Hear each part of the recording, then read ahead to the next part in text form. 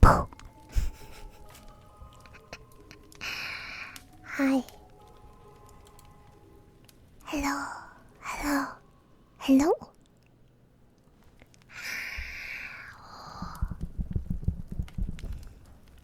Hi. Hello, everyone.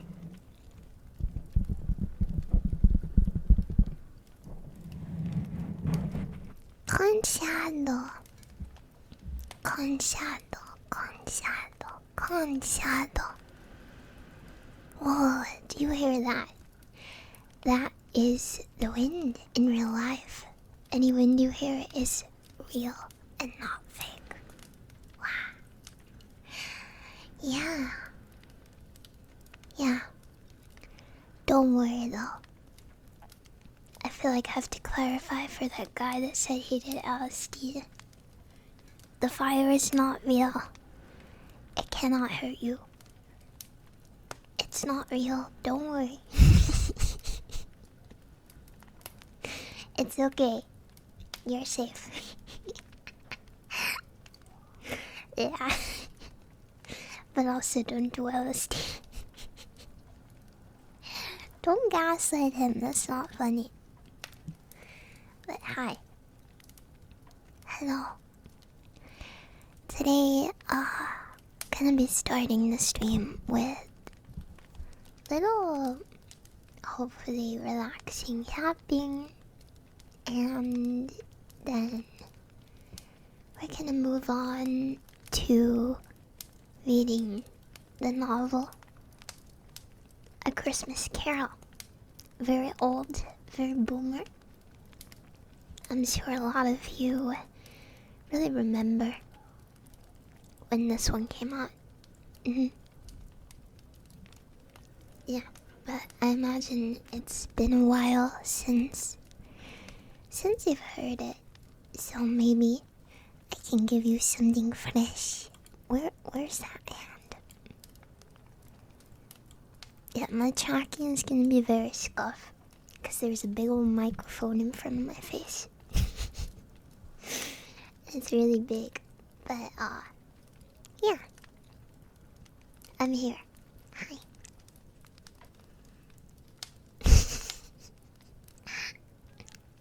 Hi.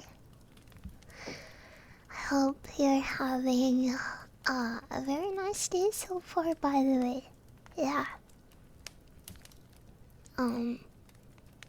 I hope that you're doing very good, very good, very good. Oh yes, playing Voices of the Void while listening. Yeah, it's like the alien mixtape. Your Bongo's been the mixtape. All me, yeah. If you look at the chat, we unbended Glorp's Bogos. If you look, he is not orange, which means he is normal Earth inhabitant levels of weird. You're going to Node. I'm going to Alice, personally. Yeah.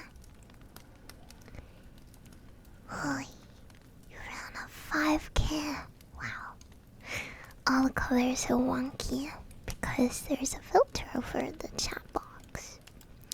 And this is so that it looks better on the ASMR screen. Look. Ooh, it's so bright. Ooh, it's not that bad, I guess. I don't know, it just looks bright.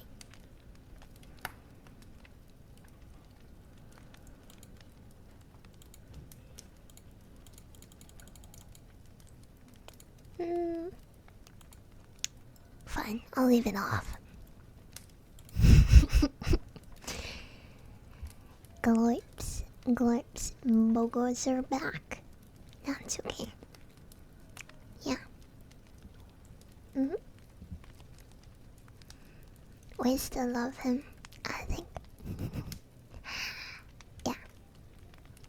But I hope that you're having a fantastic day.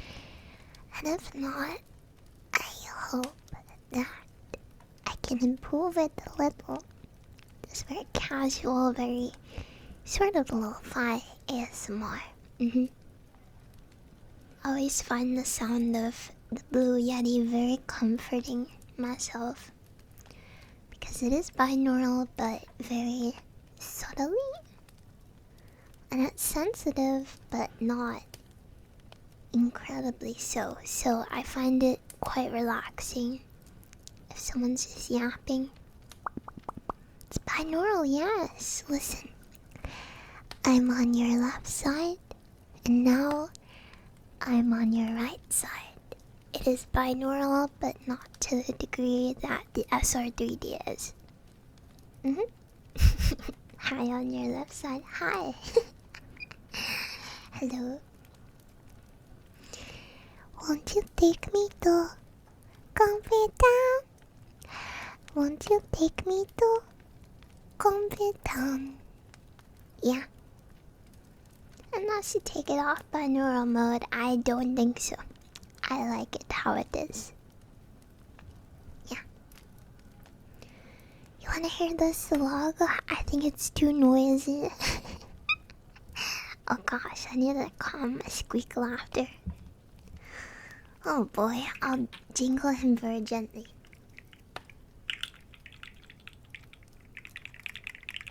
Very far away.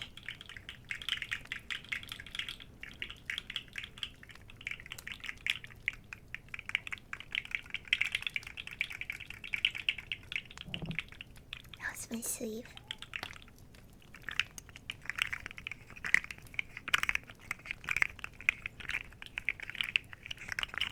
It's not so bad.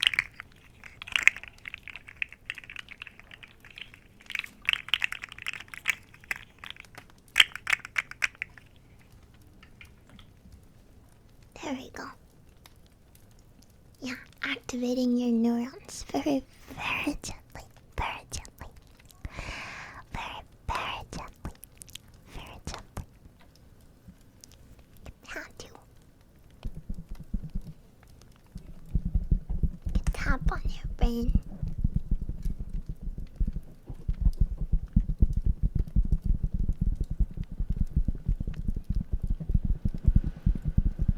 That wind, I wonder if it's as loud for you as it is for me. Because obviously I can hear it through the monitoring as well as in real life. It's quite loud, right? You wanna go to bed? You can go to bed. Is this your gimmick, Alicia? You came in yesterday and said that too. Just go to bed. Come on. Yeah. Go on. Go then. God, the sleepiest chatter. Oh boy. Well, this is a good stream to watch. In bed, or on the couch, or I don't know. Anywhere you can relax a little. I guess it could be nice. No, not in the car. At work. Only if you're prepared to get a little sleepy. Yeah, while digging the tunnel in the shed, maybe. Driving a plane. What, like taxiing it? Or like driving it in the air? Yeah. It's not that late for a lot of you. I mean, it's not that late for me. But this isn't really go the frick to sleep stream. It's more of a go the frick to relaxation stream, I think. Yeah. Like, you better watch out. You better relax. You better close your eyes and let your heart rate slow. Santa Claus is coming to Comfy Town. You better breathe deep. You better not panic. Then rhymes up. 2 a.m. here. Okay, it's late. it's late in Asia. I think maybe somewhere else. I'm not certain. It's late somewhere, probably on Mars. Is it? I was about to say what time is it on Mars, but I imagine it's a different time. Oh yeah, in Australia, it's pretty late. Yeah. 28 p.m. Mars runs on 48-hour days. Why don't they just run Mars on 24-hour days, and one day is morning and one day is nighttime? I'm so fucking smart. They're not ready for that. They're not ready for me. They're not. I do have here a couple brushes. Because I remembered that Blue Yeti brushing does sound pretty nice. Let me just brush you a little.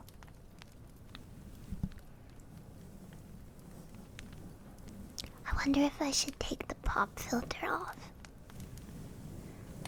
Am I gonna be able to put it back on if I do though? That is the question. Because I remember having trouble last time.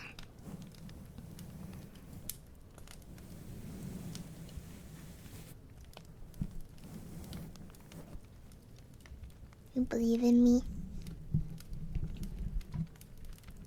Isn't it just a setting? No! It's a physical cover on the microphone. Like a pop filter. It's made out of foam. This.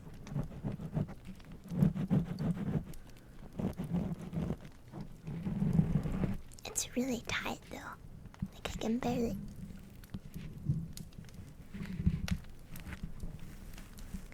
This ain't going back on. Fuck. Oy.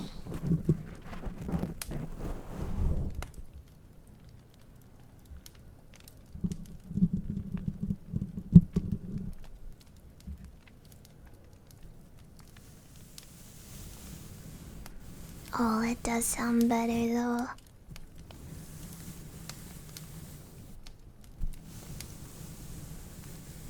See?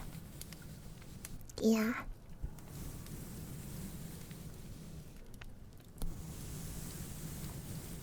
Brush, brush, brush.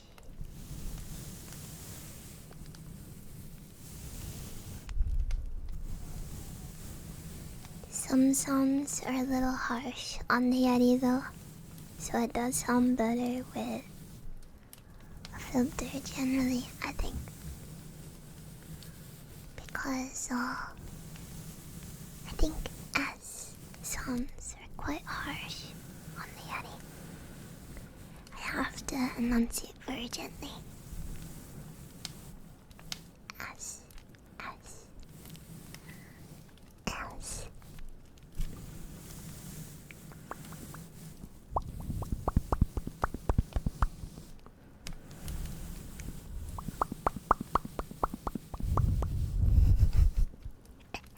If I breathe, it's really loud. Listen.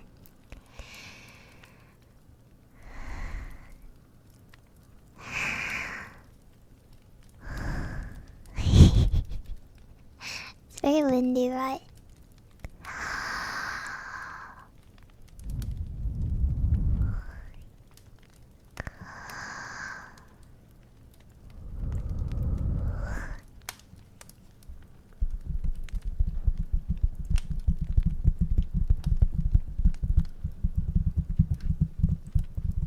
Your brain is made out of metal. How do you feel about that?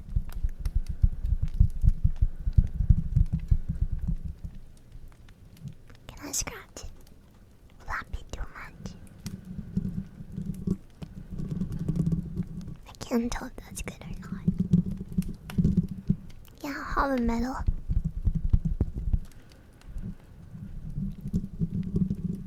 Oh yeah, it's your helmet, of course. Oh, if I use the back of my nails.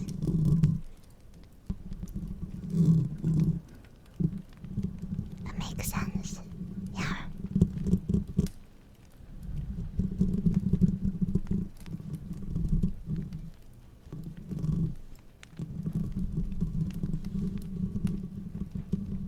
My brain is bleeding. That's okay. What if I cover most of the mic with my hands, covering it, and then I can speak really closely. Hi. Hello.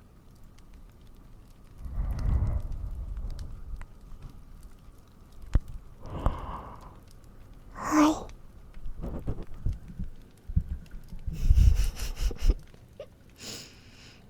Hi. Hello.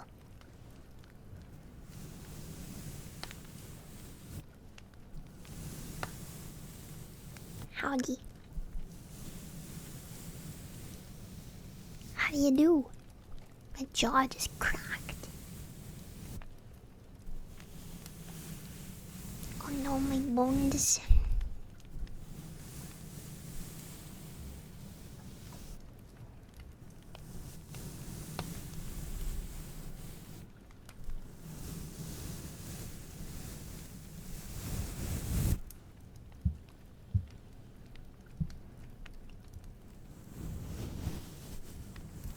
My skeleton is escaping, maybe.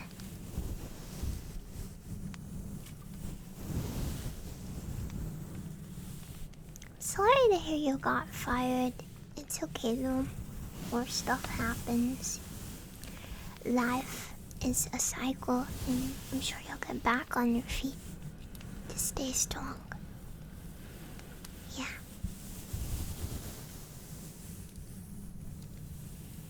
Yeah, it's okay. You had more time for Shadow streams now. But I hope you can find something better really soon. So you don't have to worry. Yeah, being fired before Christmas is really messed up. So I think that means that your employer is evil. And you deserve something better, yeah. Maybe in a year you'll look back and think, oh, that sucked, but I wouldn't be where I am now unless that happened.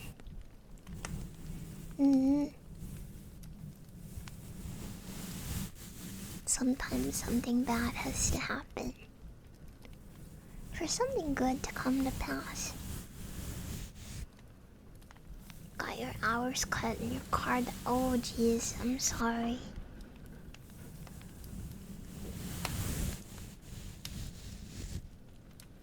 Being unemployed is nice for a little.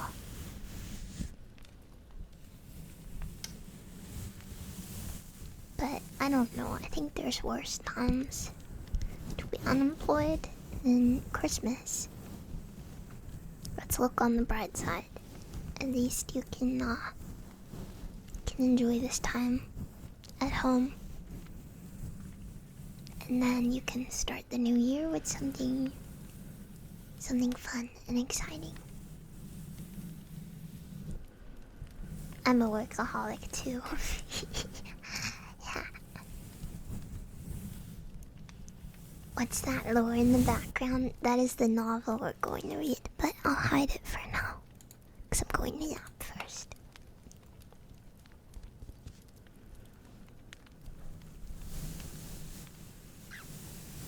I do like getting things done.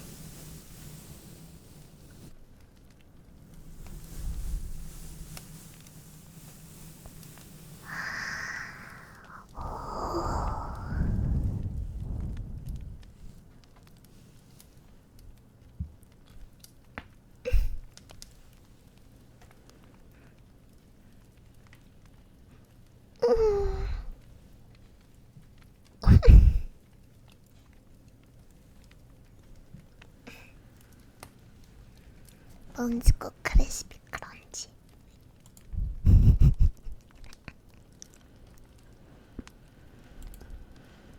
I feel like my jaw is crunchy.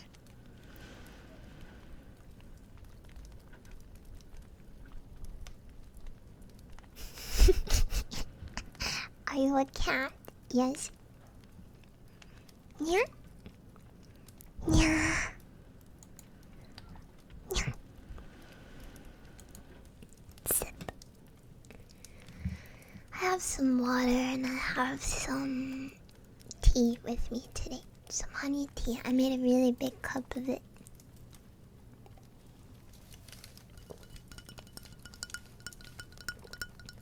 I'm not gonna spill the tea.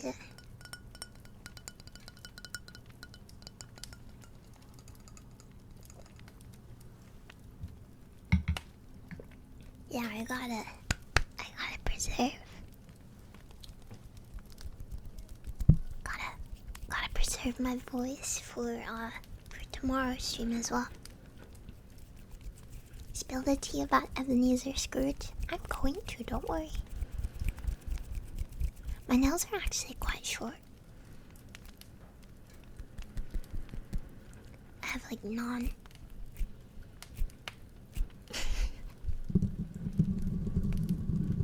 They all got crunched up on the during the packaging. I did have fairly long nails, but I cracked like 3 of them while packaging, and then one of them flipped back while packaging. Oh, not to ick you out or anything, but the very thin nails sometimes, if they're a little long, and I flip, I try and grab something. Oh, there it goes. Uh-oh. Ouch. Yeah, the whole thing. Well, almost. Not like the whole thing, like down to halfway. The nail, like half of the pink, is going back now. It's almost like normal. It did hurt bad. It's okay. I've had worse.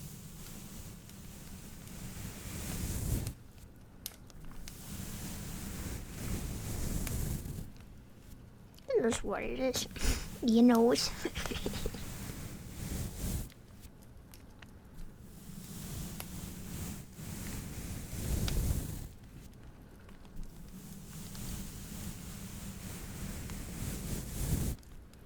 No, it's just a girl thing.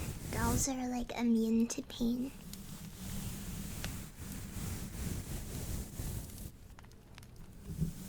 Or at least like more resistant. Broken build, yeah. Because we're frail. We have to be able to tank a lot of damage without crumbling. It's true.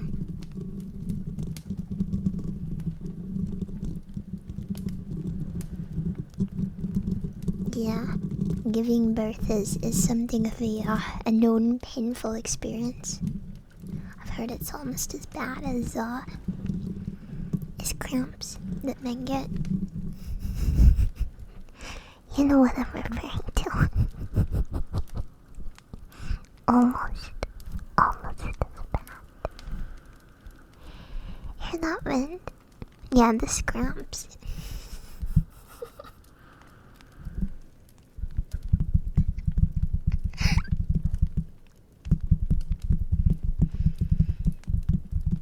This is not comfy talk, sorry. It's so windy, right? Very glad I'm not outside.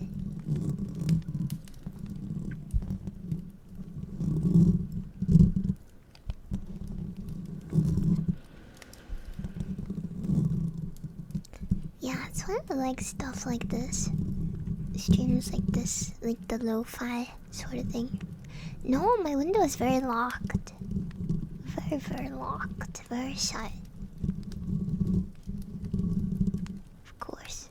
I think I'd die if the window is open right now. We have that double glass. Double thick glass. So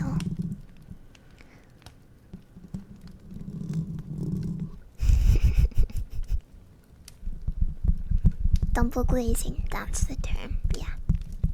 British houses tend to have that. It is normal in the UK, yeah. The caked up windows, Santa has a key. We have a special key that we always put out for Santa. The front, we put it outside the front door because we don't have a chimney or like a normal fireplace. We have a fireplace, but it's an electric one. It's not real. You can't get in.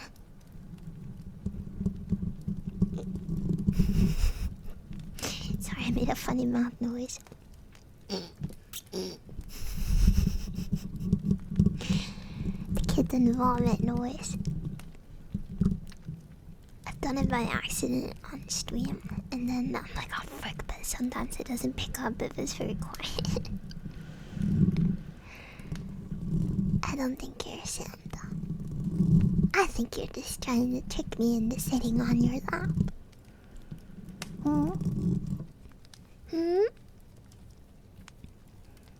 Yeah, these sorts of ASMR lo-fi streams, they always remind me of the early ASMR streams I used to do in 2021. But maybe I'll use these short novel reading streams as an excuse, yeah. How do you feel about the idea of maybe reading something like, I don't know, like short stories, like SCP stuff, maybe? In this format? Yeah, Lord of the Rings, it's pretty short, okay. Yeah, like creepypastas or SCPs or something. Maybe next reading stream, I'll do something like this. The Mr. Men books, yeah. Yeah, the forgotten SCP in Discord. Yeah. Yeah, some in this sort of format where we, we yap a little and then do this. Yeah. Harry Potter fanfiction, what, like My Immortal? That would be Kino, actually. Yeah.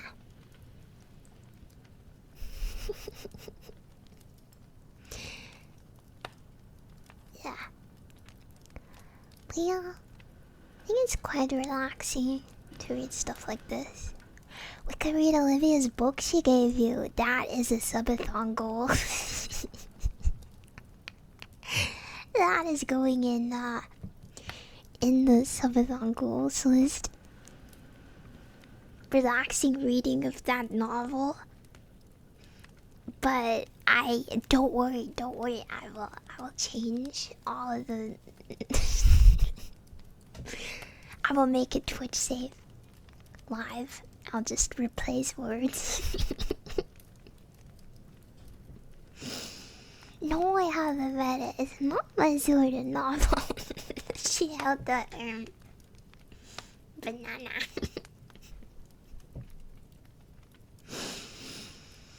They had table tennis all night, yeah. I think it'd be fun just because you'd see me getting very embarrassed. And I really don't want to read that. But I think it'd be funnier with you. If we're gonna read it, I'd rather read it with you. It'd be a high goal, yeah. Banana. Oh yeah, it'd be a first time. A first time thing.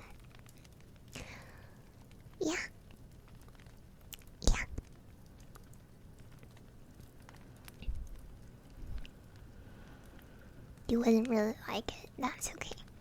Not everything is for everyone. It wouldn't be anything bad or anything, because I'd be like censoring it. But yeah, I think it's okay if there's content I make that not everyone likes. Is there a copyright won't be an issue? John, the professional, can sue me. It's okay. I don't care. I don't think they care. I don't think they care. No. I don't think they do. No. It wouldn't be the first time I did something like this, though. A lot of you won't know this, but I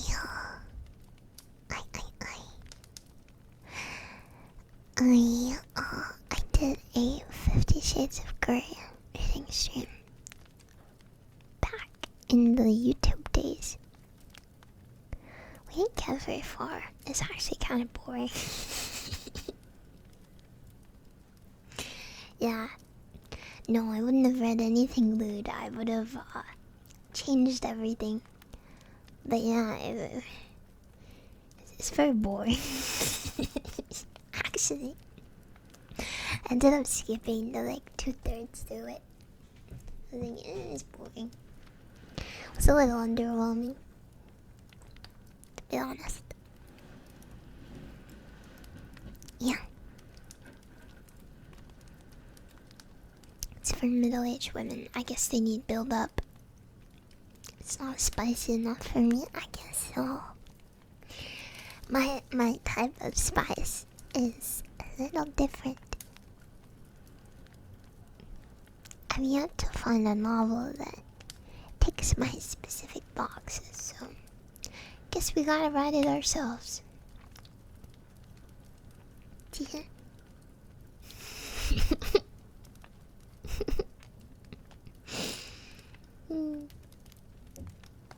Nah.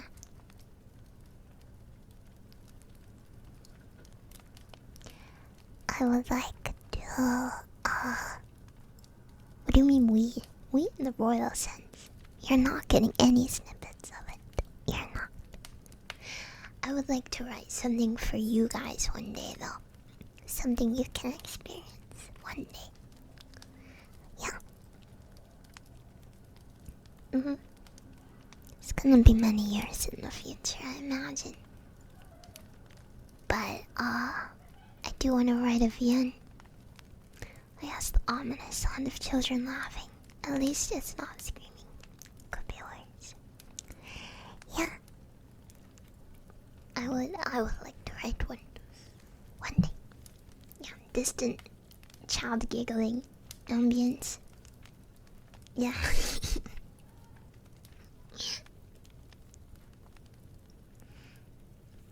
We'll see. I have a few ideas, but I'm not sure which one I like the best, if any.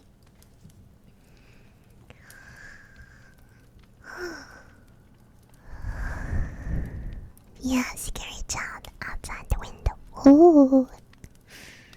Ooh.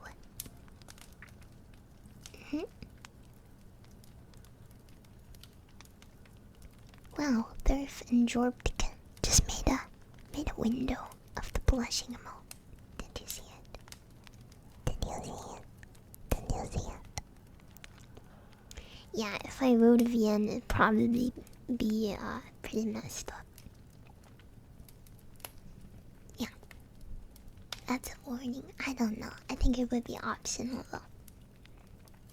There would be a good boy wrote and a bad boy wrote for sure. Yeah.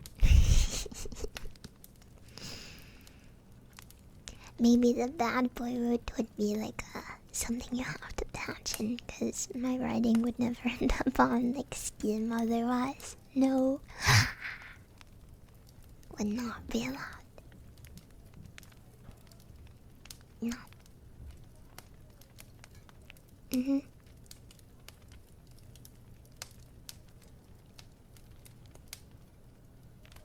Skibbity. So true. So true.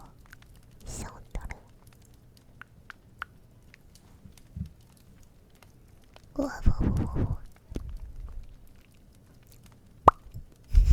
That was very loud, I'm sorry. Tinkle slug.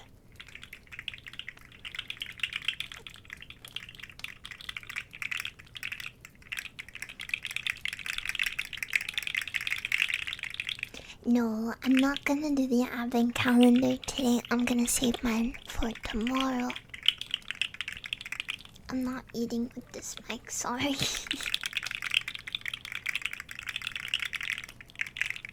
The art for the cat girl fan. I don't know if I still have it. I was just mocking up character designs. I don't think I'll go any further with that idea though.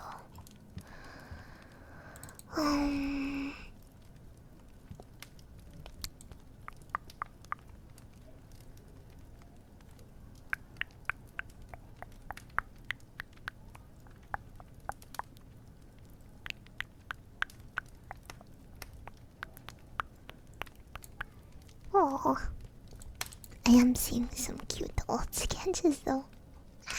This one is so cute, actually. Sorry, flashbang. Oh, oh. Very old, don't judge, but look how cute that is. Me and Vivi. Cute, cute. Very cute. I'm like holding her hair. That's really cute. That's really cute. Oi.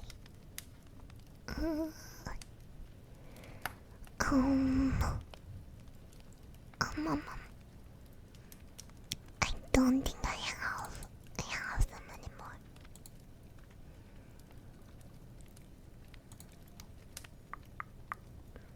No. Lost media. Dun, dun, dun. Lost media, if you will. Yeah. Sorry, I'll put this like not over my face. Oh, there is a lot of it.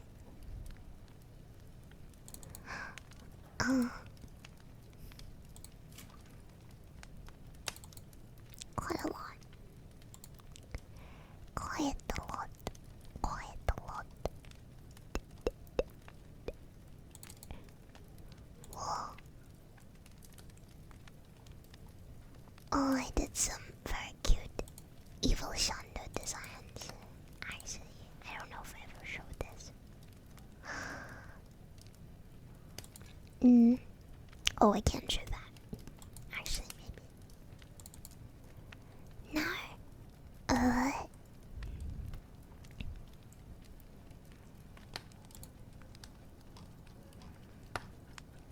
No, because some of the elements I actually took for something that I am going to use, so I'm not spoiling. Yeah. No, I didn't read A Christmas Carol yet. I'm gonna be reading it. In just a little. God, my old art was so bad. I guess everyone feels like that though. Oh. Well, it is what it is. It is what it is.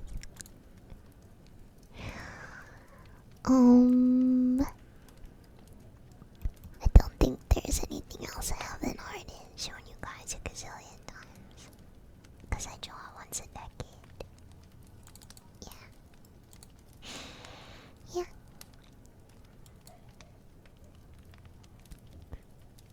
God, I used to draw my friends so much.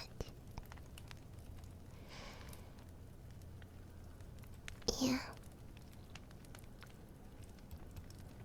Good times. Good times. I do love my friends. I do. That is one thing about me. Always very dedicated.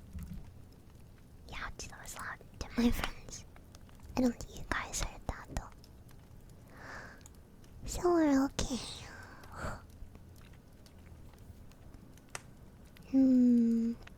Windows noise, yeah.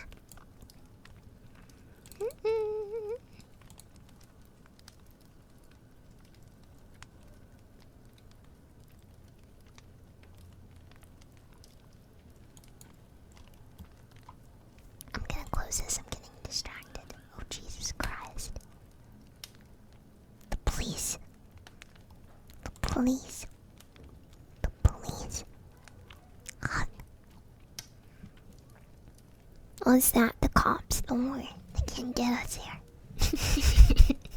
Yeah, no, we had a good run. What I do? Nothing, nothing, nothing, nothing, nothing.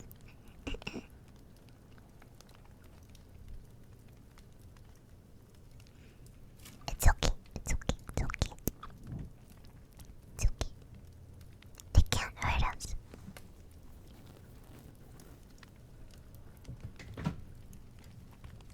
I am cold. I'm gonna get my blanket.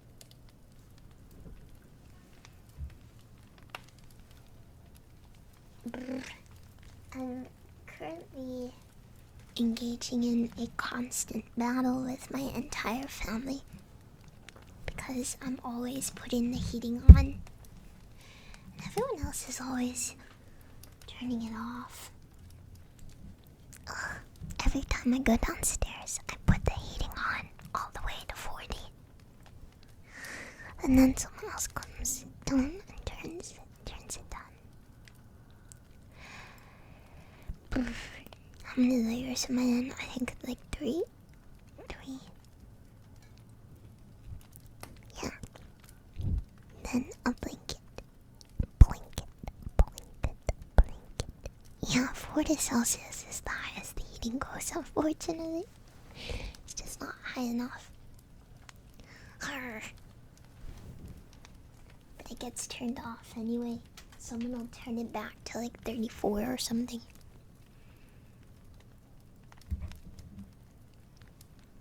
But then I come downstairs and turn it back up.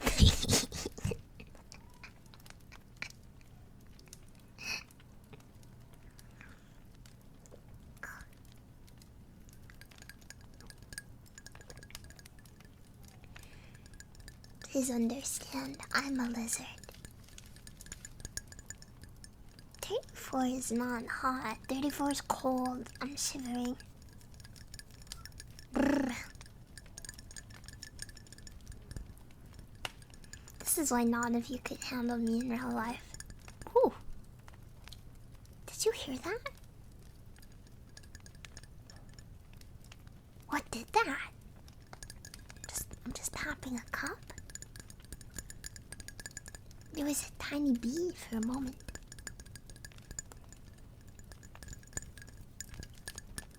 I don't know what caused it. I know Bluetooth can do that, but I don't think it cares about my mouse. Wait. No. This mic doesn't care, so I don't know what made the bees.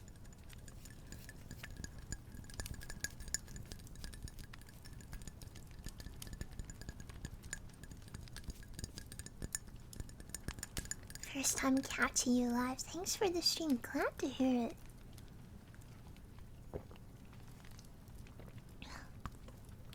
I did put honey in my cup. Wait, maybe you're right. Maybe it's because my tea has honey. I'm attracting bees. I love that stupid cat bee. He looks so dumb.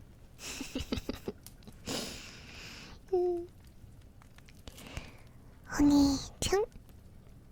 Honey-chan.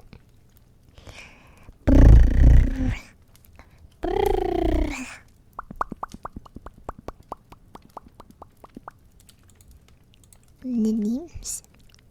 The names. Yes. The redeemers. The redeemers. The fiend.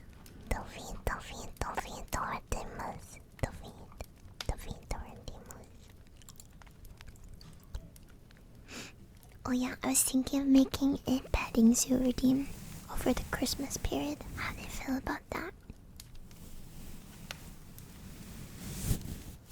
Yeah, or for like an extremely stupid amount of chocolates. You can redeem it and then I'll crunch like a handful of snacks. You go, oh, really loudly. Because we have like peanuts now and they make a really good crunch. So you redeem it, like a handful of my peanuts and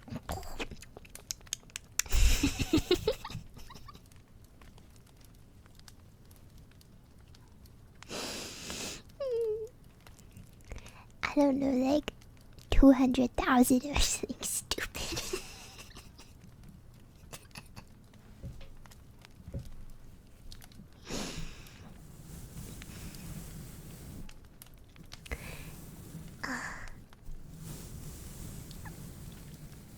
Yeah. And I'll say thank you for the peanuts. Insert name and then not even money but channel points. Yeah. I'm a generous overlord. What if you're not hungry? I'm always hungry.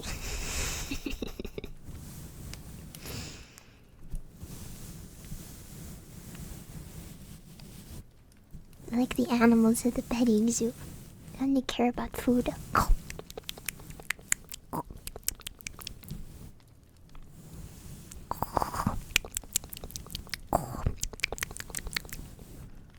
Yeah, limited Christmas period redeem. It would have to end then. While peanuts last.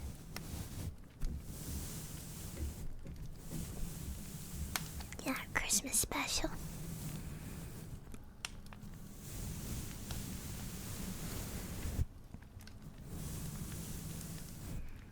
Oh no, I'm not gonna do the makeup a song about something redeemed today, sorry. Ask again tomorrow. Tomorrow is the sinking theme. My songs always end up very silly and loud, so.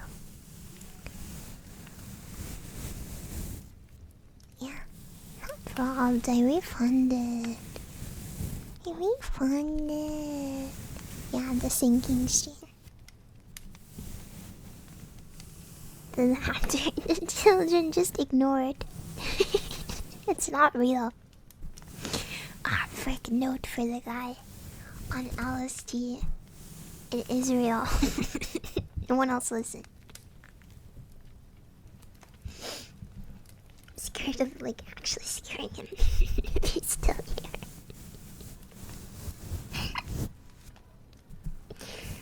LSD bro, don't listen to them, listen to me. No first time chatter, I will not sing happy birthday to your friend.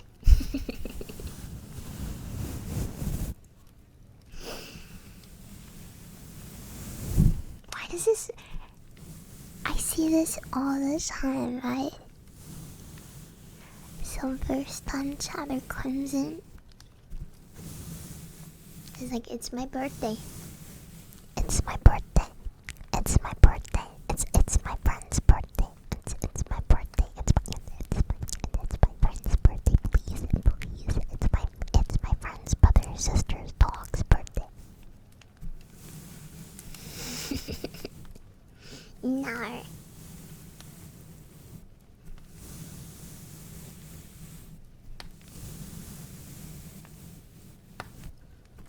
Happy birthday.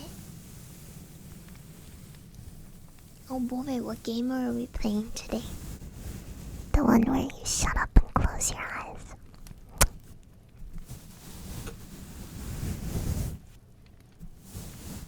That sounded a little more ominous than I intended, actually.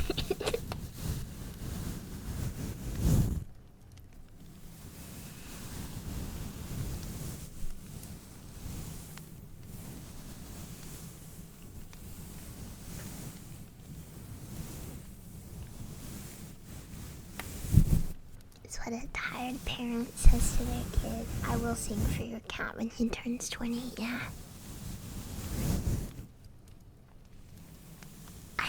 I will sing happy birthday to your cat or dog if they are a stream watcher, okay?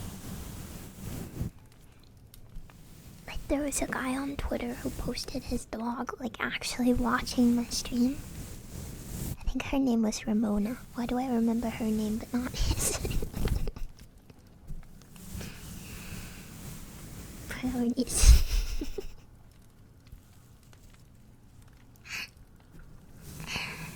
Yeah, she was like actually like laying on the bed in front of the laptop watching it. It was very cute. Yes, it's seven evil exes. A female viewer? One. Sorry, my one female dog viewer.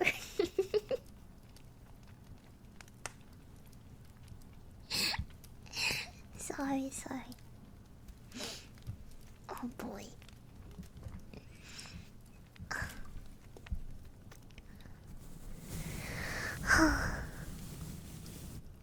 Can we get it up to 2 before the end of the year? Any female dog havers? Any bitches at home?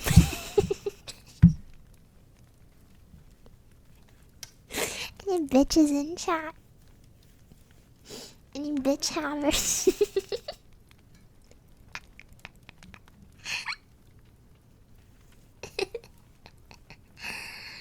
Wow. Oh wow.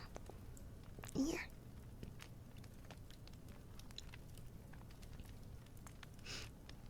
Those of you that have dogs, do you have boy dogs or girl dogs? I always wonder if guys prefer to have boy dogs or girl dogs. Wait, I'm really curious about this now. Men of the chat. Is your pet a boy or girl? Boy. Girl. No pet for me on this end. Oh, no pet on this end.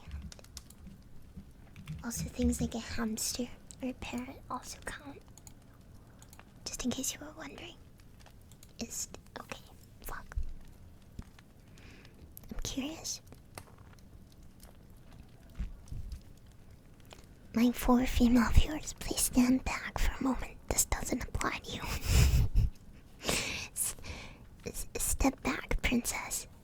This one's not for you.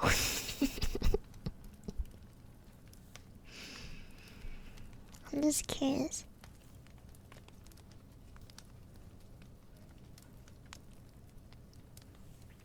Yeah, they do behave a little differently, right?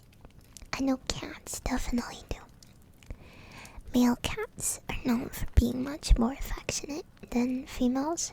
Females are a lot more independent and, yeah, they just like to do their own thing.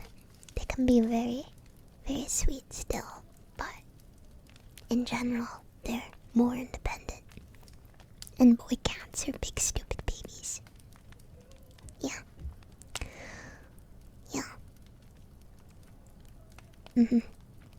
Yeah, the girl cat. Yeah, I think the girl cats are just like smarter.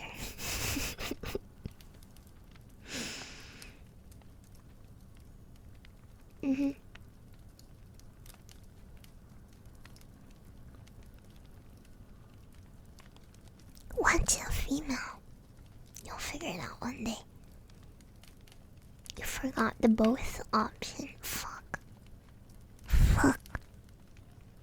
Well, don't vote then. You're gonna break the poll. God. I wanna know if guys choose boy or girl pants more.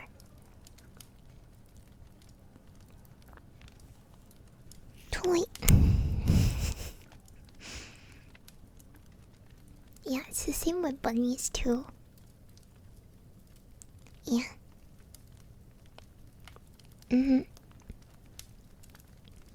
Boy bunnies are more affectionate in general. Yeah. If they're neutered, if they're not, they are they What? What's wrong? Why are you arming? Oh, Twitch. Oh, oh. Oh, oh. A little ow. Yeah, bunnies in general only care about one thing.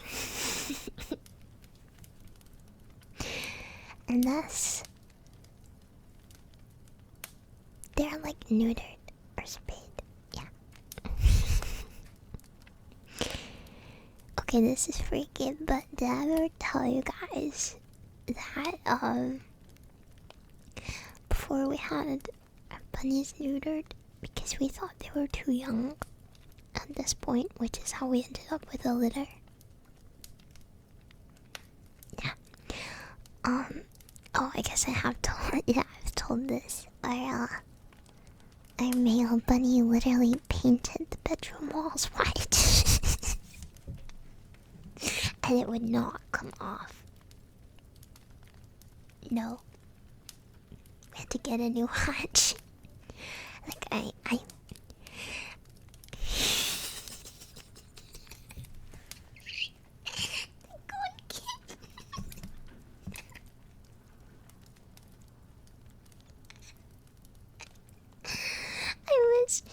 wish there was a picture. I wish we'd taken a picture of the bunny gun kid, because I swear to God it was completely white, the whole walls.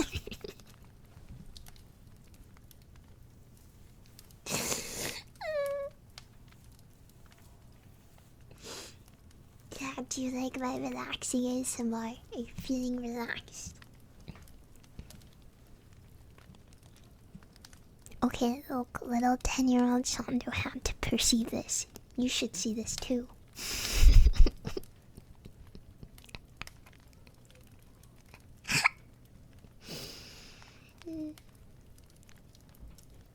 Definitely interesting.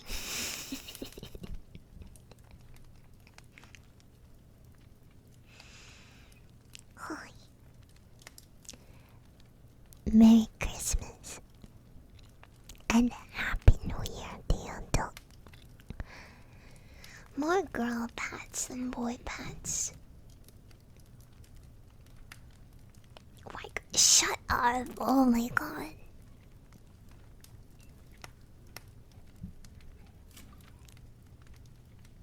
Ooh.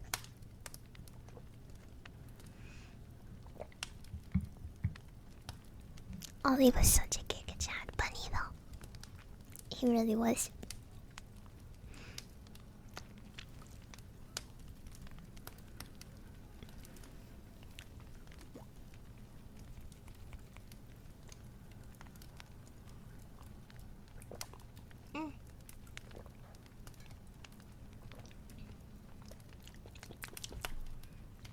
Yeah, it was really funny. We thought when Nini passed away,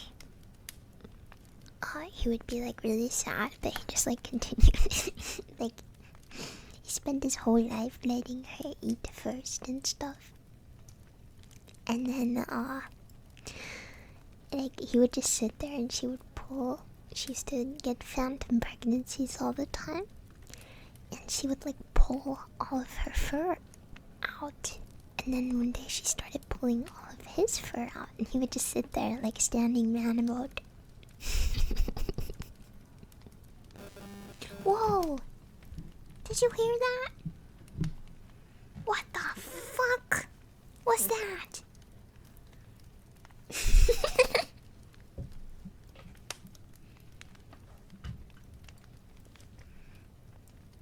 I don't know what causes this. Oh god, it's the Yeti on its way out. It's the aliens. I'm sorry about that. That's weird.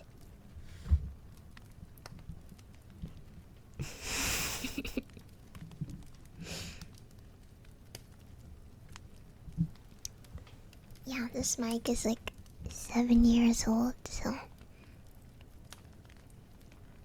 maybe it is on its way out. Yeah, the girl bunny was called Lily. Yeah, they pull out their fur when they're pregnant. And they make a nice, very soft, very, very soft nest. It's very cute. But female bunnies often have phantom pregnancies, even when they're spayed. And they'll just pull out their fur.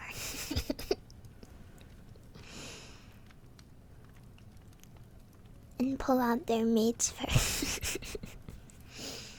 Ghost babies, haunted womb. Yes, exactly that. It's funny.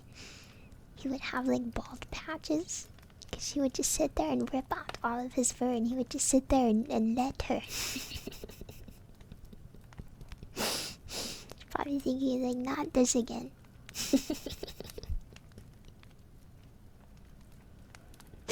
Oh, wife wants to rip all my fur out again.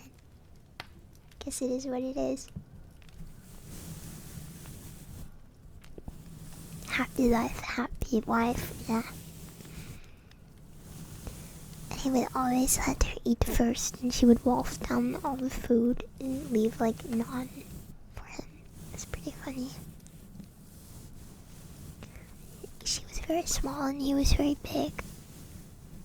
So she ended up really fat. He ended up like really skinny. And we used to like try and get him to eat more food, like feed him food away from her. And she would just like come over, and he just wouldn't eat it. He would not eat the food.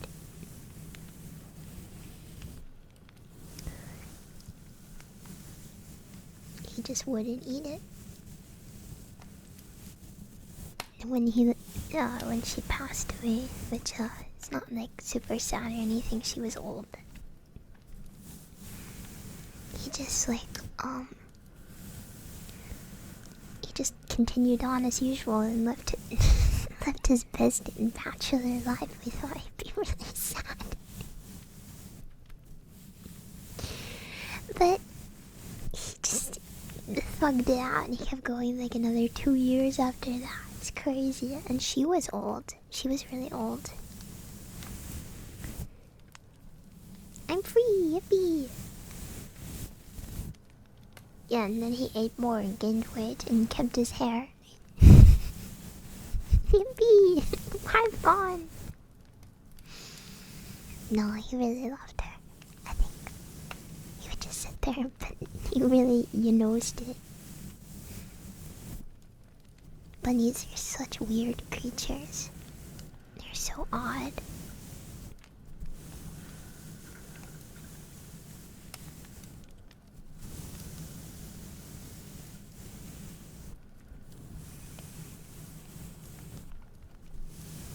I do like bunnies a lot. Yeah, all that happens in their head is babies and food. I think they have 2 brain cells. I think bunnies are freakier than cats. Though cats are also smarter. I think quite a lot smarter. Bunnies are kind of dumb.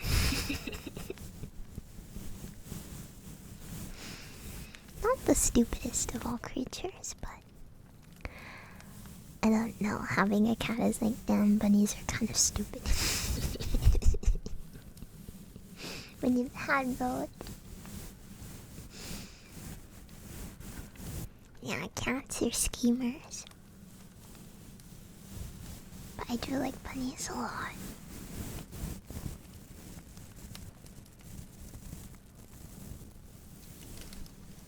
Do you like birds? I do, though I don't have very much experience with them at all.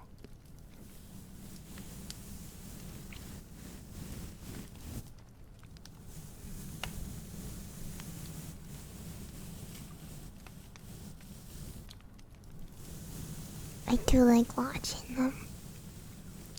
I really hope one day we can attract a corvid.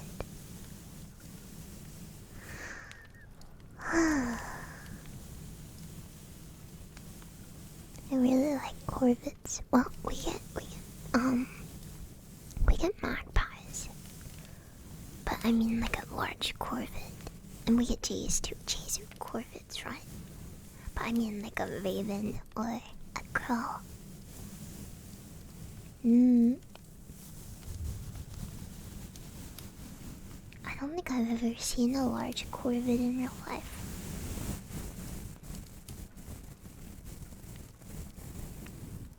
Magpies are actually very smart.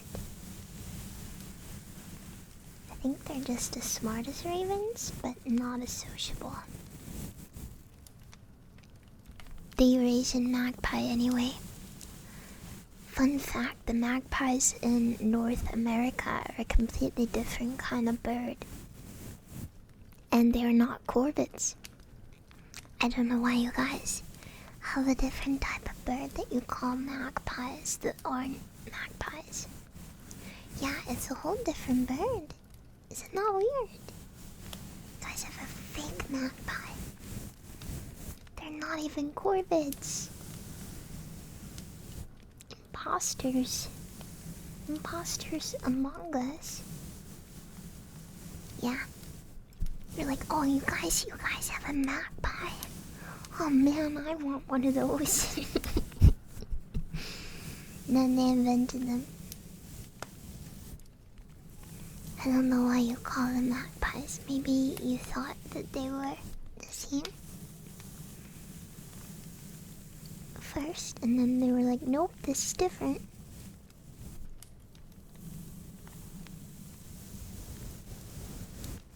The Australian magpie is also a different bird and extremely aggressive. Is it different from both? It's like a third one?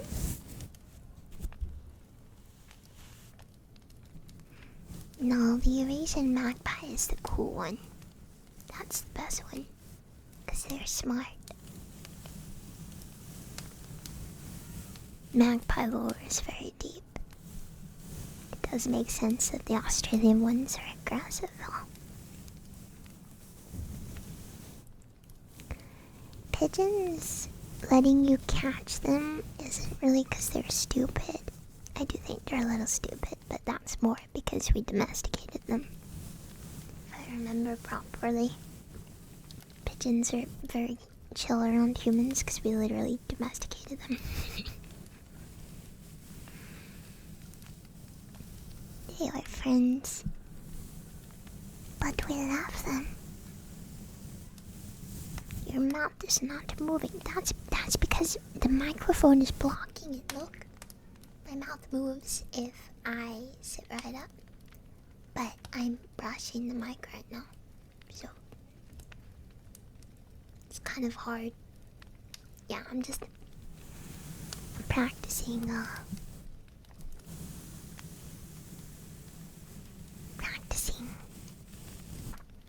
what is it called?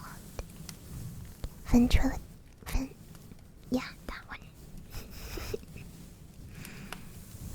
Just ventriloquisming.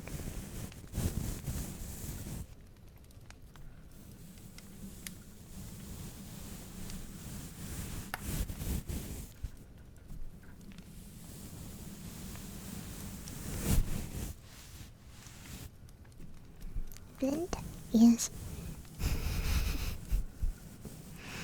absolutely. Bum bum bum bum bum bum bum. Ba-da-bum.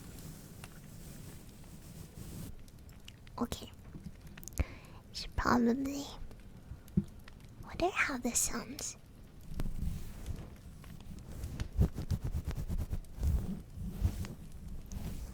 Wee.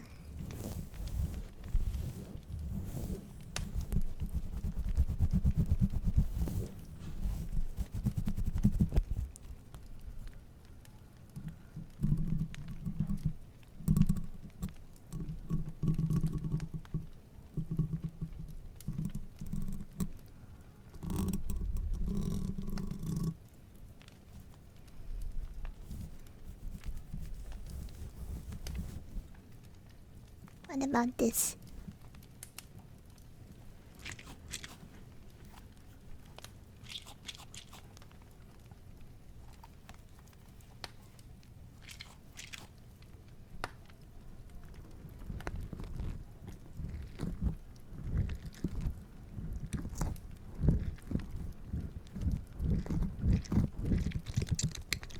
It's a stress ball.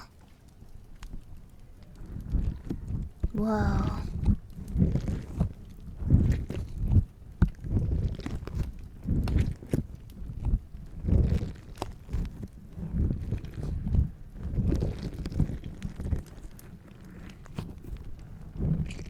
It's inside your head.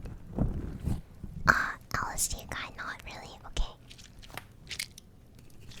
The ball is stressed, okay?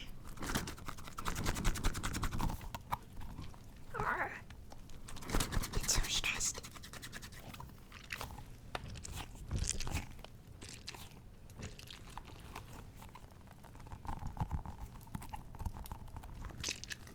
See how this sounds. Pretty good. Good to know. Okay.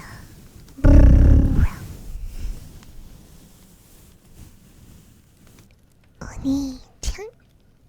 Honey-chan. Don't be mean to LSD guy. Be nice, okay?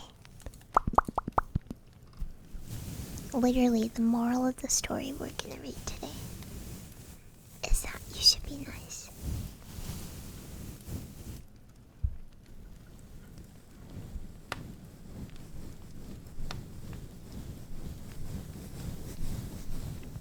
Spoilers, sorry.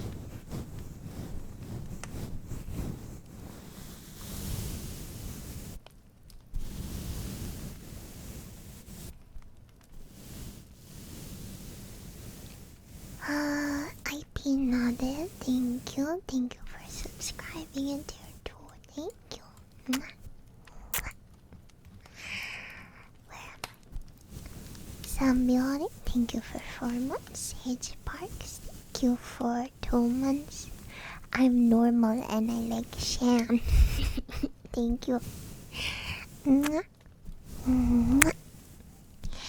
I smell good. Good to hear it. Thank you for 3 months. Takaru, thank you for subscribing. Tiger Eyes, thank you for 4 months. Ashwin, thank you for 9 months. Hail Shondo, thank you for 4 months.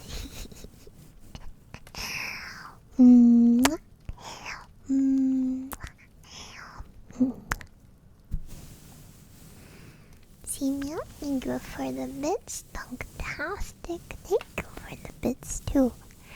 I hope that your bees remain very happy.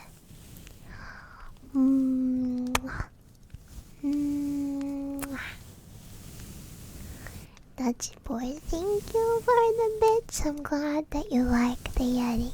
I do too, actually. December, thank you for subscribing. Thank you.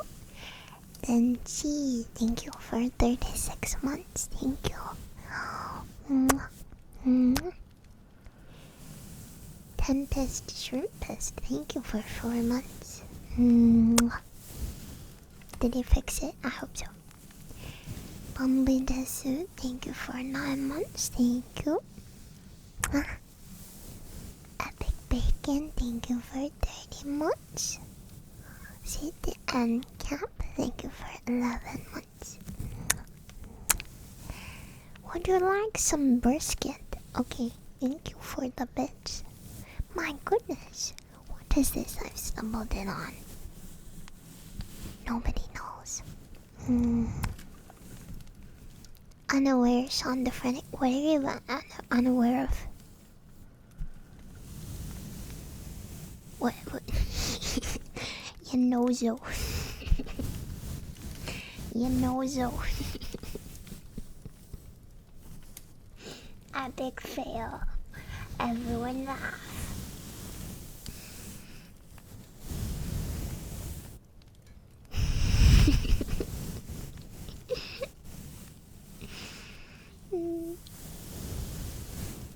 Thank you for 12 months unaware, Shonda.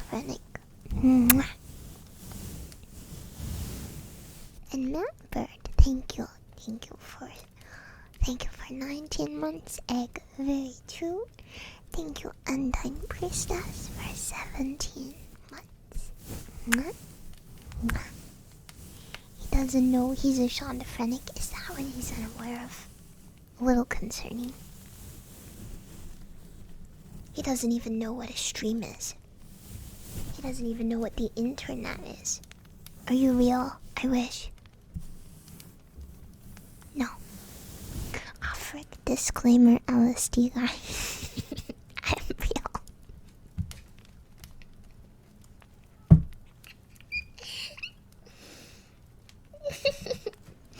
I'm sorry, I like this bit.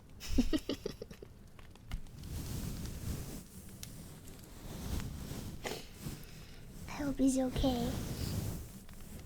Oh man. Wow, 4:20 AM. Thank you so much for 7 gift subs. Thank you. I don't know why 7. But thank you very much. Wow. Mwah. Mwah. Mwah. Mwah. Mwah. Mwah. Mwah. Thank you. Sandu, I'm sick. Go to bed. Go to bed. Good night. Wow. Gorgeous, thank you for the bits. Don't play like Ikido. Wait, don't play like Ido. Thank you. Thank you for the bits. Gorgeous, the car. Your tummy hurt from eating too much. Maybe don't do that then. Cyborg, thank you. Thank you for 5,000 bits. Thank you. I love this mic. I do too. I do too. Yeah. Yeah. It's pretty good. It's okay. Thank you. Mwah. Mwah. Mwah.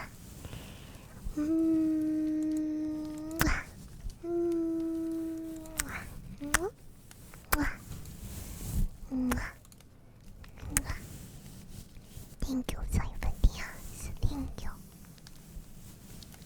Don't pet the mods, pet me. I did it. Have the chat open anyway. Don't give them credit for my actions. What do you pay mods for? Yeah, but am I even paying them for?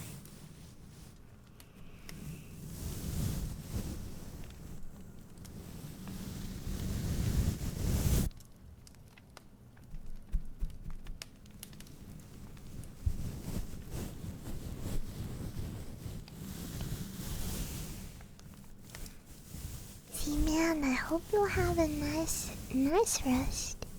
Love your name. What? Thanks. And, would you like some brisket? Thank you too. I'm glad you stuck around. You liked my Mario 64 VOD. Thank you. You meant ASMR, yeah. Fallenshadow is a good name though. In my opinion. Anyway.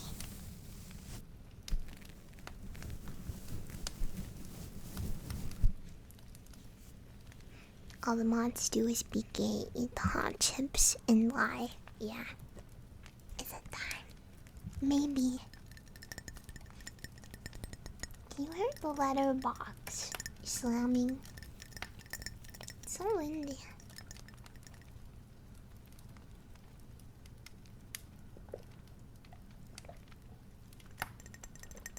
It's hard for me to tell what I can hear in real life versus, well, through the microphone.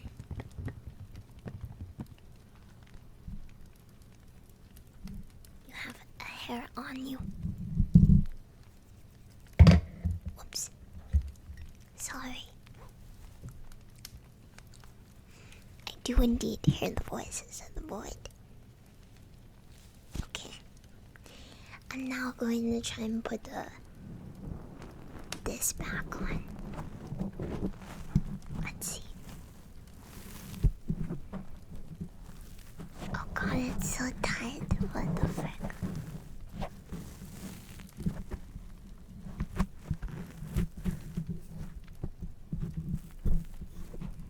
Dude.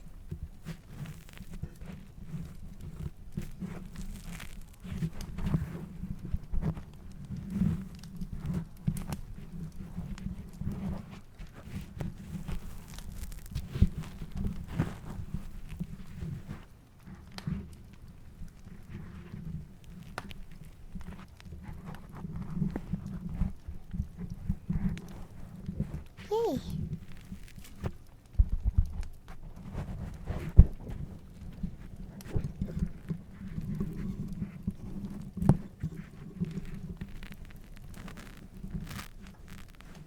Just tug it on.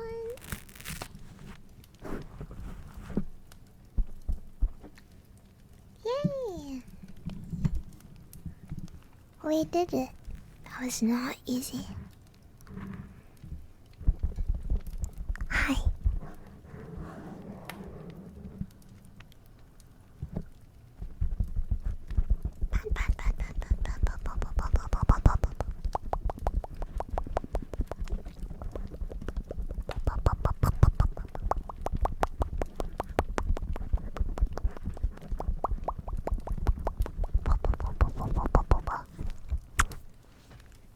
Okay.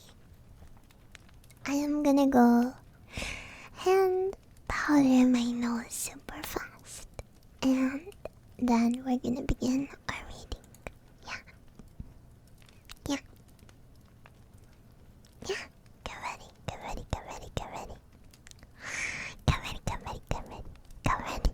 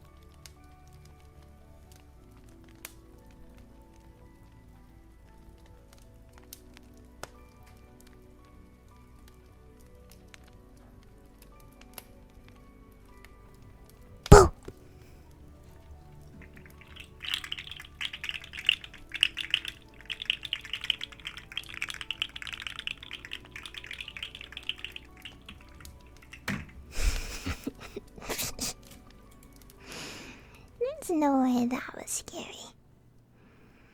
Oh, you silly baby. You silly baby. What are you like? It was. Oh, zombie. You were terrified. Oh, okay. Yeah. Yeah. You were very brave about it. Yeah, you were very brave. You were very brave. Good boy, good boy.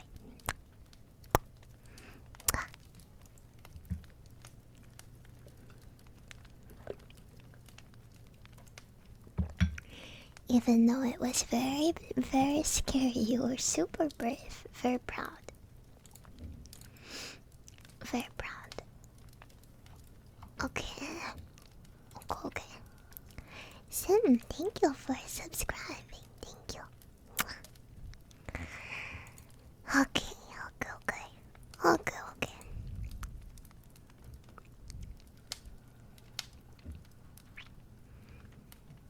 It's reading time. That's when Shonda reads.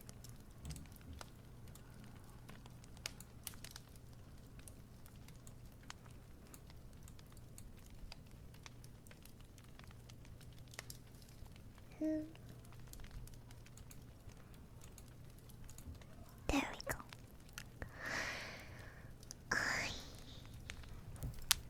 If you can't read, it's okay.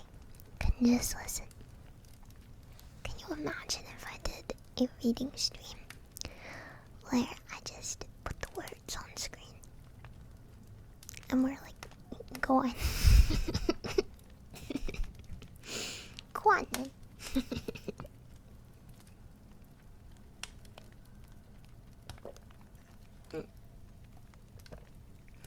Wait, I don't think this is even part of the novel, but we'll read it anyway.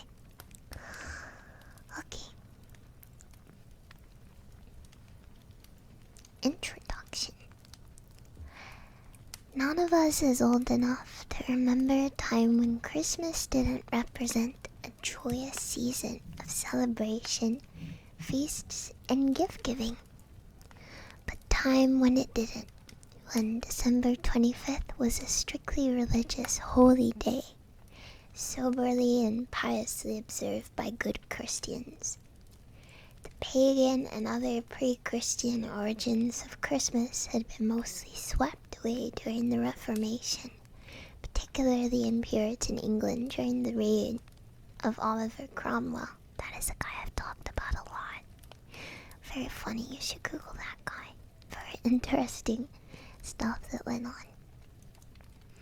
And even after the restoration of the monarchy, the ancient traditions of marking the winter solstice, going back at least as far as the Roman Saturnalia and Saxon Yule, through pageants, rituals, frivolous, and sometimes scandalous games, and overindulgence in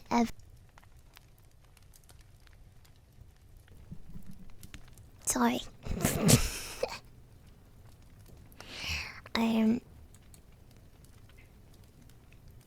What the heck was that? I don't know. The microphone is fighting back. I might have accidentally hit the mute button. I'm sorry. Sorry, the bees. The bees are aggressive. Wait. Is it okay? Is everything okay? I think it's okay.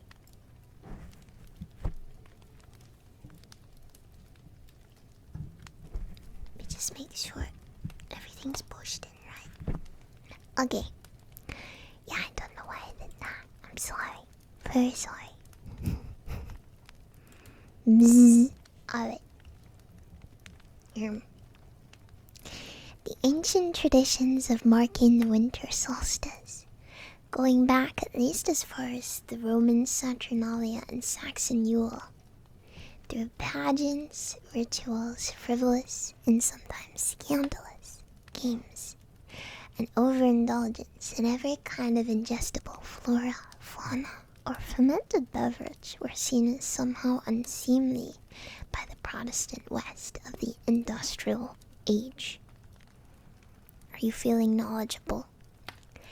I won't try to argue that Charles Dickens invented, or even reinvented, Christmas too, in 1843 when he published A Christmas Carol, though I may imply it. But the now universally beloved story of Ebenezer Scrooge, Bob Cratchit, and Tiny Tim, not to mention the spirits of Christmases past, present, and yet to come, coincided with a gradual resurgence of the lavish Christmas customs and traditions of old.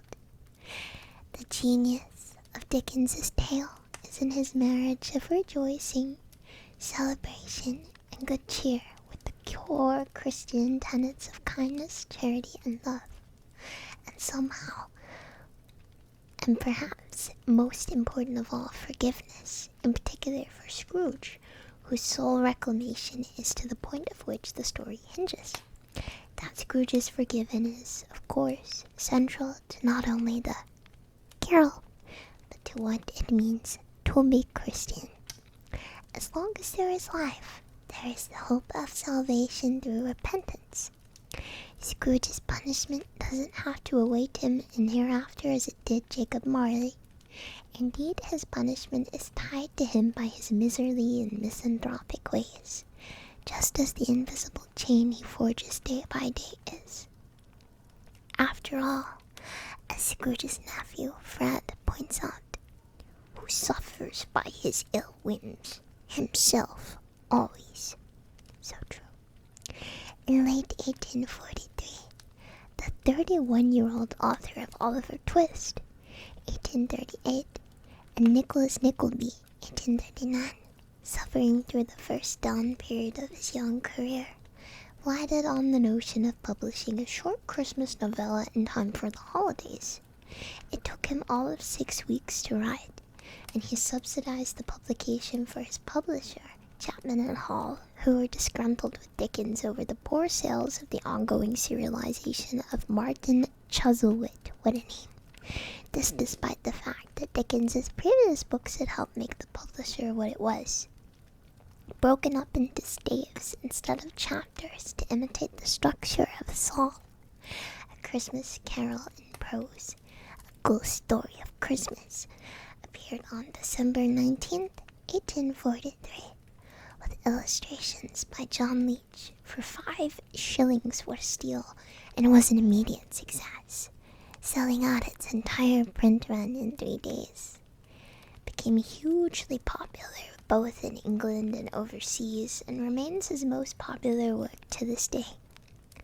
The other genius of A Christmas Carol is, not coincidentally, what a wonderful and beautifully written story it is. The insertion of the narrator into the story, sharing his opinions and observations, asking questions, is charming and helps keep the tale lighthearted and also very personal.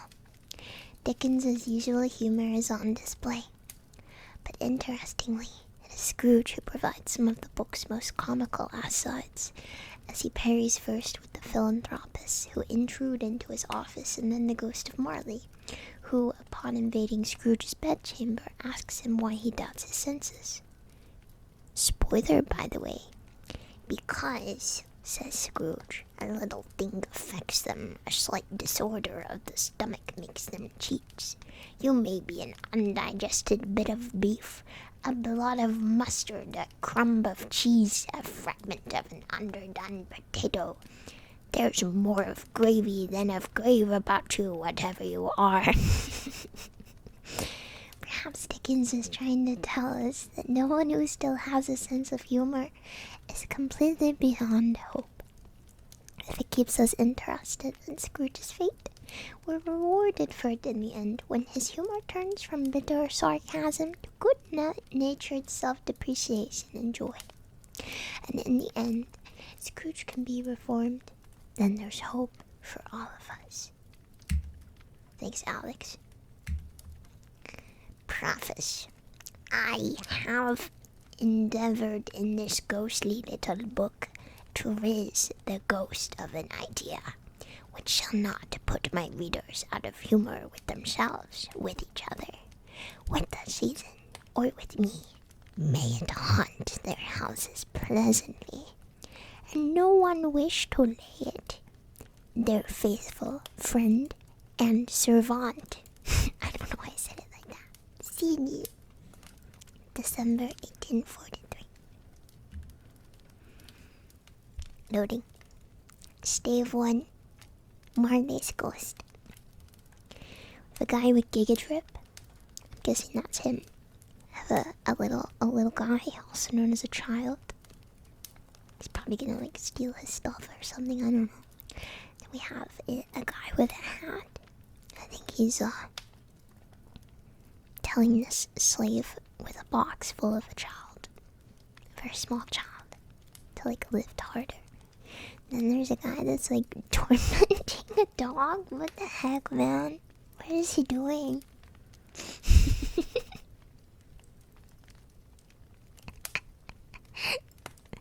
That is not nice. What is he doing with his sticks? Isn't he walking it? What with the sticks? What the heck, man?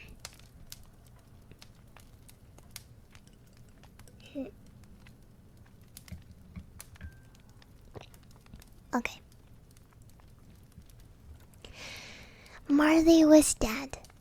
To begin with, there is no doubt whatever about that. The register of his burial was signed by the clergyman, the clerk, the undertaker, and the chief mourner. Scrooge signed it, and Scrooge's name was good upon change for anything he chose to put his hand to. Old Marley was as dead as a doornail. Mind, I don't mean to say that I know of my own knowledge what there is particularly dead about a doornail. I might have been inclined myself to regard a coffin nail as the deadest piece of ironmongery in the trade. But the wisdom of our ancestors is in the simile, and my unhallowed hand shall not disturb it, or the country's done for. You will therefore permit me to repeat emphatically that Marley was as dead as a doornail.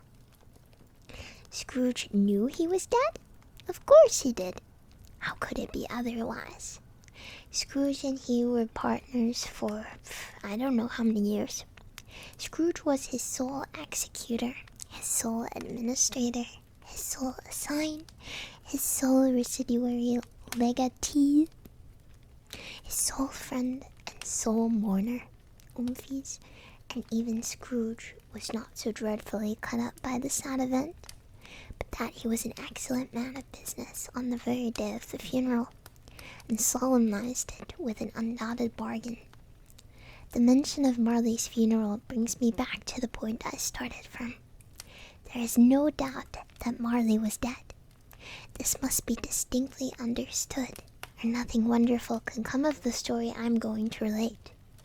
If it were not perfectly convinced that Hamlet's father died before the play began, there would be nothing more remarkable in his taking a stroll at night, in an easterly wind upon his own ramparts, than there would be in any other middle-aged gentleman rashly turning out after dark in a breezy spot.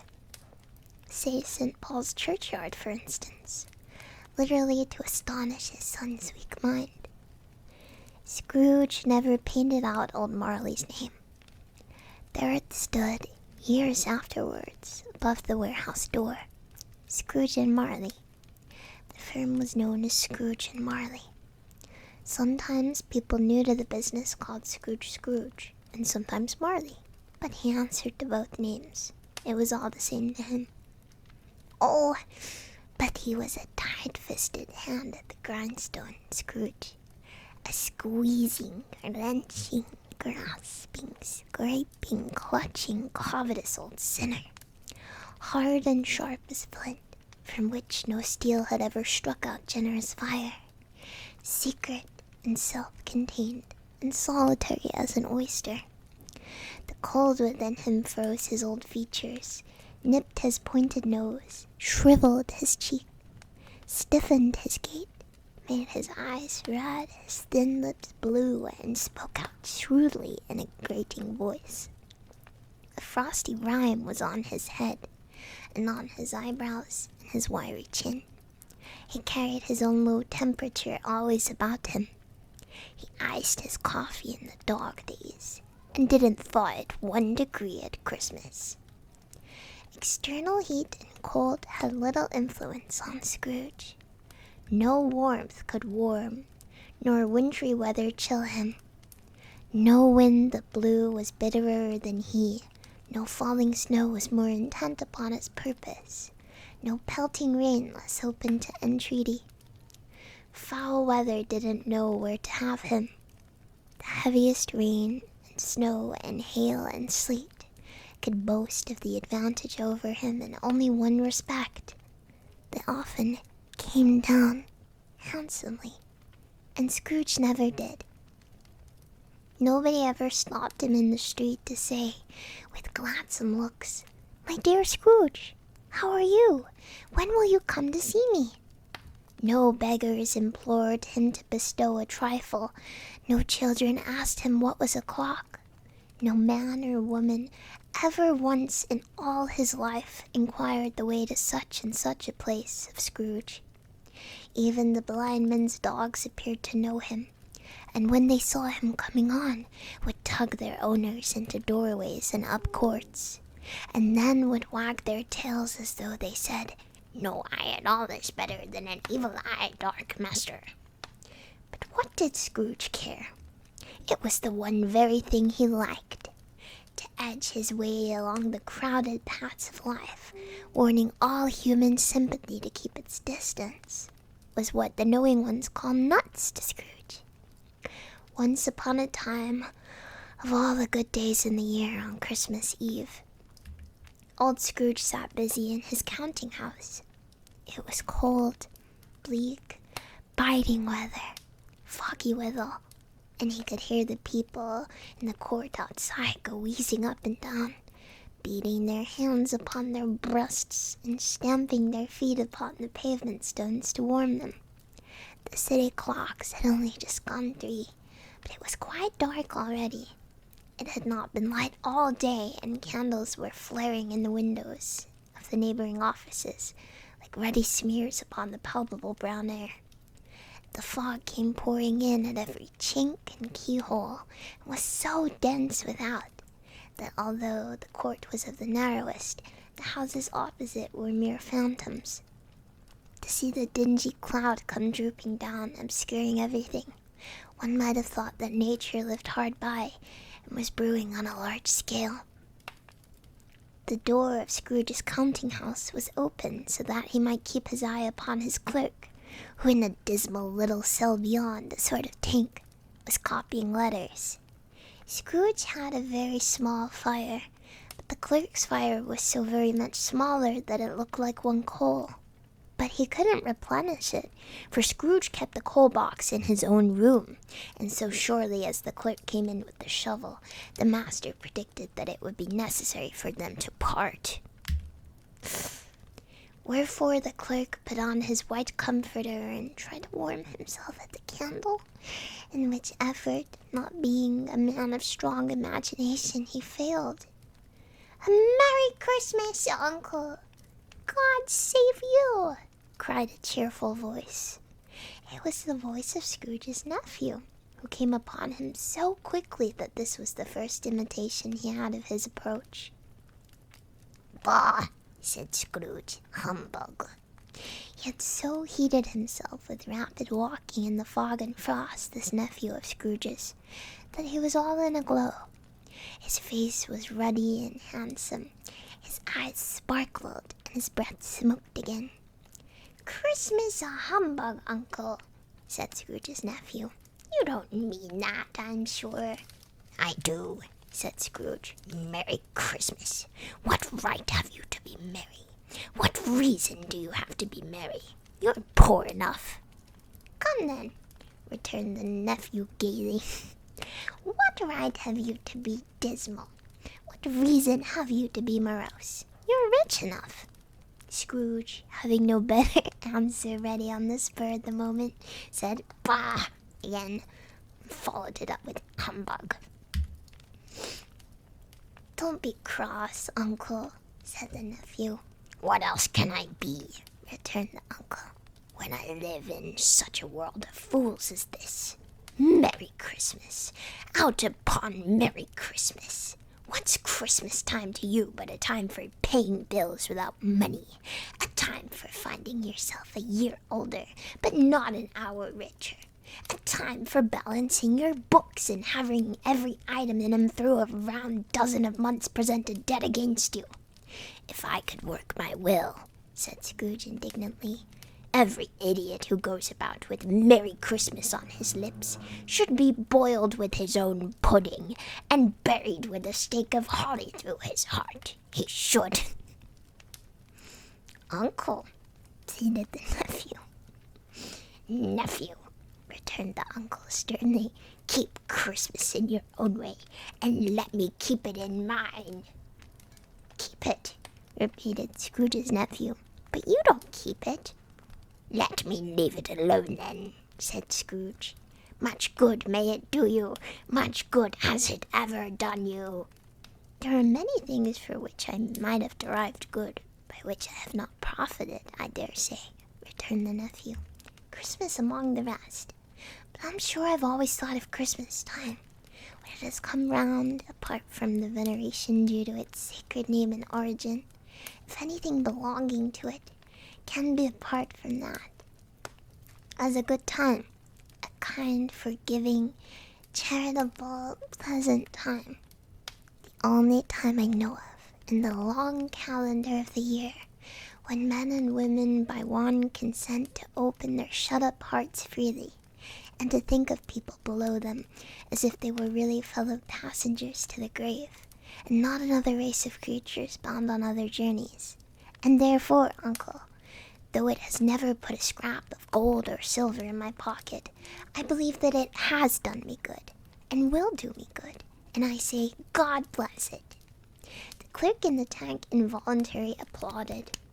Becoming immediately sensible of the impropriety, he poked the fire and extinguished the last frail spark forever.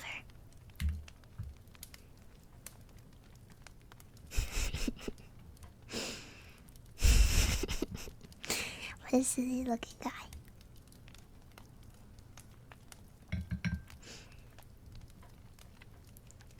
"Let me hear another sound from you," said Scrooge, "and you'll keep your Christmas by losing your situation. You're quite a powerful speaker, sir," he added, turning to his nephew. "I wonder you don't go into Parliament." "Don't be angry, Uncle. Come, dine with us tomorrow." Scrooge said that he would see him. Yes, indeed he did. He went the whole length of the expression, and said that he would see him in that extremity first. "But why?" cried Scrooge's nephew. "Why?" "Why didn't you get married?" said Scrooge. "Because I fell in love." "Because you fell in love," growled Scrooge, as if that were the only one thing in the world more ridiculous than a Merry Christmas. "Good afternoon." "Nay, Uncle, but you never came to visit me before that happened. Why give it as a reason for not coming now?" "Good afternoon," said Scrooge. "I want nothing from you. I ask nothing of you. Why cannot we be friends?" "Good afternoon," said Scrooge. "I'm sorry, with all my heart, to find you so resolute. We've never had any quarrel to which I have been a party, but I've made the trial in homage to Christmas, and I'll keep my Christmas humor to the last. So a Merry Christmas, Uncle." "Good afternoon," said Scrooge. "And a Happy New Year." "Good afternoon," said Scrooge. His nephew left the room without an angry word, notwithstanding he stopped at the outer door to bestow the greetings of the season to the clerk, who, cold as he was warmer than Scrooge, for he returned them cordially. "There's another fellow," muttered Scrooge, who overheard him, "my clerk with 15 shillings a week and a wife and family, talking about a Merry Christmas. I'll retire to Bedlam." This lunatic, in letting Scrooge's nephew out, had let 2 other people in. They were portly gentlemen, pleasant to behold, and now stood with their hats off in Scrooge's office. They had books and papers in their hands and bowed to him.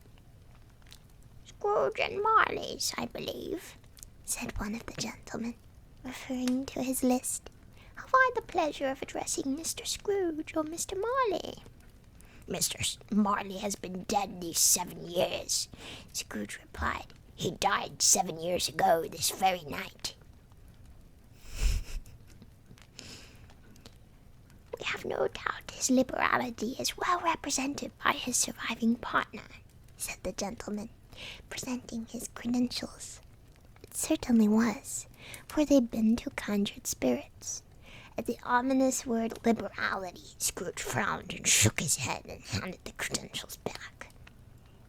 "At this festive season of the year, Mr. Scrooge," said the gentleman, taking up a pen, "it is more than usually desirable that we should make some slight provision for the poor and destitute, who suffer greatly at the present time. Many thousands are in want of common necessaries. Hundreds of thousands are in want of common comfort, sir." "Are there no prisons?" asked Scrooge. "Plenty of prisons," said the gentleman, laying down the pen again. "And the Union workhouses?" demanded Scrooge. "Aren't they still in operation?" "They are still," returned the gentleman. "I wish I could say they were not." "The treadmill and the poor law are in full vigor, then?" said Scrooge. "Both very busy, sir." "Oh, I was afraid from what you said at first that something had occurred to stop them in their useful course," said Scrooge. "I'm very glad to hear it." "Under the impression that they scarcely furnish Christian cheer of mind or body to the multitude," returned the gentleman. "A few of us are endeavoring to raise a fund to buy the poor some meat and drink and means of warmth. We chose this time because it is a time of all others when want is keenly felt, and abundance rejoices. What shall I put you down for?"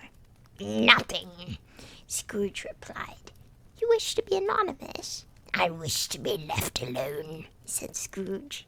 "Since you ask me what I wish, gentlemen, that is my answer. I don't make myself merry at Christmas, and I can't afford to make idle people merry. I help to support the establishments I've mentioned. They cost enough, and those who are badly off must go there." "Many can't go there, and many would rather die." "If they would rather die," said Scrooge, "they'd better do it and decrease the surplus population. Besides, excuse me, I don't know that." "But you might know it," observed the gentleman. "It's not my business," Scrooge returned. "It's enough for a man to understand his own business and not to interfere with other people's. Mine occupies me constantly. Good afternoon, gentlemen."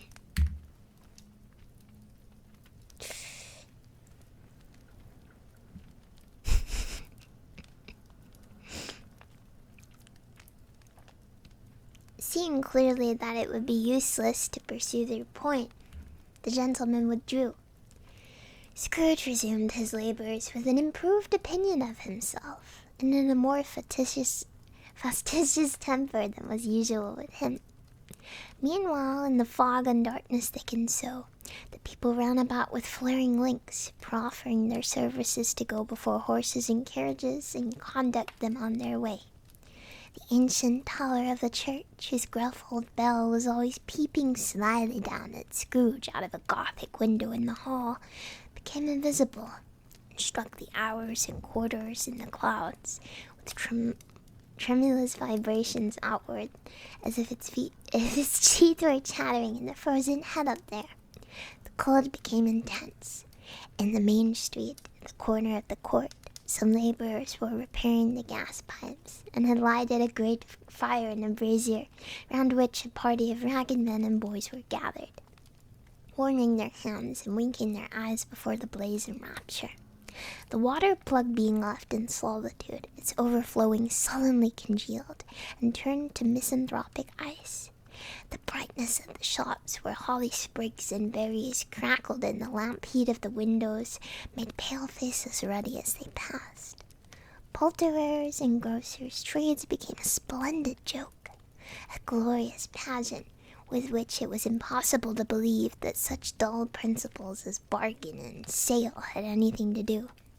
The Lord Mayor, in stronghold of the mighty mansion house, gave orders to his 50 cooks and butlers to keep Christmas as the Lord Mayor's household should, and even the little tailor, whom he had fined 5 shillings on the previous Monday for being drunk and bloodthirsty in the streets, stirred up tomorrow's pudding in his garret, while his lean wife and baby sallied out to buy the beef. Foggier yet and colder. Piercing, searching, biting cold. If the good St. Dunstan had but nipped the evil spirit's nose with a touch of such weather as that, instead of using his familiar weapons, then indeed he would have roared to lusty purpose. The owner of one scant young nose, gnawed and mumbled by the hungry cold as bones were gnawed by dogs, stooped down at Scrooge's keyhole to regale him with a Christmas carol, but at the first sound of "God bless you, merry gentlemen, may nothing you dismay," Scrooge seized the ruler with such energy of action that the singer fled in terror, leaving the keyhole to the fog and even more congenial frost. At length the hour of shutting up the counting-house arrived. With an ill will, Scrooge dismounted from his stool, and tactfully admitted to the fact the expectant clerk in the tank, who instantly snuffed his candle out and put on his hat. "You'll want all day tomorrow, I suppose," said Scrooge. "If quite convenient, sir." "It's not convenient," said Scrooge, "and it's not fair. If I was to stop half a crown for it, you'd think yourself ill-used, I'll be bound." The clerk smiled faintly. "And yet," said Scrooge, "you don't think me ill-used when I pay a day's wages for no work?" The clerk observed that it was only once a year. "A poor excuse for picking a man's pocket every 25th of December," said Scrooge, buttoning his greatcoat to the chin. "But I suppose you must have the whole day. Be here all the earlier next morning." The clerk promised that he would, and Scrooge walked out with a growl.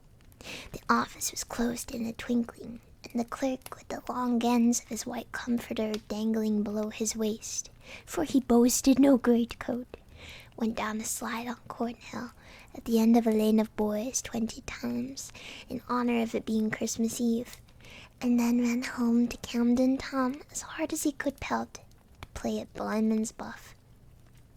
Scrooge took his melancholy dinner to his usual melancholy tavern, and having read all the newspapers and beguiled the rest of the evening with his banker's book, went home to bed. He lived in chambers which had once belonged to his deceased partner. There were gloomy suite of rooms in a pile of building up a yard.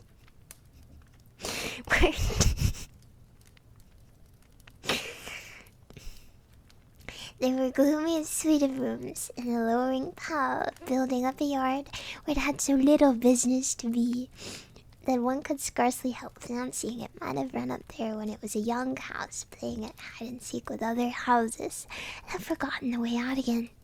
It was old enough now, and dreary enough, for nobody lived in it but Scrooge, the other rooms all being let out as offices. The yard was so dark that even Scrooge, who knew its every stone, was fain to grope with his hands. The fog and frost so hung about the black old gateway of the house that it seemed as if the genius of the weather sat in mournful meditation on the threshold. Now, it is a fact that there was nothing at all particular about the knocker on the door, except that it was very large. It is also a fact that Scrooge had seen it night and morning during his whole residence in that place.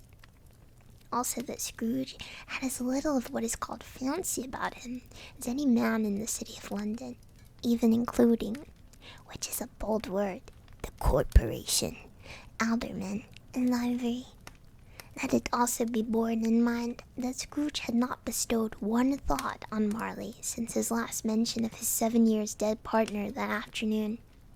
And then let any man explain to me, if he can, how it happened that Scrooge, having his key in the lock of the door, saw in the knocker, without its undergoing any immediate process of change, not a knocker, but Marley's face. Marley's face. It was not an impenetrable shadow as the other objects in the yard were, but had a dismal light about it, like a bad lobster in a dark cellar. It was not angry or ferocious, but looked at Scrooge as Marley used to look, with ghostly spectacles turned up upon his big ghastly forehead. The hair was curiously stirred, as if by breath or hot air, and though the eyes were wide open, they were perfectly motionless. That, and its livid color, made it horrible. But its horror seemed to be in spite of the face and beyond its control, rather than a part of its own expression.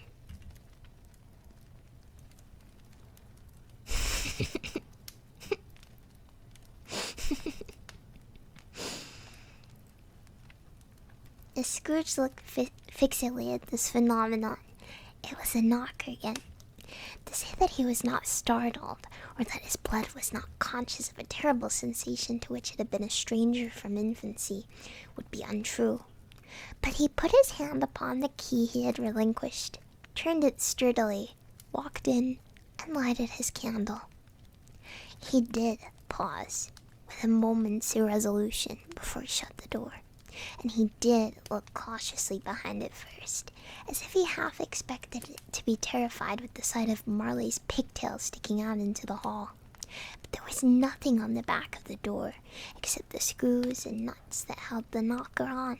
So he said, "Pooh, pooh," and closed it with a bang. The sound resounded through the house like thunder.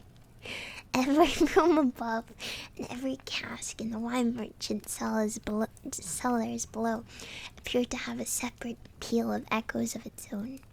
Scrooge was not a man to be frightened by echoes. He fastened the door and walked across the hall and up the stairs, slowly too, trimming his candle as he went. You may talk vaguely about driving a coach and six up a good old flight of stairs, or through a bad young Act of Parliament. But I mean to say you might have got a hearse up that staircase, and taken it broadwise, with the splinter bar towards the wall and the door toward the balustrades, and done it easy. There was plenty of width for that, and room to spare, which is perhaps the reason why Scrooge thought he saw a locomotive hearse going on before him in the gloom. Yo, half a dozen gas lamps out of the street wouldn't have lighted the entry too well, so you may suppose that it was pretty dark with Scrooge's dip. Up Scrooge went, not caring a button for that. Darkness is cheap, and Scrooge liked it. But before he shut his heavy door, he walked through his rooms to see that all was right. He had just enough recollection of the face to desire to do that. Sitting room, bedroom, lumber room, all as they should be. Nobody under the table, nobody under the sofa. A small fire in the grate, spoon and basin ready, and the little saucepan of gruel, Scrooge had a cold in his head, upon the hob.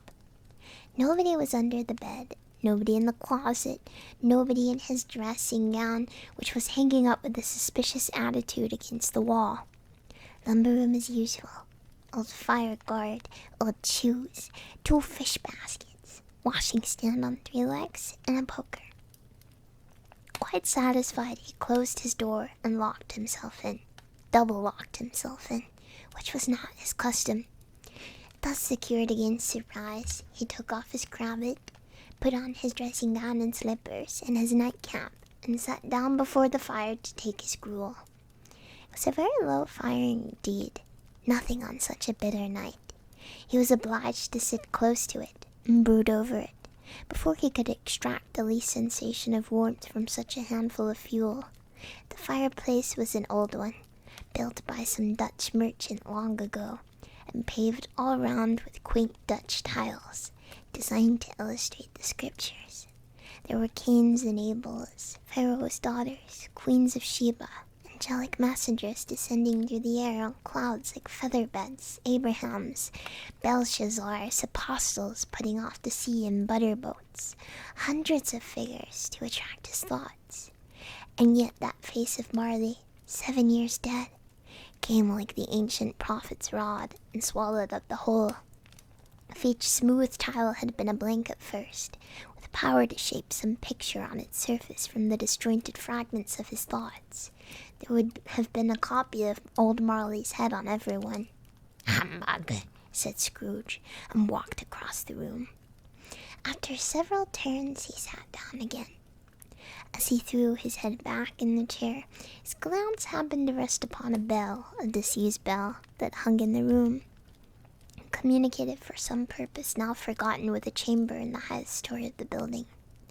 It was with great astonishment, with a strange, inexplicable dread, that as he looked, he saw this bell begin to swing. It swung so softly in the outset that it scarcely made a sound. But soon it rang out loudly, and so did every bell in the house. This might have lasted half a minute or a minute, but it seemed an hour. The bells ceased as they had begun, together.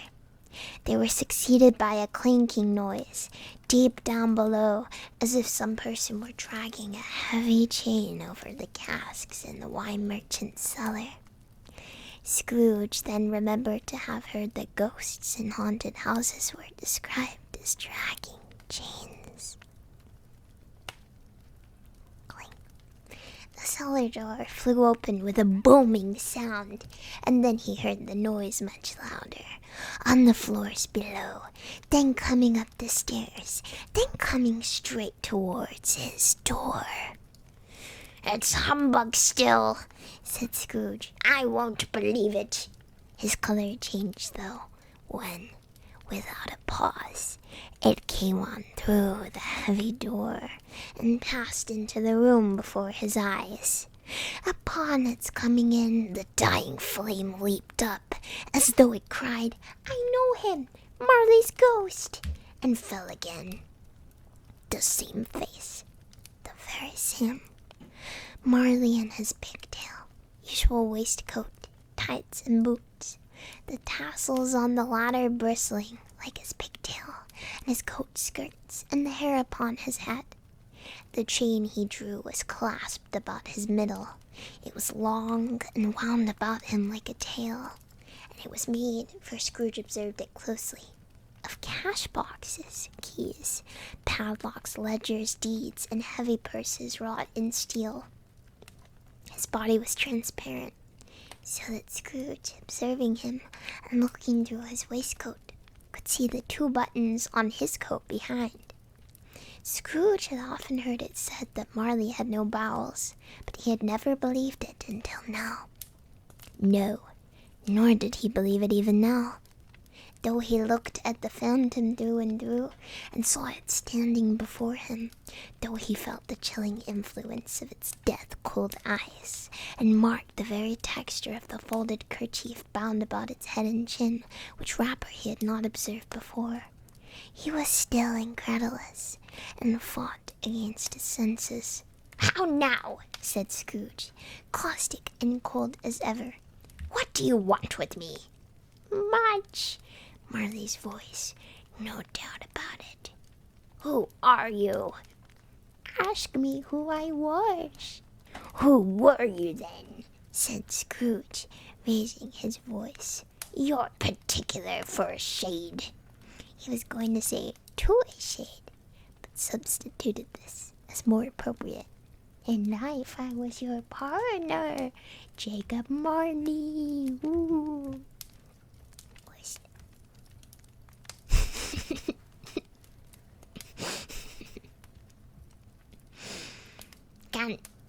Can you sit down? Asked Scrooge, doubtfully at him. I can. Do it then. Scrooge asked the question because he didn't know whether a ghost so transparent might find himself in a condition to take a chair, and felt that in the event of its being impossible, it might involve the necessity of an embarrassing explanation. But the ghost sat down on the opposite side of the fireplace, as if he were quite used to it. "You don't believe in me," observed the ghost. "I don't," said Scrooge.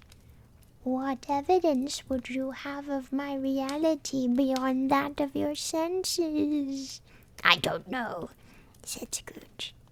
"Why do you doubt your senses?" Ooh. "Because," said Scrooge, "a little thing affects them. A slight disorder of the stomach makes them cheats.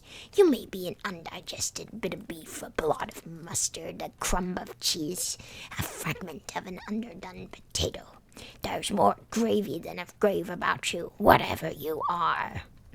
Scrooge was not much in the habit of cracking jokes, nor did he feel, in his heart, by any means waggish then.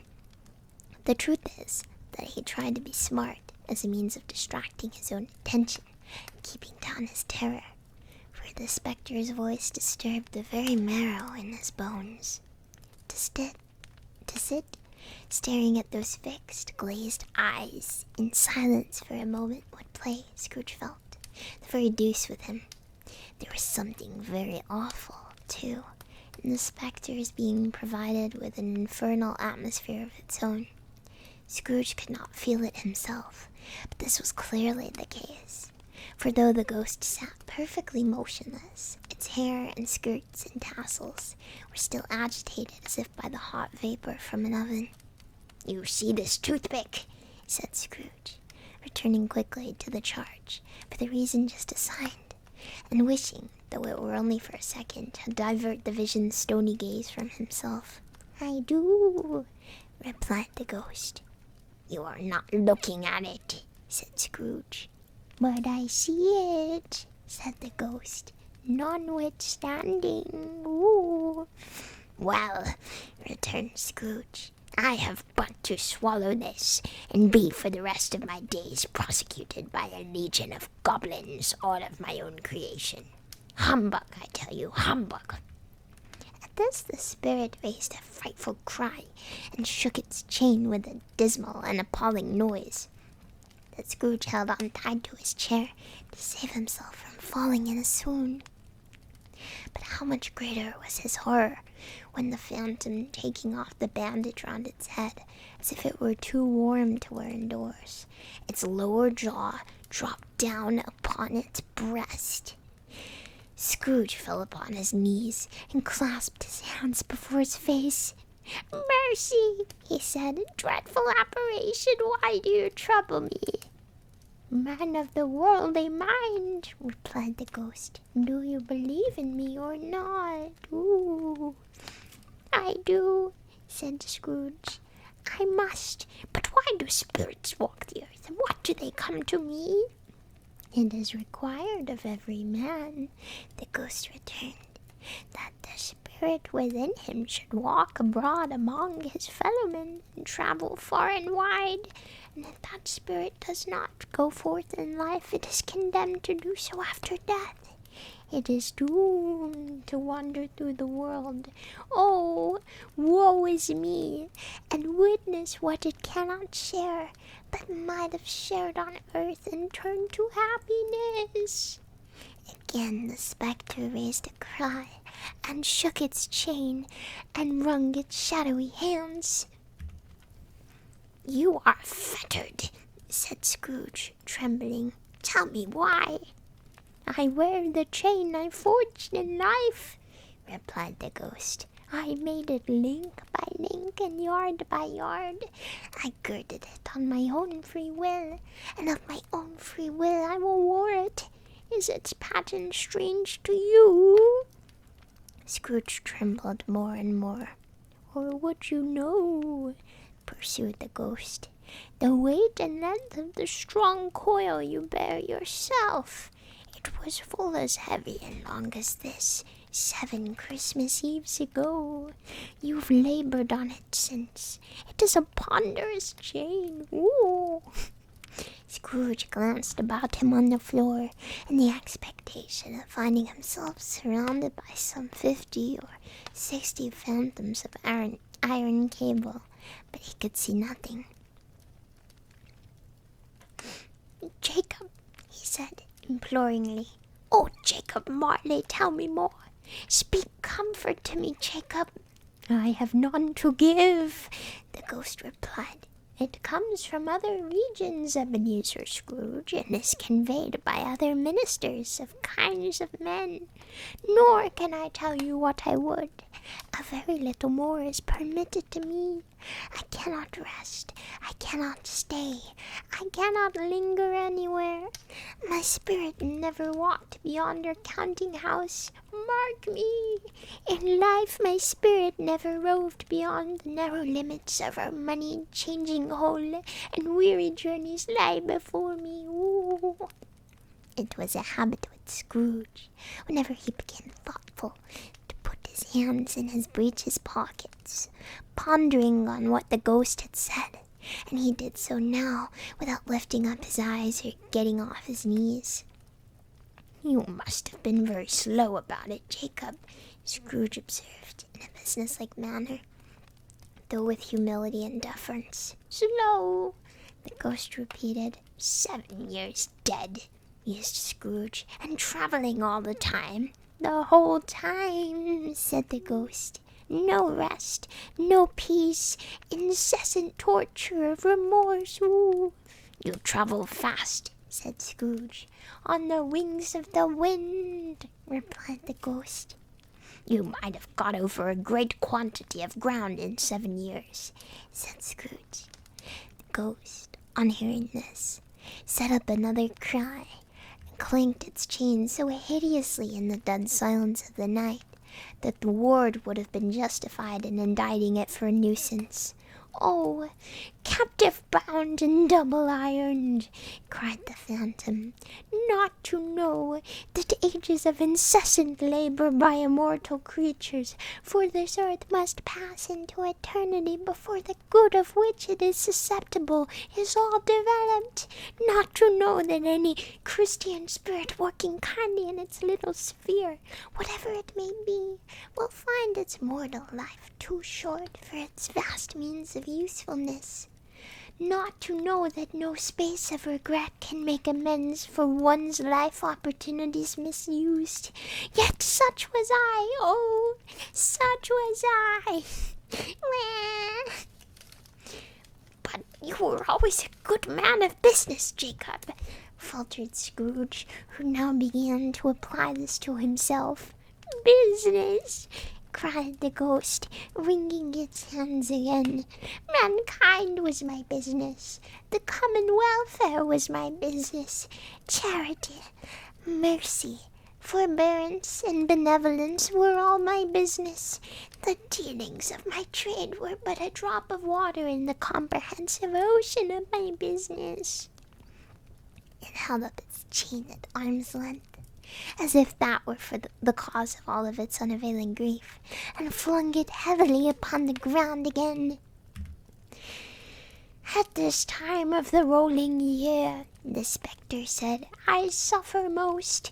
Why did I walk through crowds of fellow beings with my eyes turned down, and why never raise them to that blessed star which led the wise men to a poor abode? Were there no such poor homes to which its light would have conducted me?" Scrooge was very much dismayed to hear the spectre going on at this rate, and began to quake exceedingly. "Hear me!" cried the ghost. "My time is nearly gone." "I will," said Scrooge, "but don't be hard upon me. Don't be flowery, Jacob, pray. How is it that I appear before you in a shape that you can see? I may not tell. I have sat invisible beside you many and many a day." It was not an agreeable idea. Scrooge shivered and wiped the perspiration from his brow.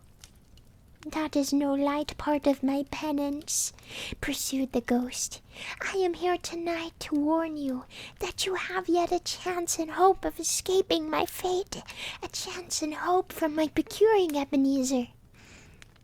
You were always a good friend to me, said Scrooge. Thank ye. You will be haunted, resumed the ghost, by 3 spirits. Scrooge's countenance fell almost as low as the ghost had done. Is that the chance and hope you mentioned, Jacob? He demanded in a faltering voice. It is. I think I'd rather not, said Scrooge. Without their visits, said the ghost, you cannot hope to shun the path I tread, except the first tomorrow, when the bell tolls none. Couldn't I take 'em all at once and have it over, Jacob? Hinted Scrooge. Expect the second on the next night at the same hour. The third upon the next night when the last stroke of 12 has ceased to vibrate. Stop it. Stop it. Hey.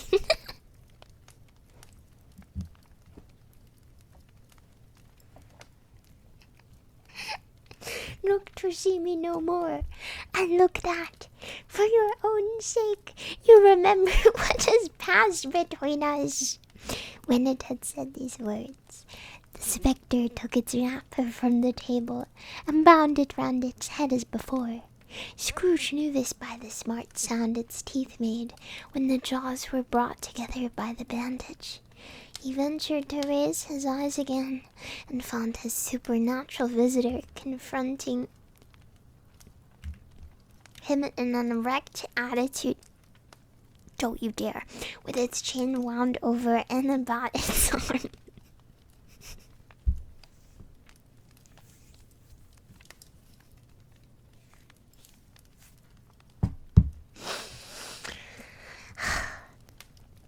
The apparition walked backward from him, and at every step it took, the window raised itself a little, so that when the spectre reached it, it was wide open. It beckoned Scrooge to approach, which he did. When they were within 2 paces of each other, Marley's ghost held up its hand, warning him to come no nearer.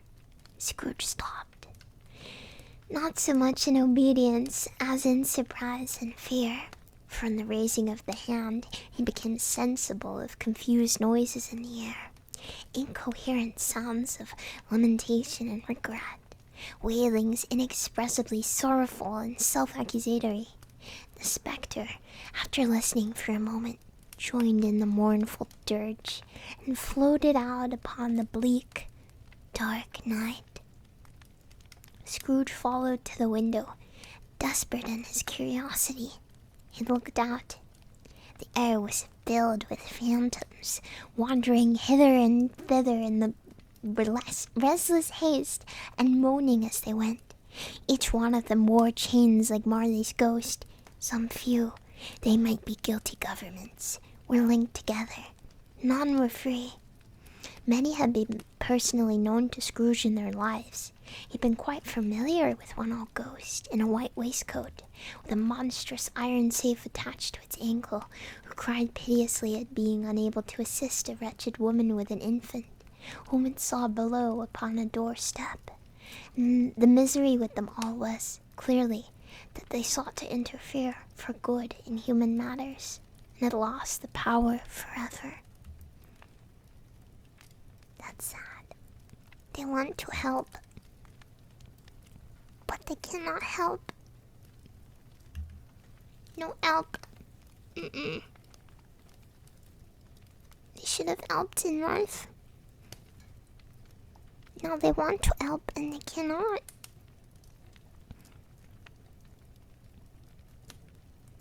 Whether these creatures faded into mist or mist enshrouded them, he could not tell. But they and their spirit voices faded together, and the night became as it had been when he walked home. Scrooge closed the window and examined the door by which the ghost had entered. It was double locked, as he had locked it with his own hands, and the bolts were undisturbed.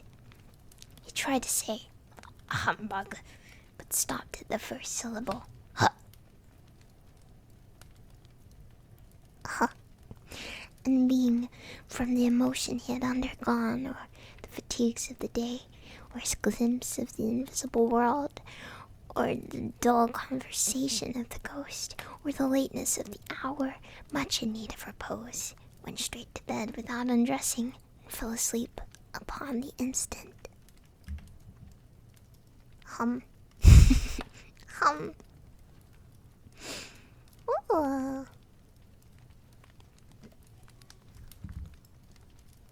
I really like the way this is written.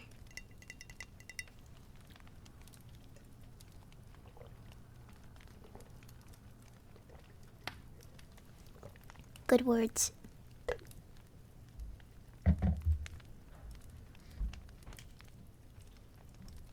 A lot of flow. Yeah.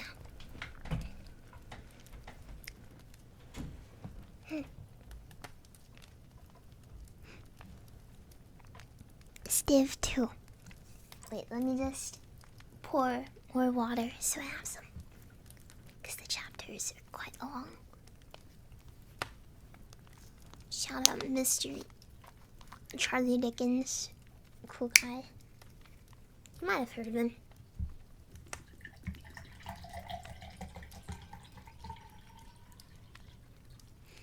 Yeah, he cooked with this one. TBH.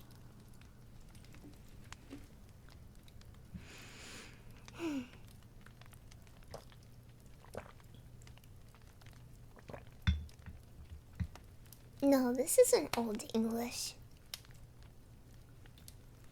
It's just Victorian prose.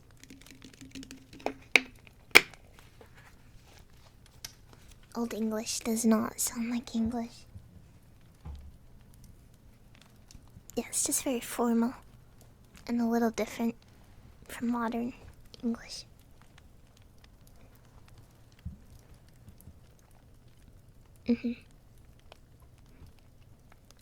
Yeah, it was similar to German. I'd agree. Okay.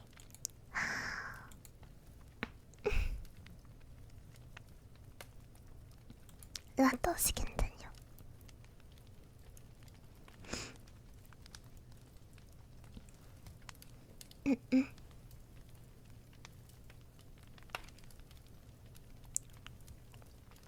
Gonna put a little lip balm.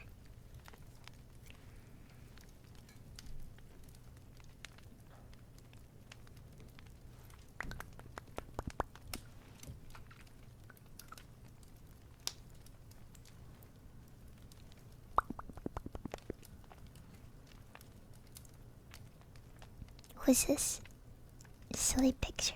Is that him? Is that Scrooge? And a valley.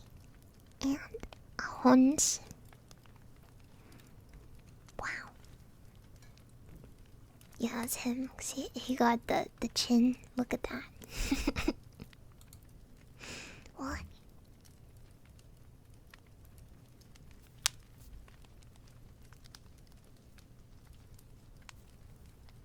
That was my neck crack before. That was my knuckles, sorry. Is that naughty? Yeah, just try meowing. Okay.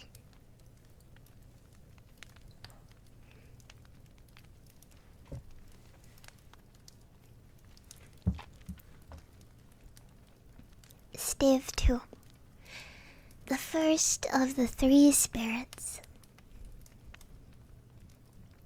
When Scrooge awoke, it was so dark that looking out of bed he could scarcely distinguish the transparent window from the opaque walls of his chamber. It was endeavoring to pierce the darkness with his ferret eyes when the chimes of a neighboring church struck the 4 quarters. So he listened for the hour. To his great astonishment, the heavy bell went on from 6 to 7, from 7 to 8, and regularly up to 12, then stopped. 12! It was past 2 when he went to bed. The clock was wrong. An icicle must have got into the works. 12. He touched the little spring of his repeater to correct this most preposterous clock. its rapid little pulse beat 12 and stopped. "Why, it isn't possible," said Scrooge, "that I can have slept through a whole day and far into another night. It isn't possible that anything has happened to the sun, and that this is 12 at noon." The idea being an alarming one, he scrambled out of bed and groped his way to the window.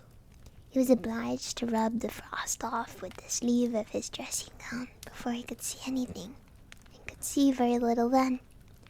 All he could make out was that it was still very foggy and extremely cold, and that there was no noise of people running to and fro and making a great stir, as there unquestionably would have been if night had beaten off a bright day and taken possession of the world. This was a great relief, because 3 days after sight of the first exchange paid to Mr. Ebenezer Scrooge, or his order, and so forth, would have become a mere United States security if there were no delays to count by. Scrooge went to bed again, and thought and thought and thought it over and over, and he could make nothing of it. The more he thought, the more perplexed he was, and the more he endeavored not to think, the more he thought. Marley's ghost bothered him exceedingly.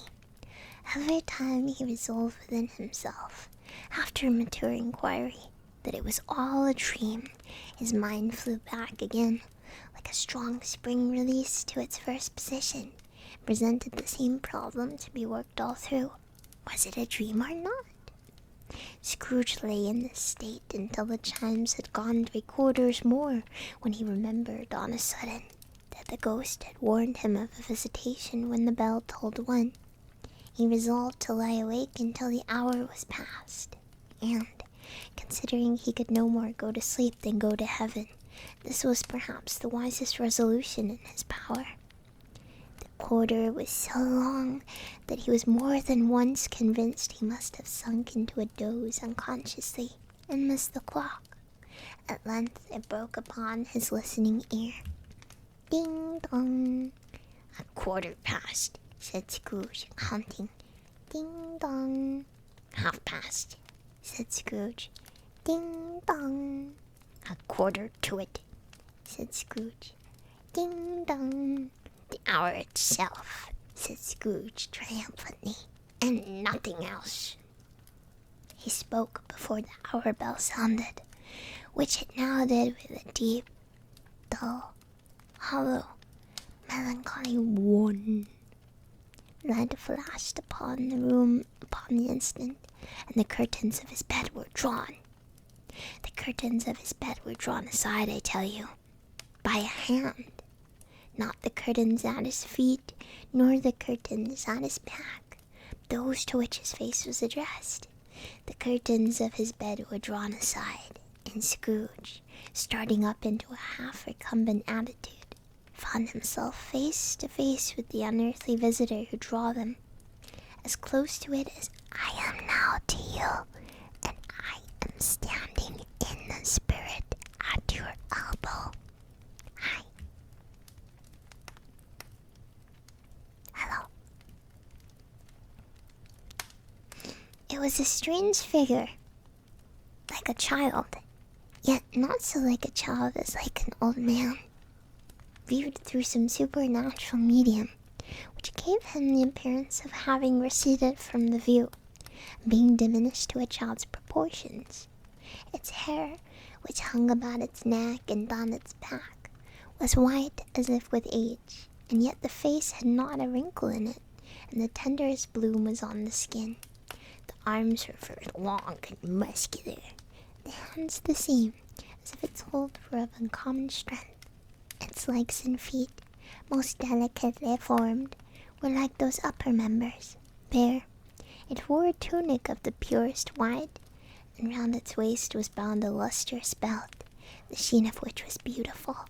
It held a branch of fresh green holly in its hand, and, in singular contradiction of that wintry emblem, had its dress trimmed with summer flowers. But the strangest thing about it was, that from the crown of its head there sprung a bright, clear jet of light, by which all this was visible, and which was doubtless the occasion of its using in its duller moments a great extinguisher for a cap, which it now held under its arm. Even this, though, when Scrooge looked at it with increasing steadiness, was not its strangest quality. For as its belt sparkled and glittered now in one part and in another, and what light when at an instant at another time was dark, so the figure itself fluctuated in its distinctness, being now a thing with one arm, now with one leg, now with 20 legs, being now a thing, now a pair of legs without a head, now a head without a body, of which dissolving parts no outline would be visible in the dense gloom wherein they melted away. And in the very wonder of this, it would be itself again, distinct and ever as clear. "Are you the spirit, sir, whose coming was foretold to me?" asked Scrooge. "I am." The voice was soft and gentle, singularly low, as if being so close beside him, it were at a distance. "Who and what are you?" Scrooge demanded. "I am the ghost of Christmas past." "Long past?" inquired Scrooge, observant of its dwarfish stature. "No, your past."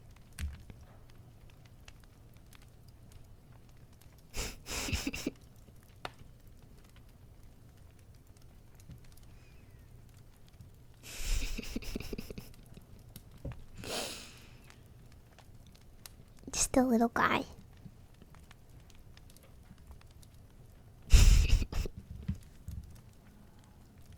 Do not. Whoa, that is a boy. And that, it looks like he's wearing a tinfoil hat. Scrooge, I mean.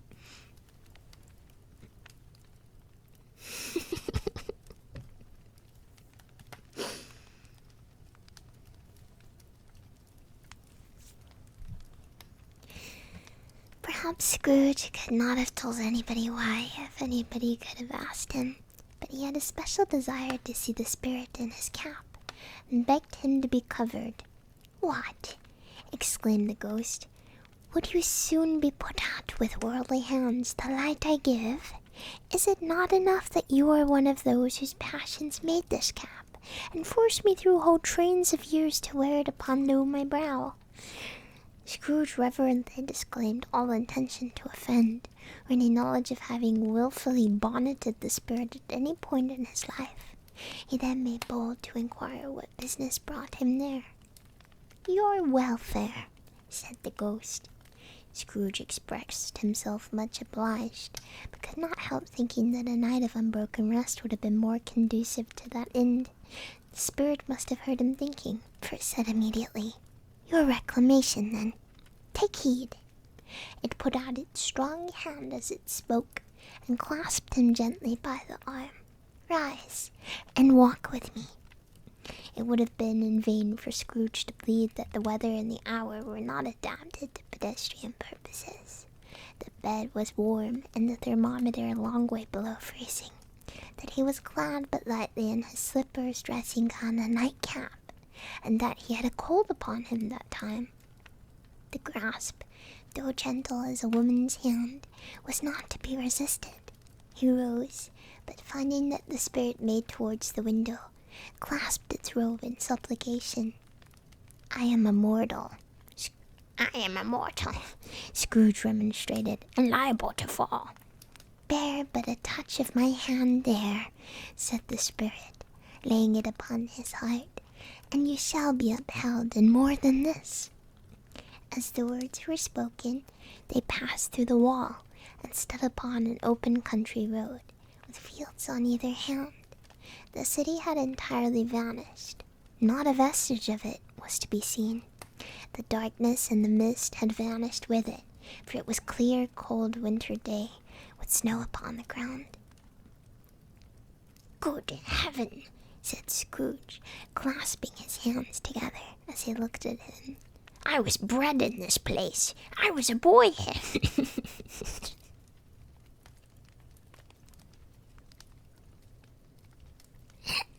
His bread? Wow. The spirit gazed upon him mildly. Its gentle touch, though it had been light and instantaneous, appeared still present to the old man's sense of feeling. He was conscious of 1,000 odors floating in the air, each one connected with 1,000 thoughts and hopes and joys and cares long, long forgotten. "Your lip is trembling," said the ghost. "And what is that upon your cheek?" Scrooge muttered, with an unusual catching in his voice, that it was a pimple, and begged the ghost to lead him where it would. "You recollect the way?" inquired the spirit. "Remember it," cried Scrooge with fervor. "I could walk it blindfold." "Strange to have forgotten it for so many years," observed the ghost. "Let us go on." They walked along the road, Scrooge recognizing every gate and post and tree, until a little market town appeared in the distance, with its bridge, its church, and winding river. Some shaggy ponies now were seen trotting towards them with boys upon their backs, who called to other boys in country gigs and carts driven by farmers. All these boys were in great spirits, and shouted to each other, till the broad fields were so full of merry music that the crisp air laughed to hear it. "These are but shadows of the things that have been," said the ghost. "They have no consciousness of us." The jocund travelers came on, and as they came, Scrooge knew and named them every one. Why was he rejoiced beyond all bounds to see them? Why did his cold eye glisten and his heart leap up as they went past? Why was he filled with gladness when he heard them give each other Merry Christmas as they parted at crossroads and byways for several homes? What was Merry Christmas to Scrooge? Out upon Merry Christmas! What good had it ever done to him? "The school is not quite deserted," said the ghost. "A solitary child, neglected by his friends, is left there still." Scrooge said he knew it, and he sobbed. They left the high road by a well-remembered lane and soon approached a mansion of dull red brick, with a little weathercock surmounted cupola on the roof and a bell hanging in it. It was a large house, but one of broken fortunes, for the spacious offices were little used, their walls were damp and mossy, their windows broken, and their gates decayed. Fowls clucked and strutted in the stables, and the coach-houses and sheds were overrun with grass. Nor was it more attentive of its ancient state within, for entering the dreary hall and glancing through the open doors of many rooms, they found them poorly furnished, cold, and vast. There was an earthy savor in the air, a chilly bareness in the place, which associated itself somehow with too much getting up by candlelight, and not too much to eat. They went, the ghost and Scrooge, across the hall to a door at the back of the house. It opened before them, and disclosed a long, bare, melancholy room, made barer still by lines of plain deal forms and desks. At one of these a lonely boy was reading near a feeble fire, and Scrooge sat down upon a form, and wept to see his poor forgotten self as he used to be. Not a latent echo in the house, not a squeak and scuffle from the mice behind the paneling, not a drip from the half-thawed water-spout in the dull yard behind, not a sigh among the leafless burrows of one despondent poplar, not the idle swinging of an empty shore-house door, no, not a clicking in the fire, but fell upon the heart of Scrooge with softening influence, and gave a freer passage to his tears. The spirit touched him on the arm, and pointed to his younger self, intent upon his reading. Suddenly a man in foreign garments, wonderfully real and distinct to look at, stood outside the window, with an axe stuck in his belt, and leading an ass laden with wood by the bridle. "Why, it's Ali Baba!" Scrooge exclaimed in ecstasy. "It's dear old honest Ali Baba! Yes, yes, I know. One Christmas time, when yonder solitary child was left here all alone, he did come for the first time, just like that. Poor boy. And Valentine, said Scrooge, and his wild brother Orson, there they go. And what's his name, who was put down in his drawers, asleep at the gate of Damascus, don't you see him? And the Sultan's groom turned upside down by the Jinni, there he is upon his head. Serve him right. I'm glad of it. What business had he be married to the princess?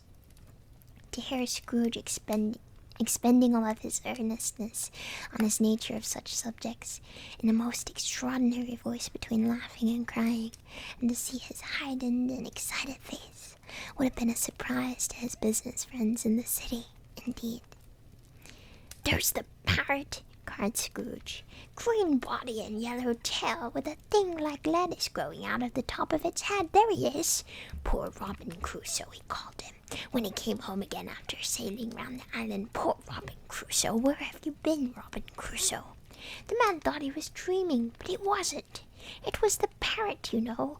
There goes Friday, running for his life to the little creek. Halloa! Whoop! Hallo! Then, with a rapidity of transition very foreign to his usual character, he said, in pity to his former self, Poor boy! And cried again.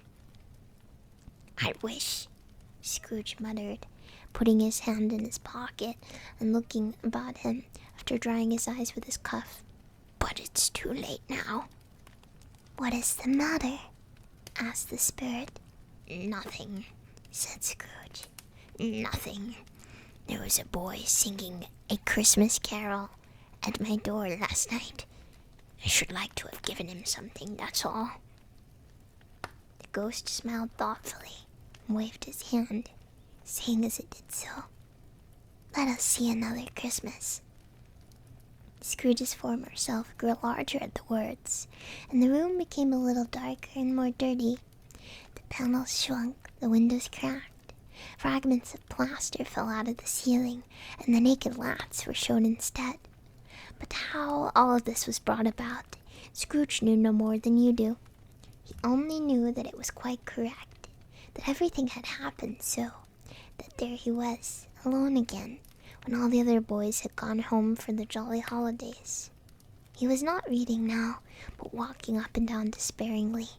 Scrooge looked at the ghost, and with a mournful shaking of his head glanced anxiously towards the door. It opened, and a little girl, much younger than the boy, came darting in, and putting her arms about his neck and often kissing him, addressed him as her dear, dear brother. I've come to bring you home, dear brother, said the child, clapping her tiny hands and bending down to laugh. To bring you home, home, home. Home, little Fan, returned the boy. Yes, said the child, brimful of glee.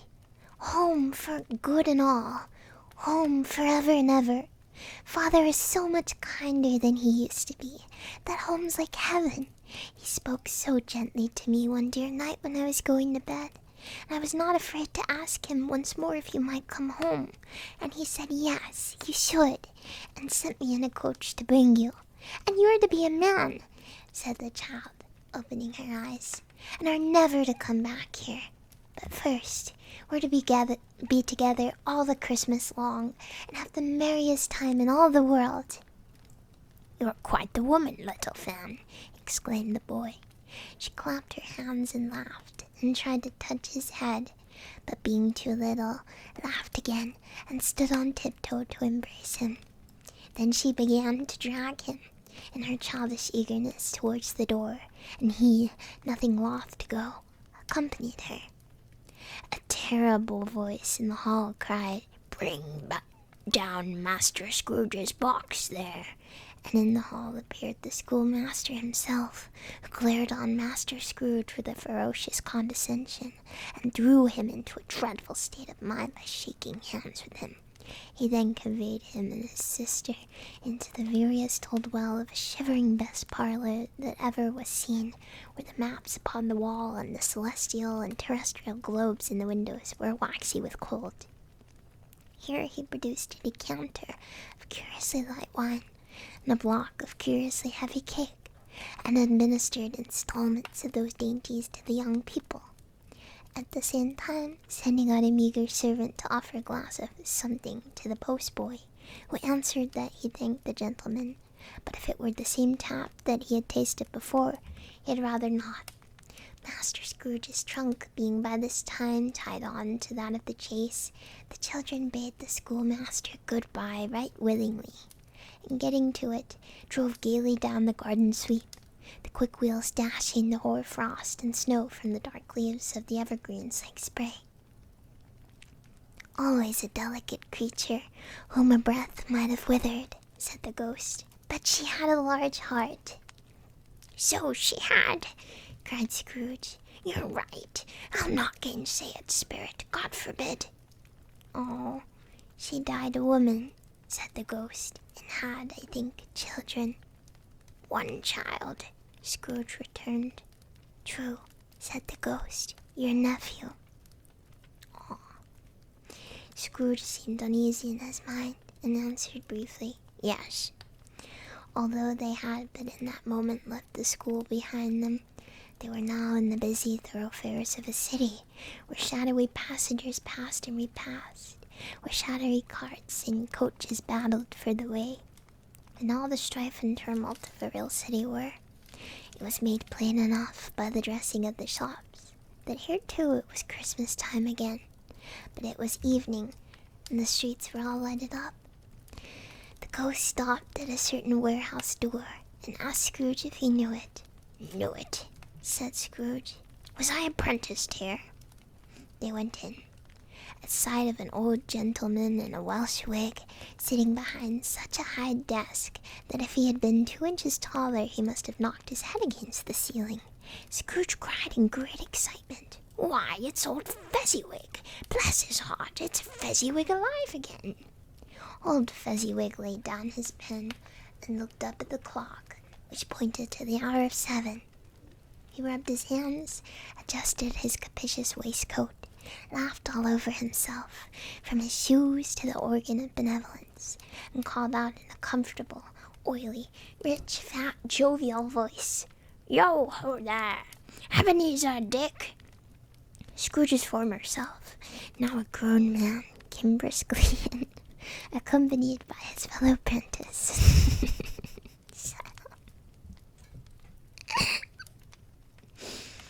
"Dick Wilkins, to be sure," said Scrooge to the ghost. "Bless me, yes, there he is. He was very much attached to me, was Dick. Poor Dick, dear, dear." "Yo ho, my boys," said Fezziwig. "No more work tonight. Christmas Eve, Dick. Christmas, Ebenezer. Let's have the shutters up," cried old Fezziwig, with a sharp clap of his hands, "before a man can say Jack Robinson." You wouldn't believe how those two fellows went at it. They charged into the street with the shutters. 1, 2, 3, had 'em up in their places. 4, 5, 6, barred 'em and pinned 'em. 7, 8, 9, and came back before you could have got to 12, pounding like racehorses. "Hi-ho!"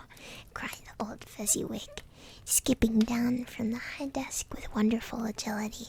"Clear away, my lads, and let's have lots of room here. Hilly-ho, Dick. Cheer up, Ebenezer." Clear away! There was nothing they wouldn't have cleared away, or couldn't have cleared away, with old Fezziwig looking on. It was done in a minute. Every movable was packed off, as if it were dismissed from public life for evermore. The floor was swept and watered, the lamps were trimmed, fuel was heaped upon the fire, and the warehouse was as snug and warm and dry and bright a ballroom as you would desire to see upon a winter's night.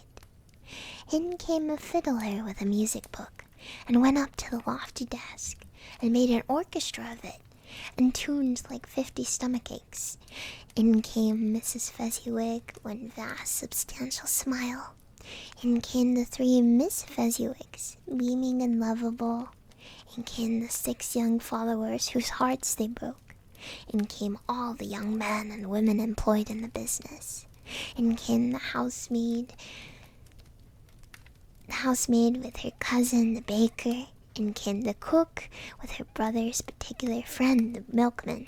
In came the boy from over the way, who was suspected of not having board enough from his master, trying to hide himself behind the girl from next door but one, who was proved to have had her ears pulled by her mistress. In they all came, one after another, some shyly, some boldly, some gracefully, some awkwardly, some pushing, some pulling. In they all came, anyhow and everyhow. Away they all went, 20 couple at once, hands half round and back again the other way, down the middle and up again, round and round, in various stages of affectionate grouping. Old top couple always turning up in the wrong place. New top couple starting off again as soon as they got there. All top couples at last, and not a bottom one to help them. When this result was brought about, old Fezziwig, clapping his hands to stop the dance, cried out, "Well done!" And the fiddler plunged his hot face into a pot of porter especially provided for that purpose. But scorning rest upon his reappearance, he instantly began again, though there were no dancers yet, as if the other fiddler had been carried home, exhausted on a shutter, and he were a brand new man resolved to beat him out of sight or perish.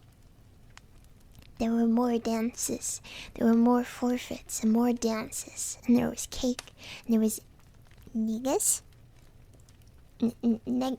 Negus.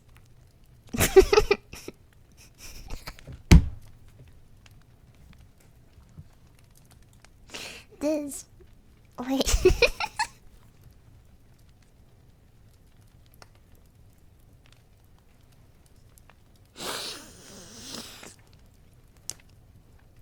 How do you say this?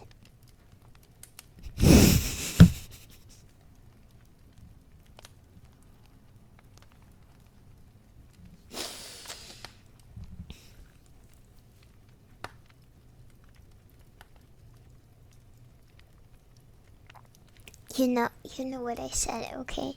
You know what I said. I'm reading. I don't know how you say it. And I'm not gonna read it again. And there was a great piece of cold roast, and there was a great piece of cold boiled, and there were mince pies and plenty of beer. But the great effect of the evening came after the roast and boiled, when the fiddler, an artful dog, mind, the sort of man who knew his business better than you or I could have told him, struck up Sir Roger de Coverley. Then old Fezziwig stood out to dance with Mrs. Fezziwig, top couple too, with a good stiff piece of work cut out for them. 3 or 4 and 20 pair of partners. People who were not to be trifled with. People who would dance and had no notion of walking. But if they had been twice as many, 4 times, old Fezziwig would have been a match for them, and so would Mrs. Fezziwig. As to her, she was worthy to be his partner in every sense of the term. If that's not high praise, tell me higher, and I'll use it. A positive light appeared to issue from Fezziwig's calves. They shone in every part of the dance like moons. Oh boy, her calves, huh? You couldn't have predicted at any given time what would become of them next. When old Fezziwig and Mrs. Fezziwig had gone all through the dance, advance and retire, hold hands with your partner, bow and curtsy, corkscrew, thread the needle, and back again to your place. Fezziwig cut so deftly that he appeared to wink with his legs, and came upon his feet again without a stagger.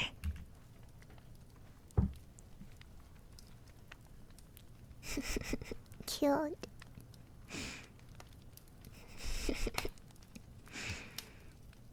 When the clock struck 7, this domestic ball broke up. Mr. and Mrs. Fezziwig took their stations, one on either side of the door, and shaking hands with every person individually as he or she went out, wished him or her a Merry Christmas. When everybody had retired but the 2 apprentices, they did the same to them, and thus the cheerful voices died away, and the lads were left to their beds, which were under a counter in the back shop.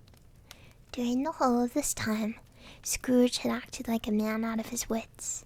His heart and soul were in the scene, and with his former self. He corroborated everything, remembered everything, enjoyed everything, and underwent the strangest agitation. It was not until now, when the bright faces of his former self and Dick were turned from them, that he remembered the ghost, and became conscious that it was looking full upon him, while the light upon its head burned very clear. "A small matter," said the ghost, "to make these silly folks so full of gratitude." "Small," echoed Scrooge. The spirit signed to him to listen to the two apprentices, who were pouring out their hearts in praise of Fezziwig, and when he had done so said, "Why, is it not? He has spent but a few pounds of your mortal money, 3 or 4 perhaps. Is that so much that he deserves this praise?" "It isn't that," said Scrooge, heated by the remark, and speaking unconsciously like his former, not his latter self. "It isn't that, spirit.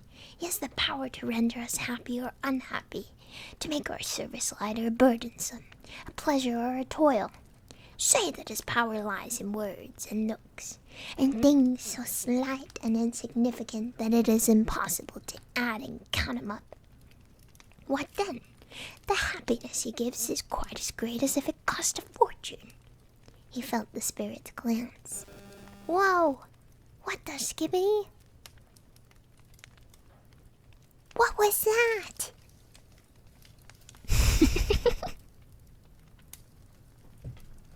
"The bees. I don't know what's causing it. I didn't even touch anything that time.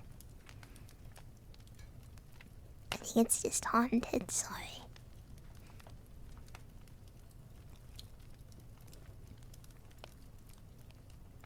The ghost of Christmas bees. They're coming.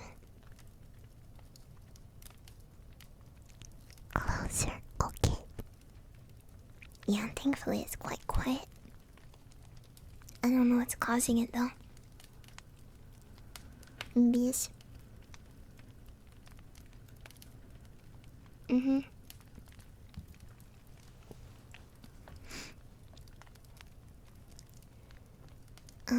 Say that his power lies in words and looks, in things so slight and insignificant that it is impossible to add and count 'em up.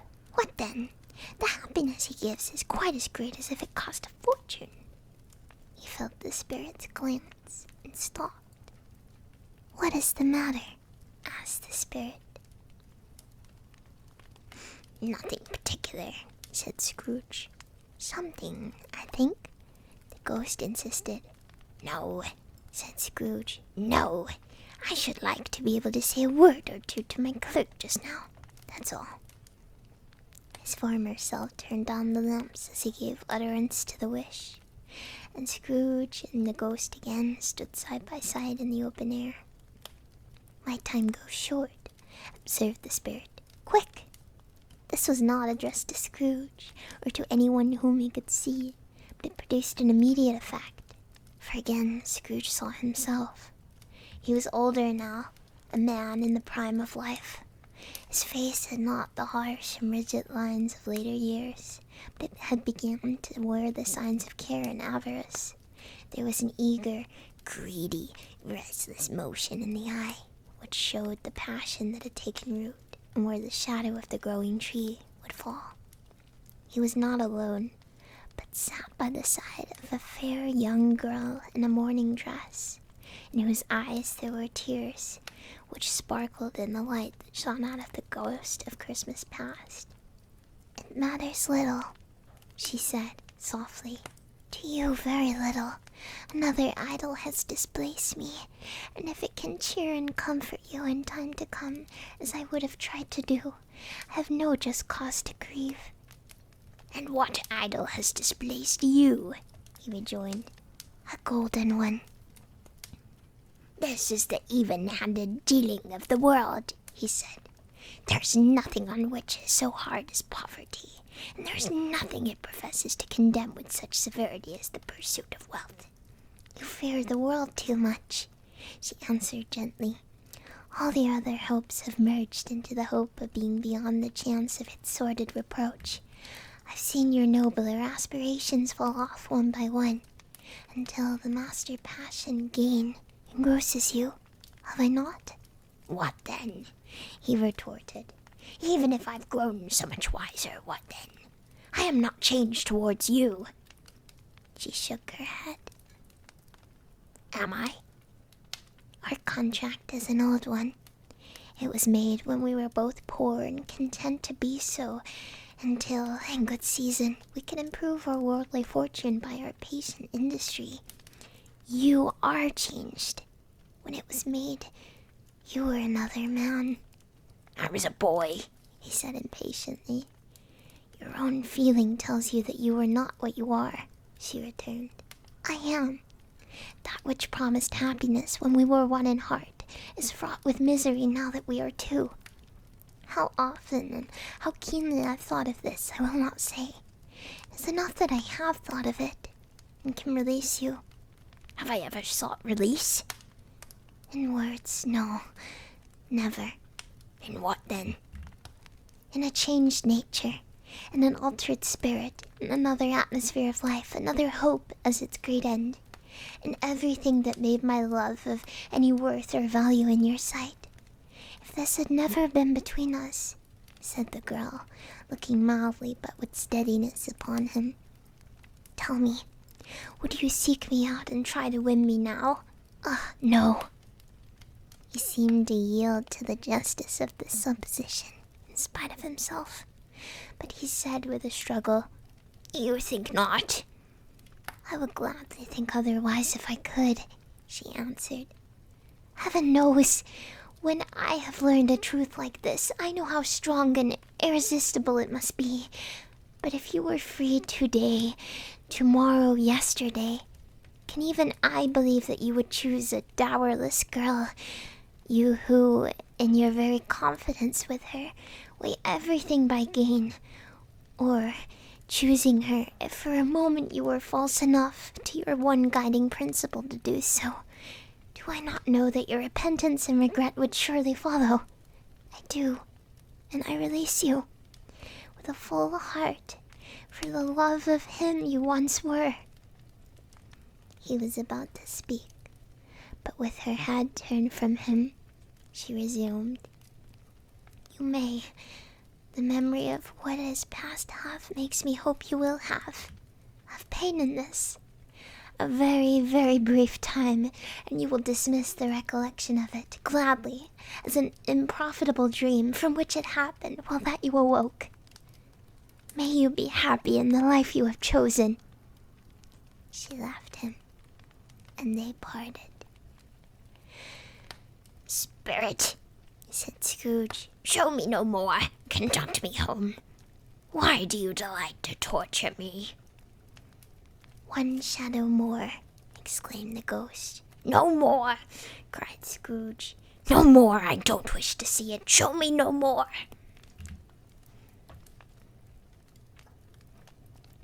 Where? Scrooge fumbled so hard, bros. The bag, and nothing else. But the relentless ghost pinioned him in both of his arms and forced him to observe what happened next. They were in another scene and place, a room not very large or handsome, but full of comfort. Near to the winter fire sat a beautiful young girl, so like the last that Scrooge believed it was the same until he saw her, now a comely matron, sitting opposite her daughter. Oh no! The noise in this room was perfectly tumultuous, so there were more children than Scrooge in his agitated state of mind could count. And, unlike the celebrated heard in the poem, there were not 40 children conducting themselves like one, but every child was conducting itself like 40. The consequences were uproarious beyond relief, but no one seemed to care. On the contrary, the mother and daughter laughed heartily and enjoyed it very much, and the latter, soon beginning to mingle in the sports, got pillaged by the young brigands most ruthlessly. What would I not have given to be one of them? Though I never could have been so rude. No, no. I wouldn't for the wealth of all the world have crushed that braided hair and tore it down. And for the precious little shoe I wouldn't have plucked it off. God bless my soul, to save my life. As to measuring her waist in sport as they did, bold young brood, I couldn't have done it. I should have expected my arm to have grown rounded for a punishment, and never come straight again. And yet I should have dearly liked, I own, to have touched her lips, to have questioned her, that she might have opened them, to have looked upon the lashes of her downcast eyes and never raised a blush, to have let loose waves of hair, an inch of which would be a keepsake beyond price. In short, I should have liked, I confess, to have the lightest license of a child, and yet been man enough to know its value. But now a knocking at the door was heard, and such a rush immediately ensured that she was with laughing face and plundered dress was borne towards it, the center of a flushed and boisterous group, just in time to greet the father, who came home attended by a man laden with Christmas toys and presents. Then the shouting and the struggling, and the onslaught that was made on defenseless Porter, the scaling him with chairs for ladders to dive into his pockets, despoil him of brown paper parcels, hold on tight by his cravat, hug him round the neck, pommel his back, and kick his legs in irrepressible affection. The shouts of wonder and delight with which the development of every package was received, the terrible announcement that the baby had been taken in the act of putting a doll's frying pan into his mouth, and was more than suspected of having swallowed a fictitious turkey glued on a wooden platter, the immense relief of finding this a false alarm, the joy and gratitude and ecstasy. They are all indescribable alike.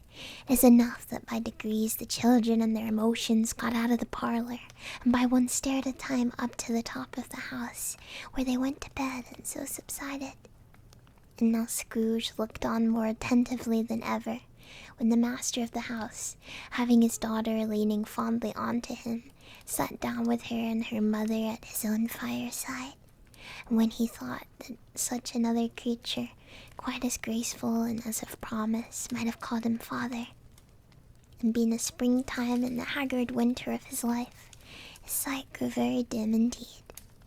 "Belle," said the husband, turning to his wife with a smile, "I saw an old friend of yours this afternoon." "Who was it?" "Guess." "How can I? Tut, don't I know?" she added in the same breath, laughing as he laughed. "Mr. Scrooge." Mr. Scrooge it was. I passed his office window, and as it was not shut up and he had a candle inside, I could scarcely help seeing him. His partner lies upon the point of death, I hear, and there he sat alone, quite alone in his world, I do believe. "Spirit," said Scrooge in a broken voice, "remove me from this place." "I told you these were the shadows of things that have been," said the ghost, "that they are what they are. Do not blame me." "Remove me!" Scrooge exclaimed. "I cannot bear it." He turned upon the ghost, and seeing that it looked upon him with a face, in which some strange way there were fragments of all the faces it had shown him, wrestled with it. "Leave me! Take me back! Haunt me no longer!" In the struggle, if that could be called a struggle in which the ghost was no visible resistance on its own part, was undisturbed by any effort of its adversary, Scrooge observed that its light was burning high and bright, and dimly connecting that with its influence over him, he seized the extinguisher cap, and by a sudden action pressed it down upon its head. The spirit dropped beneath it, so that the extinguisher covered its whole form.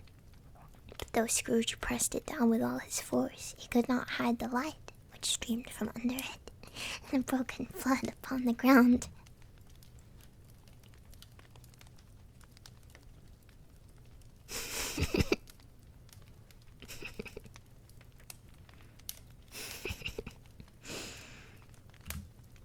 He was conscious of being exhausted, overcome by an irresistible drowsiness, And further, being in his own bedroom, he gave the cap a parting squeeze, in which his hand relaxed, and barely had time to reel to bed before he sank into a heavy sleep.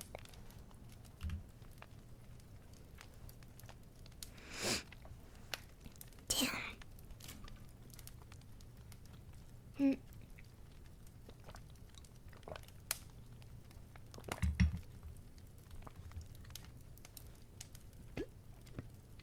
Except, yeah, I think you can say poor guy, but also, yes, he did it to himself. It's definitely both. Like, this objectively is fucking awful, but he fumbled so hard. So hard. Yeah, I still feel bad for him too. That's the point. That really should have been a wake-up call for him, I think, when your GF leaves, but I guess he really did not care enough for it to be. But damn. It's over.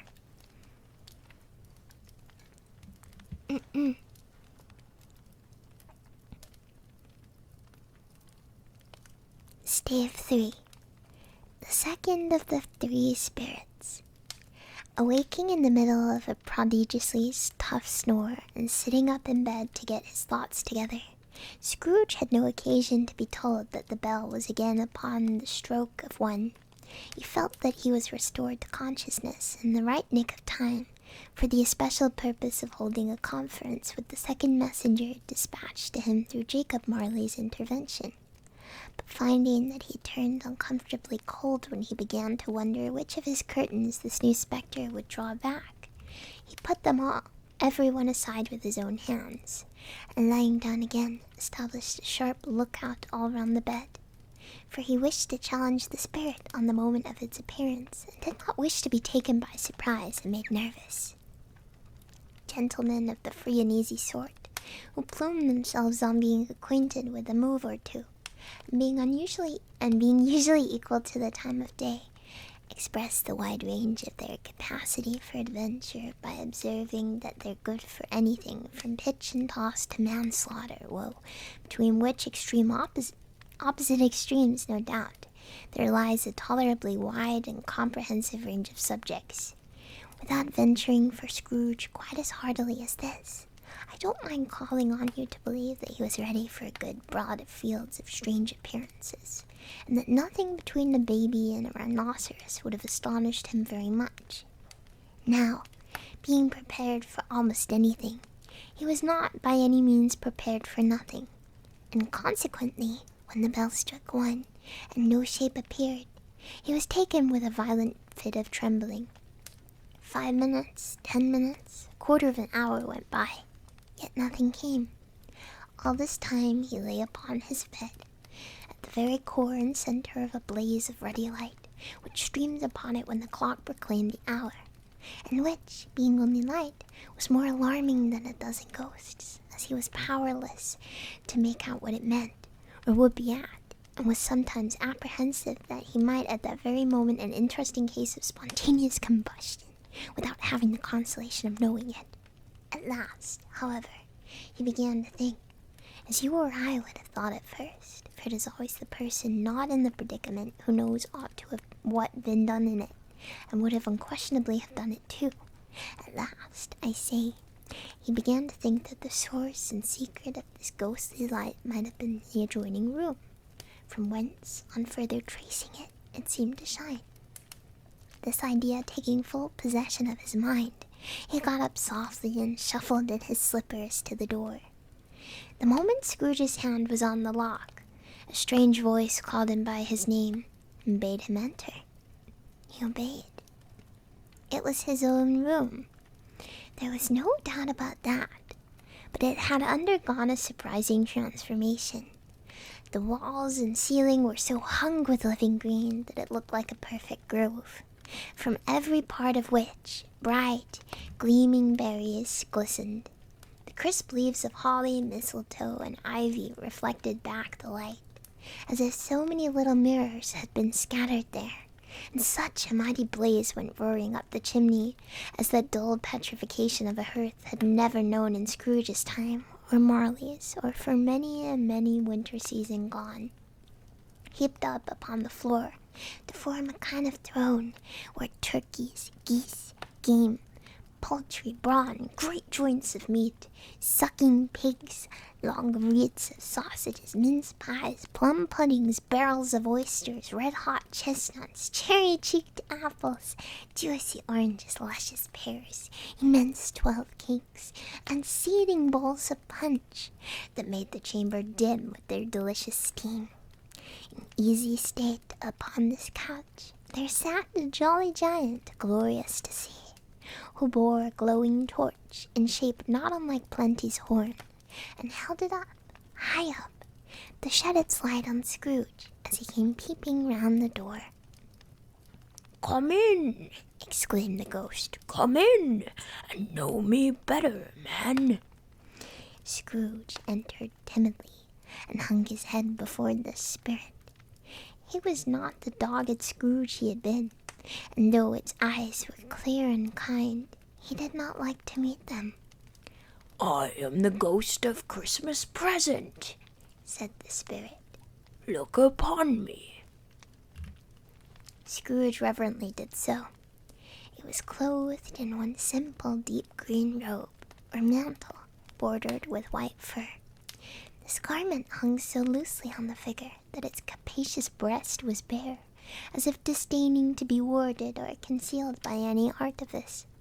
Its feet, observable beneath the ample folds of the garment, were also bare, and on its head it wore no other covering than a holly wreath set here and there with shining icicles. Its dark brown curls were long and free as its genial face, its sparkling eye, its open hand, its cheery voice, its unconstrained demeanor, and its joyful air. Girded around its middle was an antique scabbard, but no sword was in it, and the ancient sheath was eaten up with rust. Picture time. Yippee!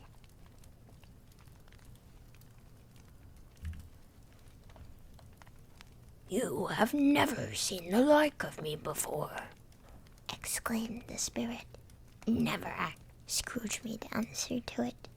"I've never walked forth with the younger members of my family, meaning, for I am very young, my elder brothers born in these later years," pursued the phantom.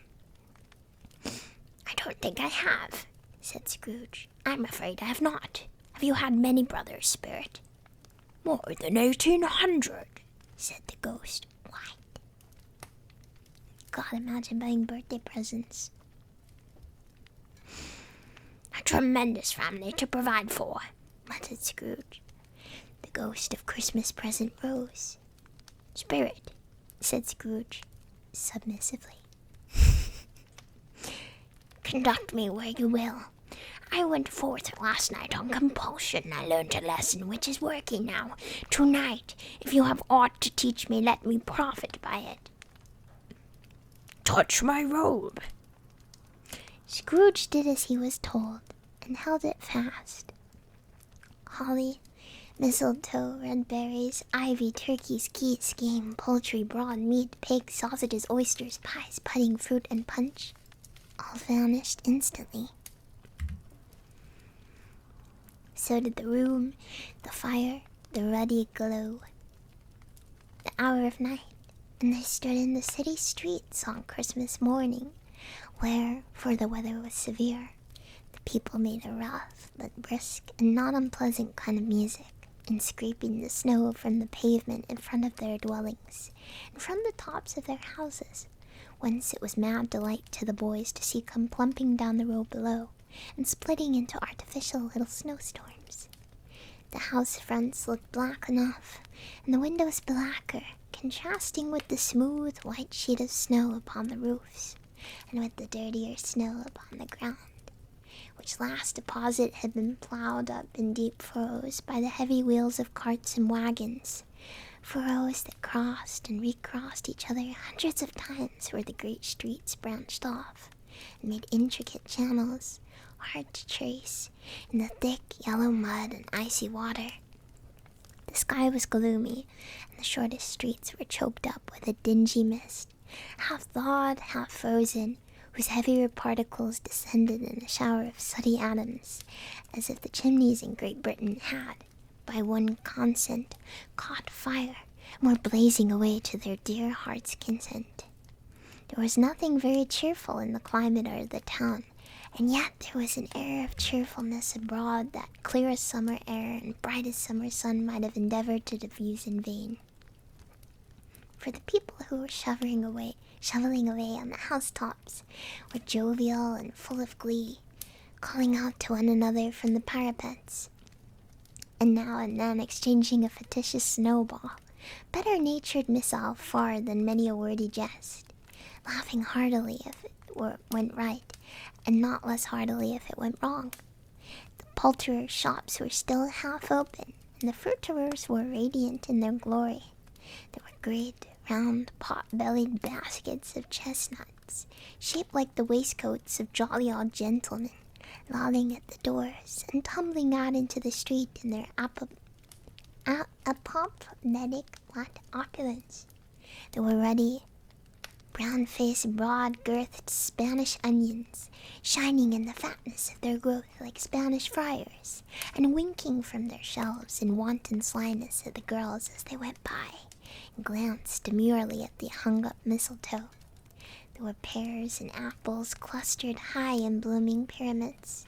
There were bunches of grapes made in the shopkeeper's benevolence to dangle from conspicuous hooks that people's mouths might water gratis as they passed.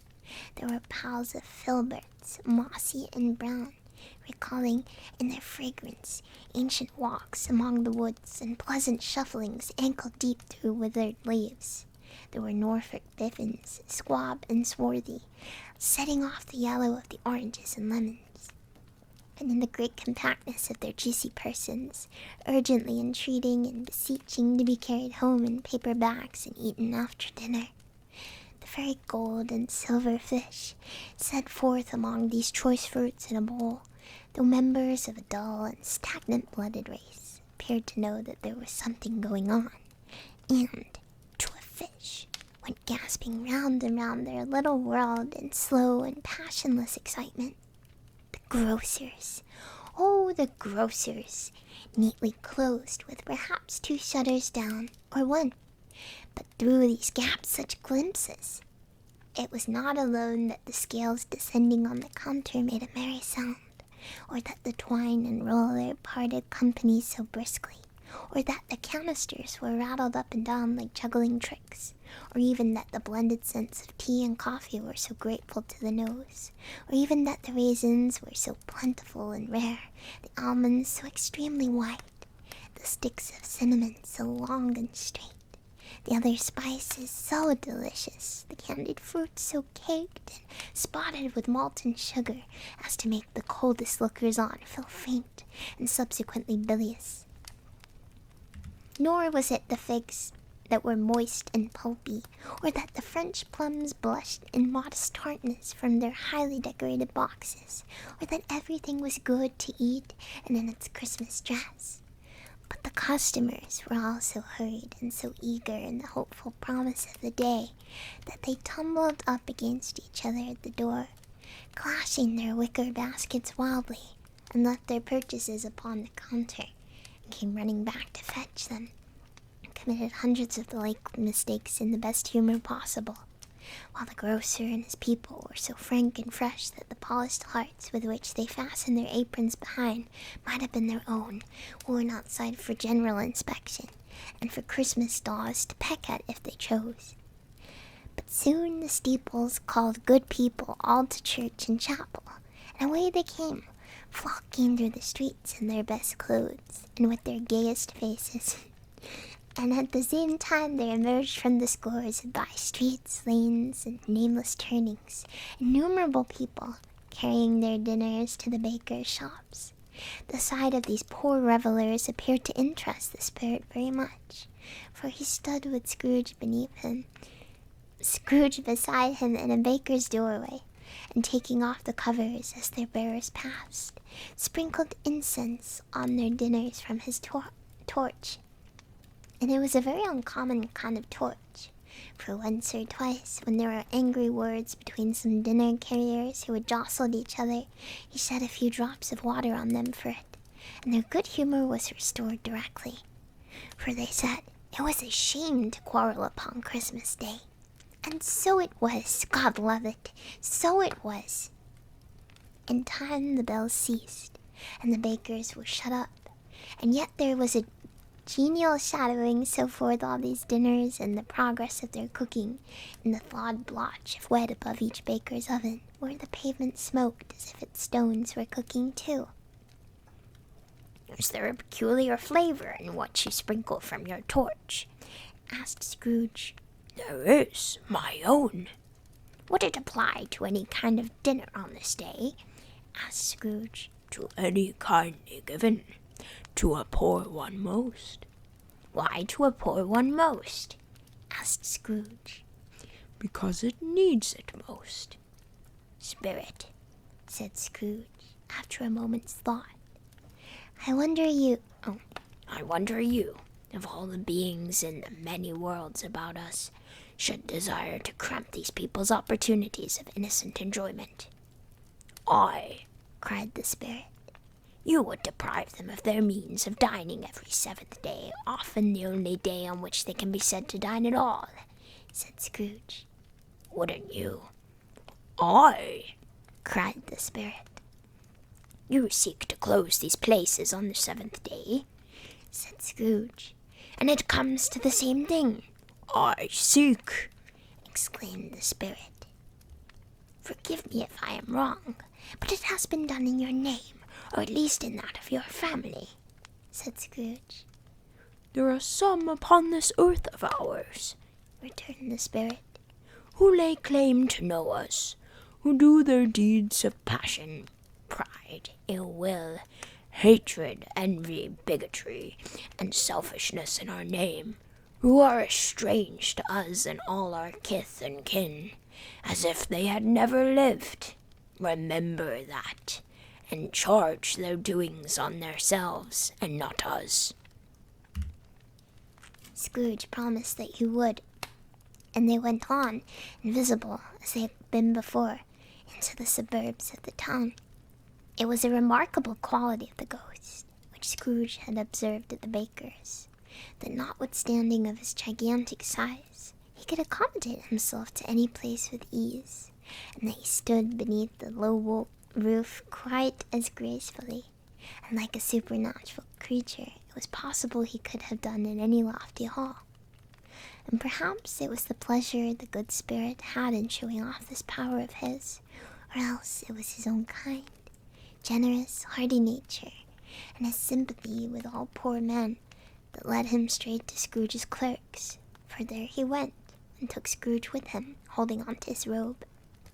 And on the threshold of the door the spirit smiled, and stopped to bless Bob Cratchit's dwelling with the sprinkling of his torch.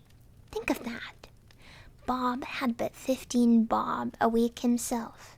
He pocketed on Saturdays but 15 copies of his Christian name. And yet the ghost of Christmas present blessed his 4-roomed house.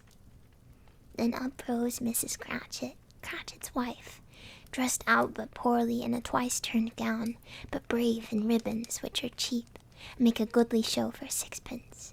And she laid the cloth, assisted by Belinda Cratchit, second of her daughters, also brave in ribbons, while Master Peter Cratchit plunged a fork into the saucepan of potatoes, and getting the corners of his monstrous shirt collar, Bob's private property, conferred upon his son and heir in honor of the day, into his mouth, rejoiced to find himself so gallantly attired, and yearned to show his linen in the fashionable parks.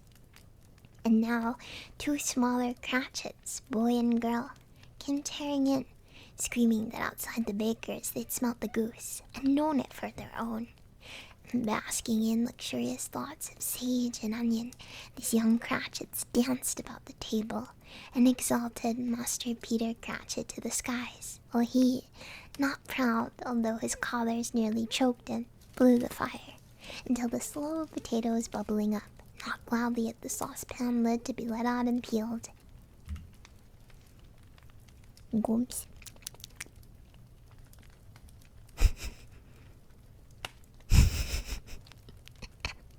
I'm sorry, I don't know why I find this funny. Wherever has gone your precious father, then? Said Mrs. Cratchit. And your brother, Tiny Tim, and Martha wasn't as late last Christmas Day by half an hour. Here's Martha, Mother, said a girl, appearing as she spoke. Here's Martha, Mother, cried the two young Cratchits. Hurrah! And there's such a goose, Martha. Why, bless your heart alive, my dear, how late you are, said Mrs. Cratchit, kissing her a dozen times and taking off her shawl and bonnet for her with officious zeal. We'd a deal of work to finish up last night, replied the girl, and had to clear away this morning, Mother. Well, never mind as long as you are come, said Mrs. Cratchit. Sit ye down before the fire, my dear, and have a warm, Lord bless ye. No, no, there's Father coming, cried the two young Cratchits, who were everywhere at once. Hide, Martha, hide! So Martha hid herself, and in came little Bob, the father, with at least 3 feet of comforter exclusive of the fringe, hanging down before him, and his threadbare clothes darned up and brushed to look seasonable, and Tiny Tim upon his shoulder.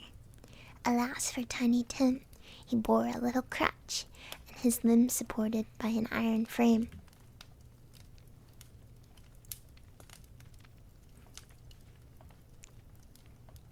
Cute. Why, where's our Martha? Cried Bob Cratchit, looking around. Not coming, said Mrs. Cratchit. He's about to get pranked. Not coming, said Bob, with a sudden declension in his high spirits, for he had been Tim's blood horse all day from the church, and had come home rampant. Not coming upon Christmas Day. Martha didn't like to see him disappointed, if it were only in joke, so she came out prematurely from behind the closet door, and ran into his arms, while the two young Cratchits hustled Tiny Tim and bore him off into the wash-house, that he might hear the pudding singing in the copper. And how did little Tim behave? Asked Mrs. Cratchit, when she had rallied Bob on his credulity and Bob had hugged his daughter to his heart's content. As good as gold, said Bob, and better. Somehow he gets thoughtful sitting by himself so much, and thinks the strangest things you ever heard. He told me coming home that he hoped the people saw him in the church, because he was a cripple, and it might be pleasant to them to remember upon Christmas Day who made lame beggars walk and blind men see, dude. It's like those tweets when someone's like, my 3-year-old said this. My 3-year-old said that if only there were a reason to live aside from the empty void of our existence.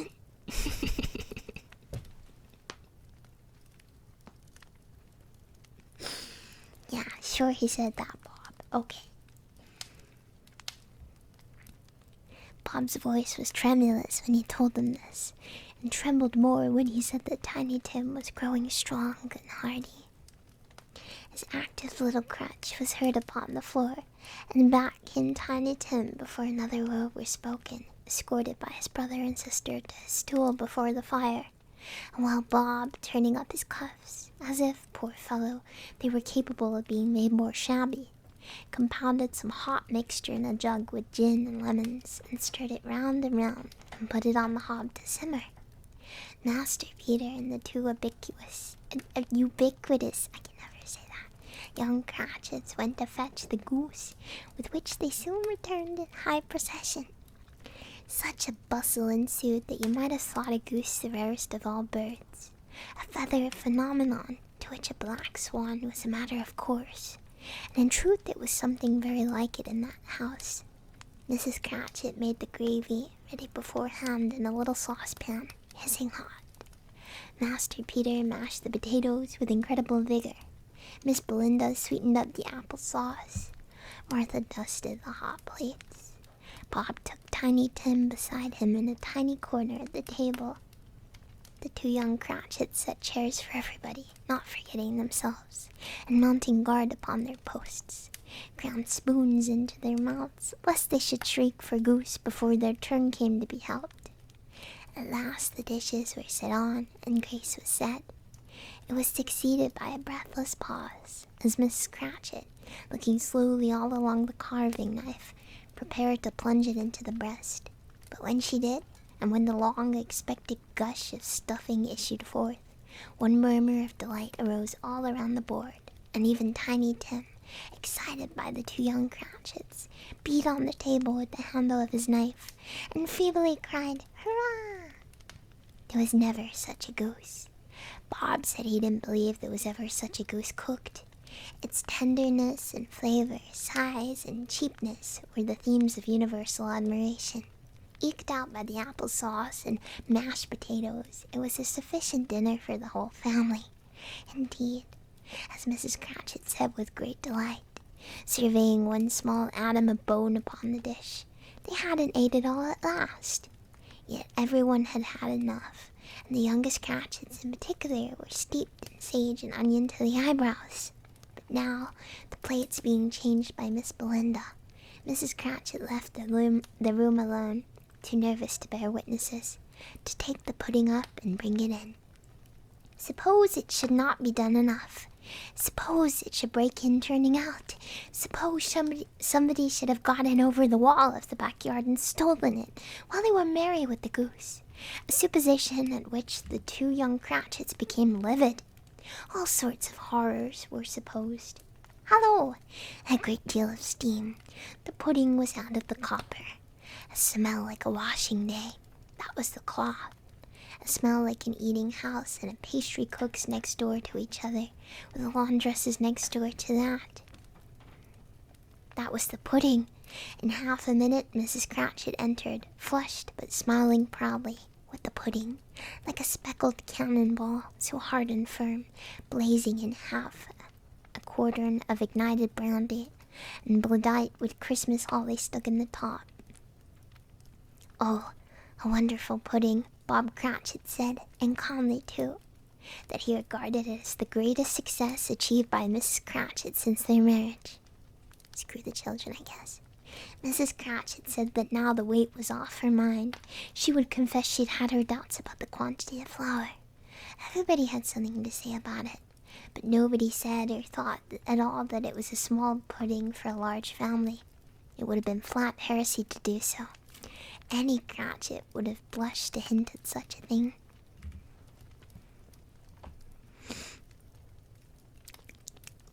At last the dinner was all done.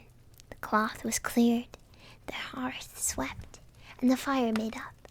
The compound in the jug being tasted and considered perfect, apples and oranges were put upon the table, and a shovelful of chestnuts on the fire. Then all the Cratchit family drew round the hearth in what Bob Cratchit called a circle, meaning half a one, and at Bob Cratchit's elbow stood the family display of glass, 2 tumblers and a custard cup without a handle. These held the hot stuff from the jug, however as well as golden goblets would have done, and Bob served it out with beaming looks, while the chestnuts on the fire sputtered and cracked noisily.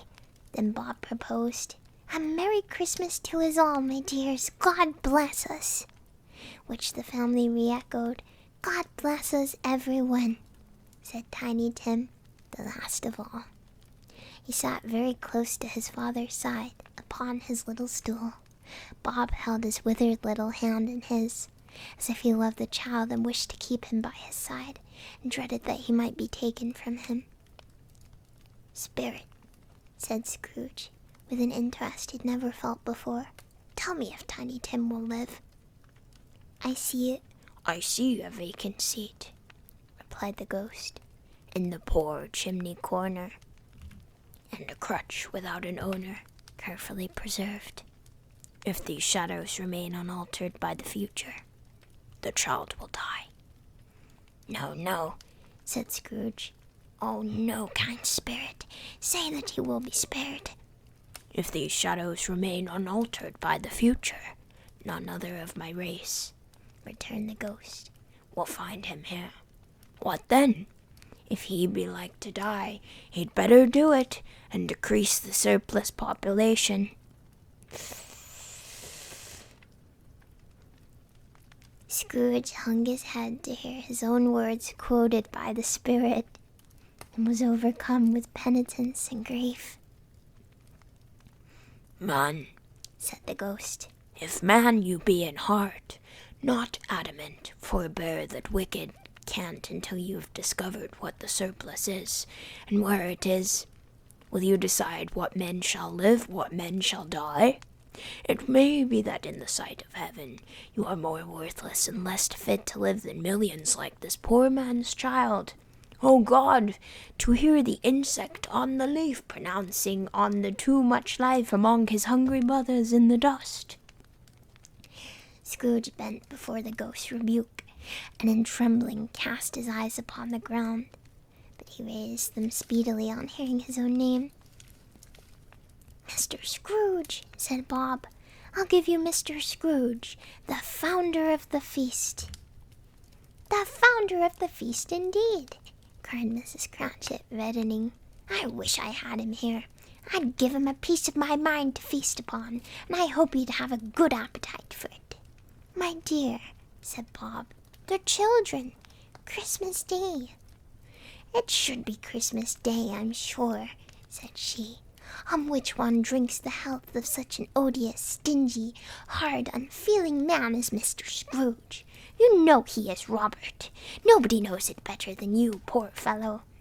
"My dear," was Bob's mild answer, "Christmas Day." "I'll drink his health for your sake in the days," said Mrs. Cratchit.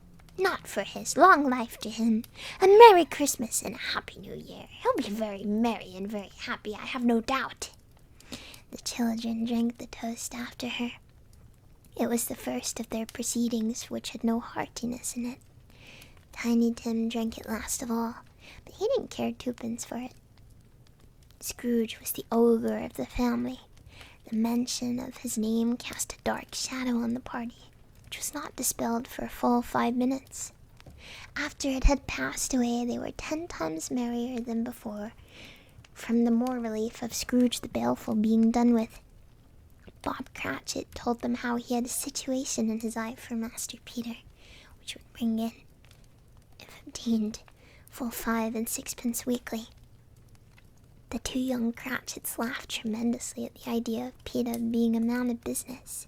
Peter himself looked thoughtfully at the fire from between his collars, as if he were deliberating what particular investments he should favor when he came into the receipt of that old bewildering income. Martha, who was a poor apprentice at a milliner's, then told them what kind of work she had to do, and how many hours she worked at a stretch, and how she meant to lie abed tomorrow morning for a good long rest. Tomorrow being a holiday, she passed at home, and how she'd seen a countess and a lord some days before, and how the lord was much about as tall as Peter, at which Peter pulled up his collar so high you couldn't have seen his head if you'd been there. All this time the chestnuts and the jug went round and round, and by they had a song about a lost child traveling in the snow, from Tiny Tim, who had a plaintive little voice, and sang it very well indeed. Oh, the bees! They're coming.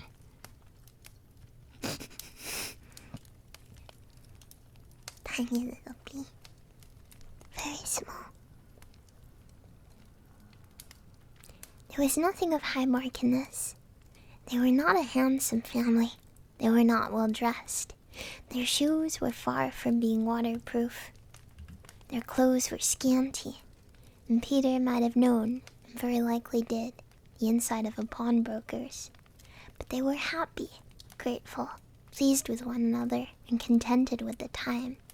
And when they faded and looked happier yet in the bright sprinklings of the spirit's torch at parting, Scrooge had his eye upon them, and especially on Tiny Tim, until at last. By this time it was getting dark, and snowing pretty heavily, and as Scrooge and the spirit went along the streets, the brightness of the roaring fires in kitchens, parlors, and all sorts of rooms was wonderful. Here, the flickering of the blaze showed preparations for a cozy dinner, with hot plates baking through and through before the fire, and deep red curtains ready to be drawn to shut out cold and darkness. There, all the children of the house were running out into the snow to meet their married sisters, brothers, cousins, uncles, aunts, and be the first to greet them. Here again were shadows on the window blind of guests assembling, and there a group of handsome girls, all hooded and fur-booted, and all chattering at once, tripped lightly off to some near neighbor's house, where, woe upon the single man who saw them enter, artful witches. Well, they knew it, in a glow. But if you had judged from the numbers of people on their way to friendly gatherings, you might have thought that no one was at home to give them welcome when they got there, instead of every house expecting company and piling up its fires half-chimney high. Blessings upon it, how the ghost exulted! How it bared its breadth of breast and opened its capacious palm, and on floated outpouring with a generous hand its bright and harmless mirth on everything within its reach. The very lamplighter, who ran on before, dotting the dusky street with specks of light, was dressed to spend the evening somewhere, laughed out loudly as the spirit passed. The little kenned the lamplighter that he had any company but Christmas. And now, without a word of warning from the ghost, they stood upon a bleak and desert moor, where monstrous masses of rude stone were cast about, as though it were the burial place of giants, and water sped itself wherever it listed, or would have done so but for the frost that held it prisoner, and nothing grew but moss and furze and coarse rank grass. Down in the west... Bees. I don't know what it is. Could it be my phone, I wonder?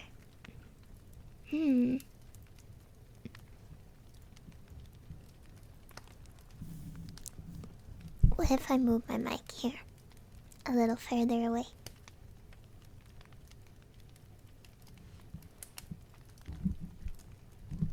Yeah, my SR3D does this sometimes. It's a little odd, but hey, at least it's not loud. If I have incoming SMS, I feel like the only texts I ever get are spam mail.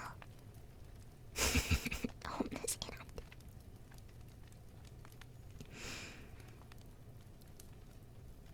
If I put it on airplane mode, will gamma tracking still works? We'll see. Do you guys get those? Hey Dad, this is my new phone number. Text to. Add me on WhatsApp. No. Oh, okay. Yeah. Yeah, I get texts from an unknown number that say, "Hey Dad, this is my new number. Text me on WhatsApp." Or like, "Hey Dad, I lost my phone. This is my new one. Call me."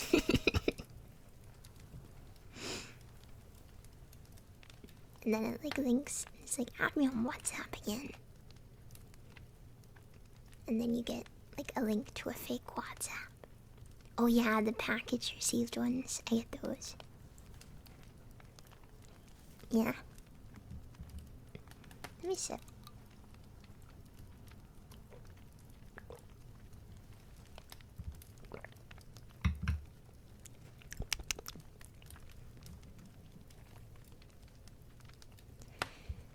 Down in the west, the setting sun had left a streak of fiery red, which glared upon the desolation for an instant, like a sullen eye, and a frowning lower, lower, lower yet, was lost in the thick gloom of the darkest night.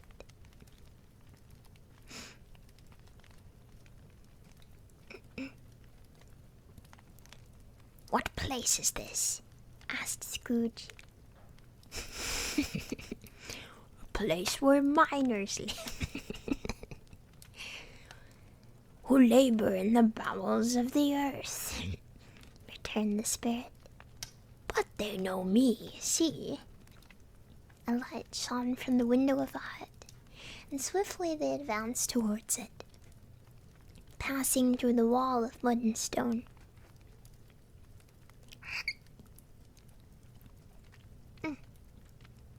They found a cheerful company assembled around a glowing fire. An old man and woman, with their children and their children's children, and another generation beyond that, all decked out gaily in their holiday attire. The old man, in a voice that seldom rose above the howling of the wind upon the barren waste, was singing them a Christmas song. It had been a very old song when he was a boy, and from time to time they all joined in on the chorus. So surely as they raised their voices, the old man got quite blithe and loud, and so surely as they stopped, his vigor sank again. The spirit did not tarry here, but bade Scrooge hold his robe, and passing on above the moor, sped whither? Not to sea, to sea. To Scrooge's horror, looking back, he saw the last of the land, a frightful range of rocks behind them, and his ears were deafened by the thundering of water as it rolled and roared, and raged among the dreadful caverns it had worn, and fiercely tried to undermine the earth. Built upon a dismal reef of sunken rocks, some league or so from shore, on which the waters chafed and dashed the wild year through, there stood a solitary lighthouse.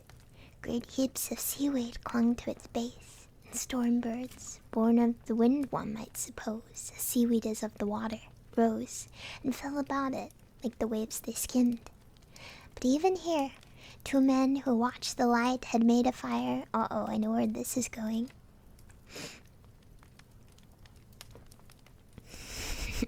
I've seen this movie.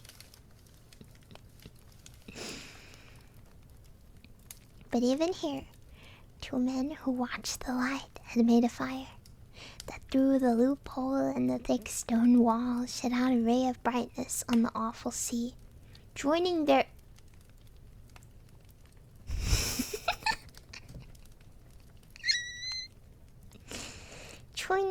horny hands over the rough table at which they sat.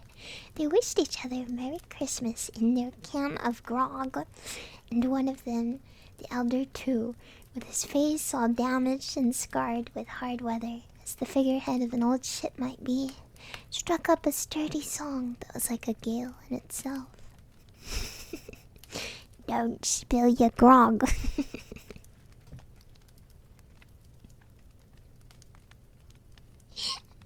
Again the ghost sped on, above the black and heaving sea, on until, being far away, as he told Scrooge from any shore, they lighted on the ship. They stood beside the helmsman at the wheel, the lookout and the bow, the officers who had the watch, dark, ghostly figures in their several stations.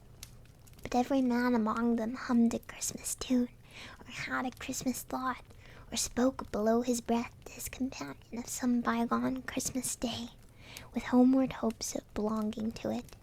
And every man on board, waking or sleeping, good or bad, had a kinder word for another on that day than any day of the year, and had shared to some extent in its festivities, and had remembered those he cared for at a distance, and had known that they delighted to remember him.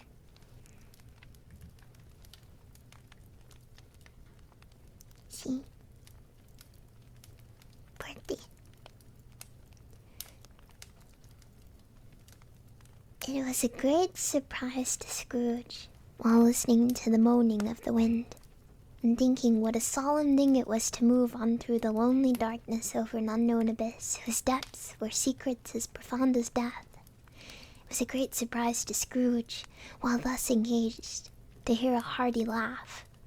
It was much greater surprise to Scrooge to recognize it as his own nephew's, and to find himself in a bright, dry, gleaming room, with the spirit standing smiling by his side, and looking over at that same nephew with approving affability. "Ha ha!" laughed Scrooge's nephew. "Ha ha ha! If you should happen, by any unlikely chance, to know a man more blessed and laughed than Scrooge's nephew, all I can say is, I should like to know him too. Introduce him to me, and I'll cultivate his acquaintance. It is a fair, even-handed, noble adjustment of things, that while there is an infection in disease and sorrow, there's nothing in the world so irresistibly contagious as laughter and good humor.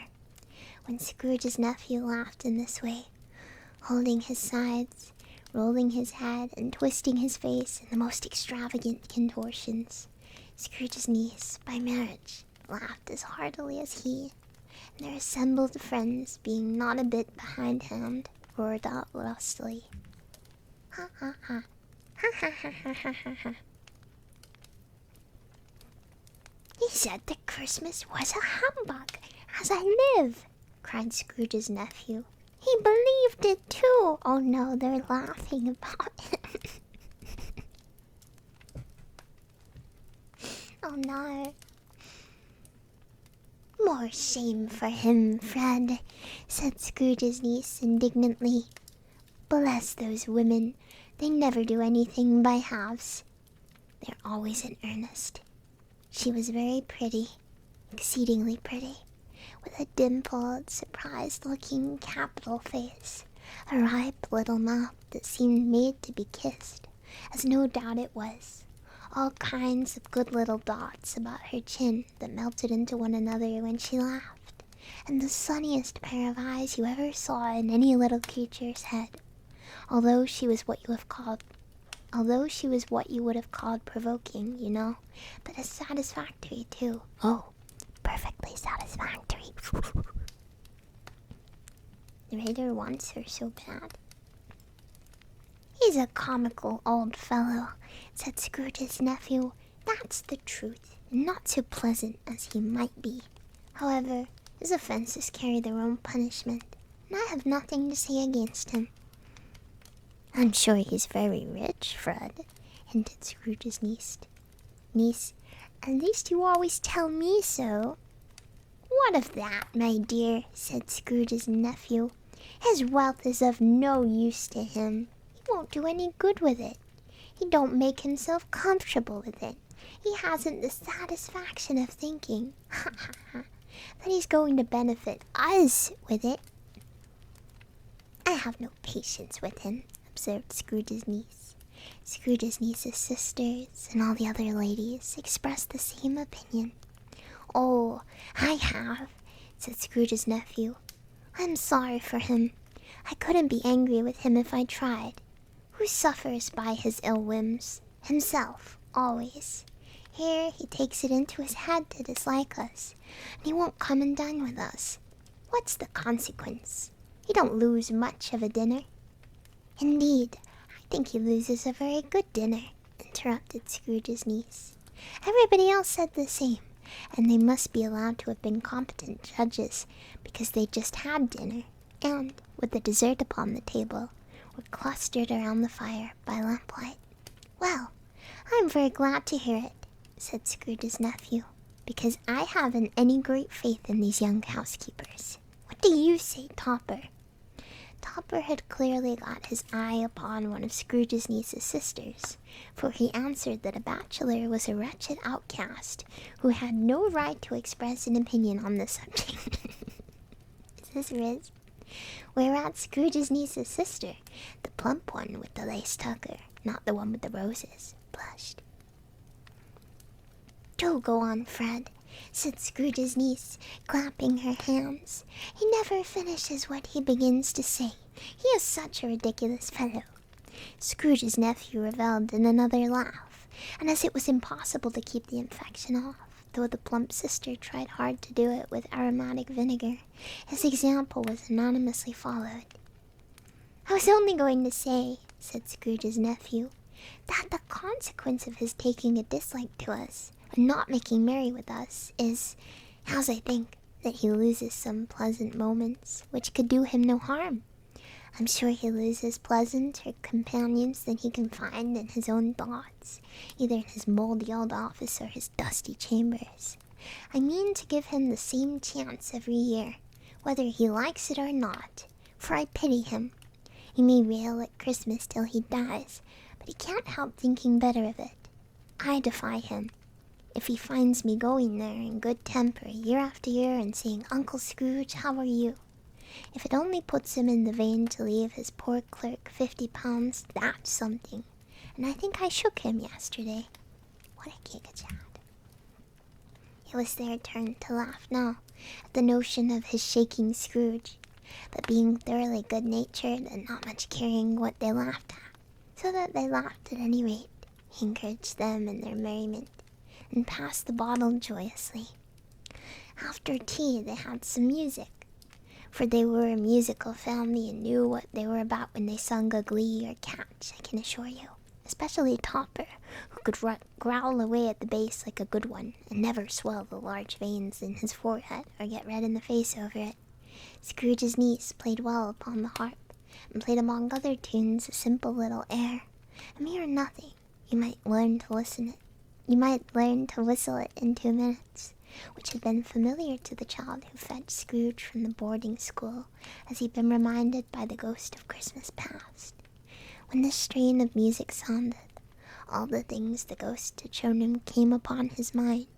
He softened more and more, and thought that if he could have listened to it often, years ago, he might have cultivated the kindnesses of life for his own happiness with his own hands, without resorting to the sexton's spade that buried Jacob Marley. But they didn't devote the whole evening to music.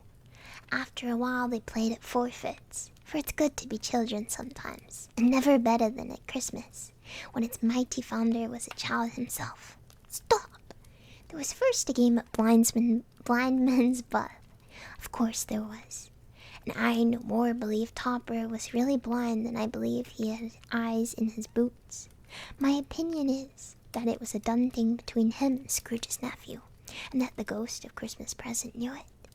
The way he went after that plump sister in the lace tucker was an outrage on the credulity of human nature.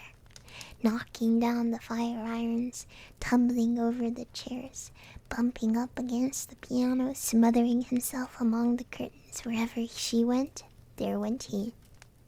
He thought, sir. He always knew where the plump sister was. He wouldn't catch anybody else. If you'd fallen up against him, as some of them did, and stood there, he would have made a feint of endeavoring to seize you, which would have been an affront to your understanding, would instantly have slided off in the direction of the plump sister.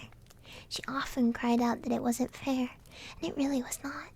But when at last he caught her, when, in spite of all her silken rustlings and her rapid flutterings past him, he got her into a corner whence there was no escape, when his conduct was the most execrable, for his pretending not to know her, his pretending that it was necessary to touch her headdress, and further to assure himself of her identity by pressing a certain ring upon her finger, and a certain chain about her neck, was vile, monstrous. No doubt she told him her opinion of it, when, another blindman being in office, they were so very confidential together, behind the curtains.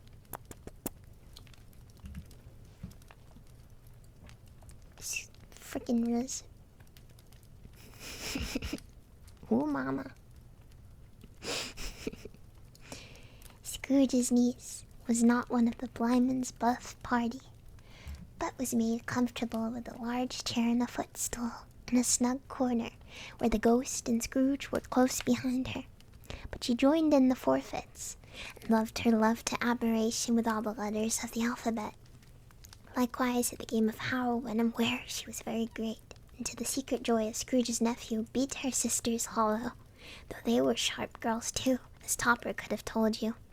There might have been 20 people there, young and old, but they all played, and so did Scrooge, for, wholly forgetting in the interest he had in what was going on, that his voice made no sound in their ears. He sometimes came out with his guess quite loud, and often guessed right too.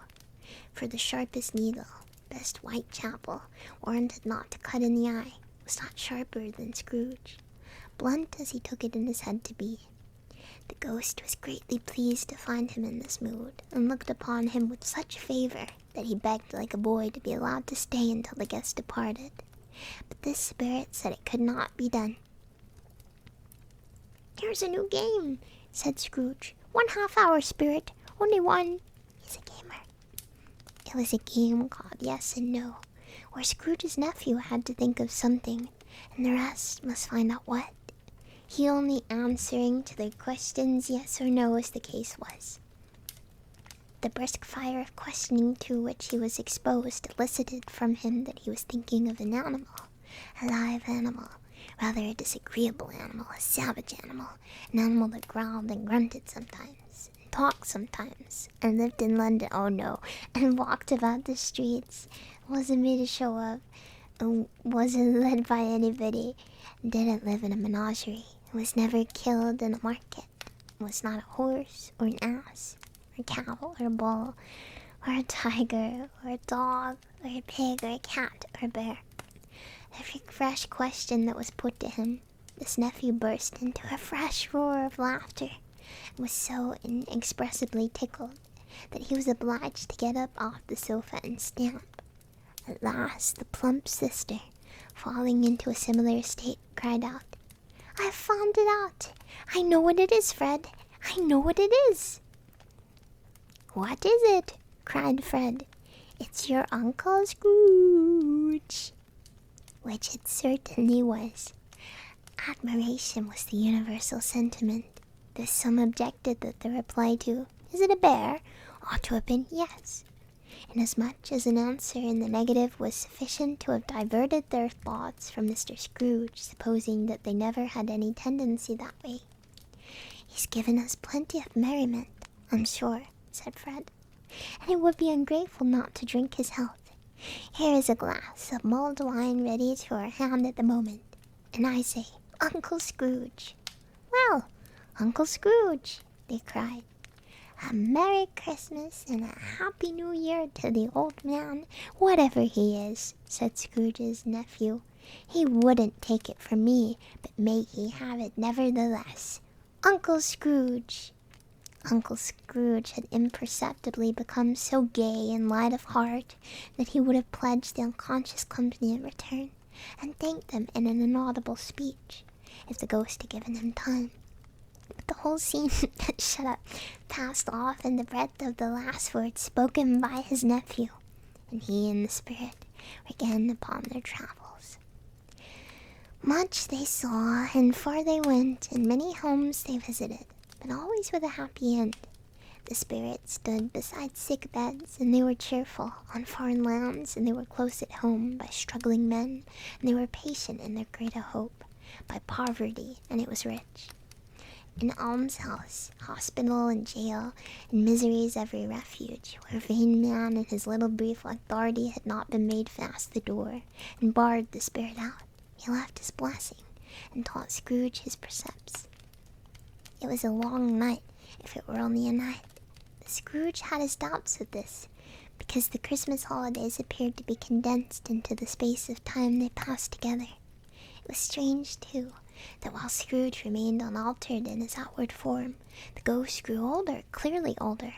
Scrooge had observed this change, but never spoke of it, until they left the children's 12th night party, when, looking at the spirit as they stood together in an open place, he noticed that its hair was gray. "Are spirits' lives so short?" asked Scrooge. My life upon this globe is very brief," replied the ghost. "It ends tonight." "Tonight?" cried Scrooge. "Tonight at midnight? Hark! The time is drawing near." The chimes were ringing the 3/4 past 11 at that moment. Forgive me if I'm not justified in what I ask," said Scrooge, looking intently at the spirit's robe. "But I see something strange and not belonging to yourself protruding from your skirts. Is it a foot or a claw?" "It might be a claw, for the flesh there is upon it," was the spirit's sorrowful reply. "Look here." From the foldings of its robe it brought 2 children, wretched, abject, frightful, hideous, miserable. They knelt down at its feet and clung upon the outside of its garment. "Oh, man, look here, look, down here," exclaimed the ghost. They were a boy and a girl. Yellow, Meager, ragged, scowling wolfish, but prostrate too in their humility, where graceful youth should have filled their features out and touched them with its freshest tints, a stale and shriveled hand, like that of age, and pinched and twisted them, and pulled them into shreds. Where angels might have sat enthroned, devils lurked, and glared out menacing. No change, no degradation, no perversion of humanity in any grade, through all the mysteries of wonderful creation, as monsters half so horrible and dread. Scrooge stared back, appalled. Having them shown to him this way, he tried to say they were fine children, but the words choked themselves. Rather than be parties to a lie of such enormous magnitude. Spirit, are they yours? Scrooge could say no more. They are man's, said the spirit, looking down upon them. And they cling to me, appealing from their fathers. This boy is ignorance, this girl is want. Beware them both, in all of their degree, but most of all beware this boy, for on his brow I see that written which is doom, unless the writing be erased. Deny it, cried the spirit, stretching out its hand toward the city. Slander those who tell it ye, admit it for your factitious purposes, and make it worse, and bide the end. Scary babies.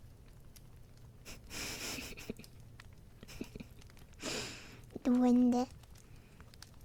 Have they no refuge or resource? Cried Scrooge. Are there no prisons? Said the spirit, turning on him for the last time with his own words.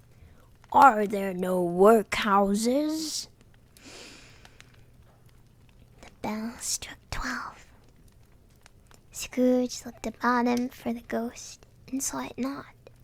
As the last stroke ceased to vibrate, he remembered the prediction of old Jacob Marley, and lifting upon his eyes, beheld a solemn phantom, draped and hooded, coming like a mist along the ground toward him.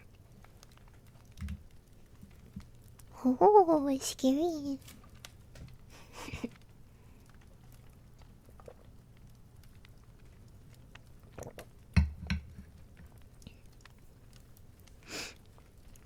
Stave 4. The last of the spirits. Me on the left, by the way.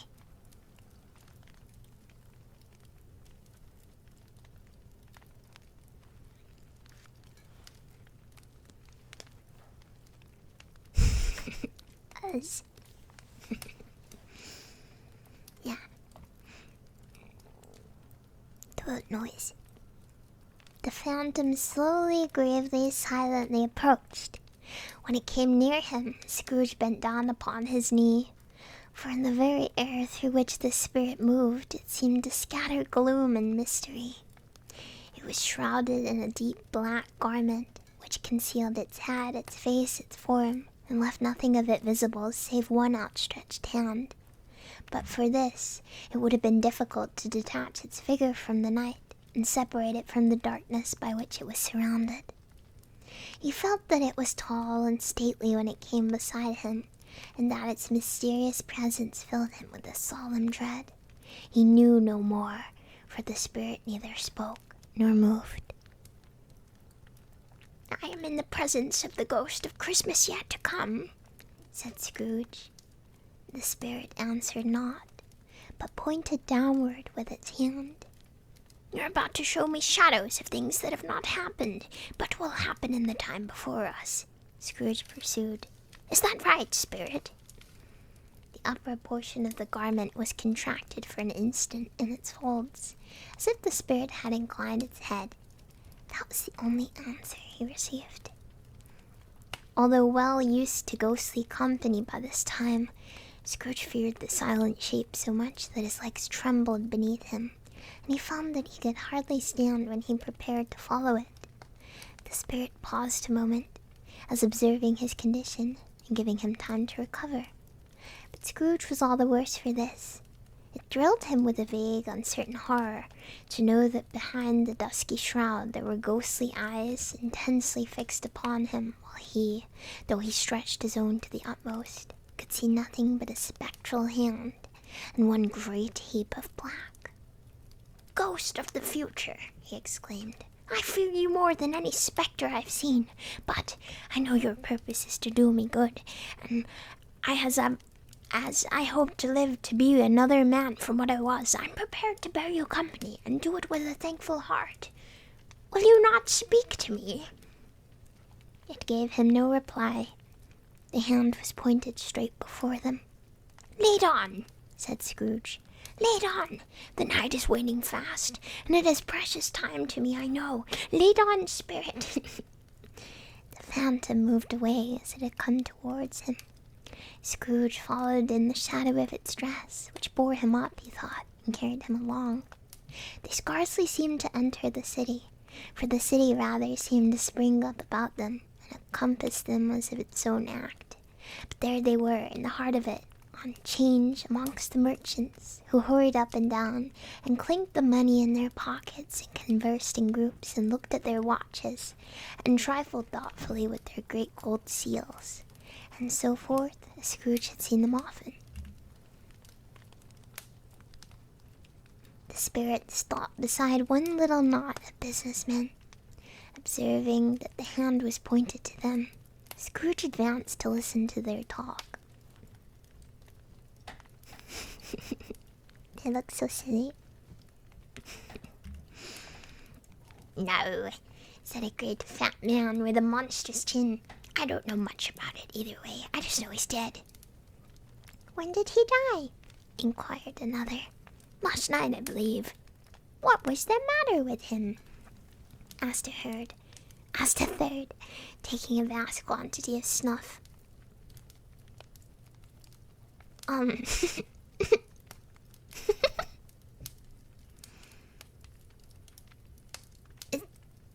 Okay. A very large snuff box.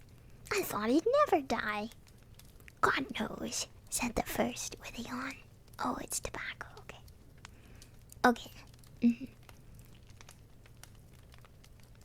"What has he done with his money?" asked a red-faced gentleman with a pendulous excrescence on the end of his nose that shook like the gills of a turkey. Go on. I don't think I will.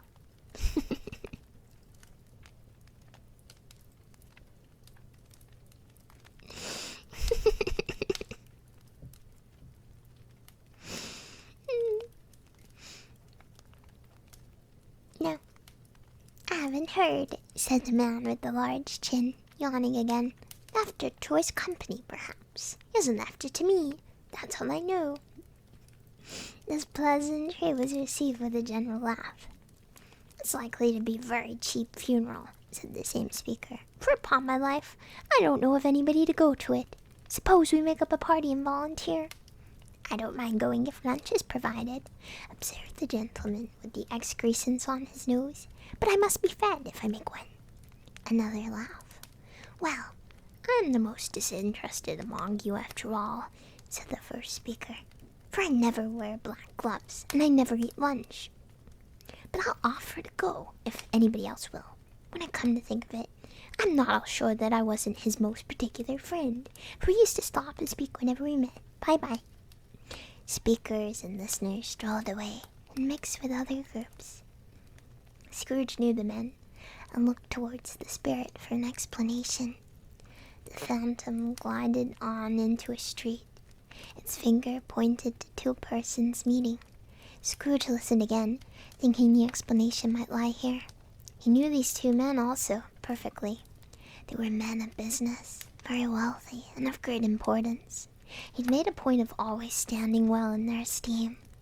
In a business point of view, that is. Strictly in a business point of view. How are you? Said one. How are you? Returned the other. Well, said the first. Old Scratch has got his own at last, hey? So I'm told, returned the second. Cold, isn't it? Seasonable for Christmas time. You're not a cicator, I suppose. Oh no, something else to think of. Good morning. Not another word. That was their meeting, their conversation, and their parting. Scrooge was at first inclined to be surprised that the spirit should attach importance to conversations apparently so trivial, but feeling assured that they must have some hidden purpose, he set himself to consider what it was likely to be. They could scarcely be supposed to have had any bearing on the death of Jacob, his old partner, for that was past, and this ghost province was the future.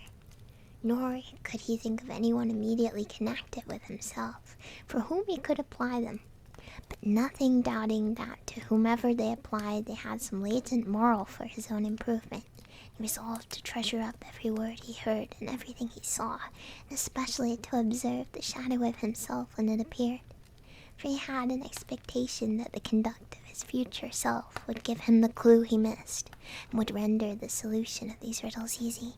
He doesn't know.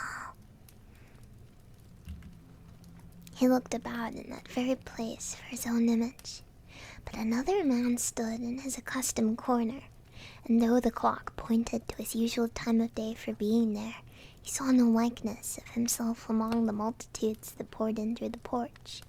It gave him little surprise, however, for he had been revolving in his mind a change of life, and thought and hoped he saw his newborn resolutions carried out in this. Quiet and dark, beside him stood the phantom with its outstretched hand. When he roused himself from his thoughtful quest, he fancied from the turn of the hand, and its situation in reference to himself, that the unseen eyes were looking at him quite keenly. It made him shudder and feel very cold. They left the busy scene and went to an obscure part of the town, where Scrooge had never penetrated before, although he recognized its situation and its bad repute. The ways were foul and narrow, the shops and houses wretched, the people half naked, drunken, slipshod, ugly, alleys and archways like so many cesspools, disgorged their fences of smell and dirt and life upon the straggling streets. The whole quarter reeked with grime, with filth and misery. Far in the stem of the infamous resort there was a low-browed, beetling shop, below a penthouse roof, where iron, old rags, bottles, bones, and greasy offal were bought. Upon the floor were piled up with heaps of rusty keys, nails, chains, hinges, files, scales, weights, and refuse iron of all kinds. Secrets that few would like to scrutinize were bred and hidden in mountains of unseemly rags, masses of corrupted fat, and sepulchres of bones. Sitting in among the wares he dealt in, by a charcoal stove made of old bricks, was a gray-haired rascal, nearly 70 years of age, who had screened himself from the cold air without a frowsy curtaining of miscellaneous tatters, hung upon a line, and smoked his pipe in all the luxury of calm retirement. Scrooge and the phantom came into the presence of this man, just as a woman with a heavy bundle, I thought of the ant, slunk into the shop. But she'd scarcely entered when another woman, I'm glad I'm not the other one, similarly laden, came in too. She was closely followed by a man in faded black, who was no less startled by the sight of them than they'd been upon the recognition of each other. After a short period of blank astonishment, in which the old man with the pipe had joined them, they all three burst into a laugh. "Let the chairwoman alone be the first," cried the one who had entered first. "Let the laundress alone be the second, and let the undertaker's man alone to be the third.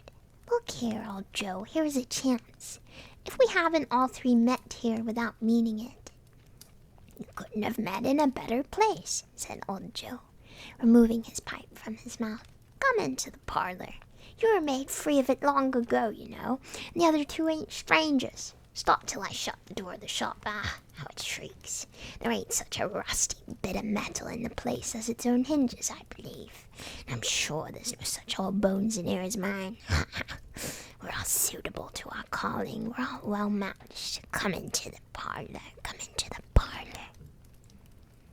The parlor was the space behind the screen of rags. The old man raked the fire together with an old stair rod, and having trimmed his smoky lamp, for it was night, with the stem of his pipe, put it in his mouth again. While he did this, the woman who had already spoken threw her bundle on the floor and sat down in a flaunting manner on a stool, crossing her elbows on her knees and looking with a bold defiance at the other two.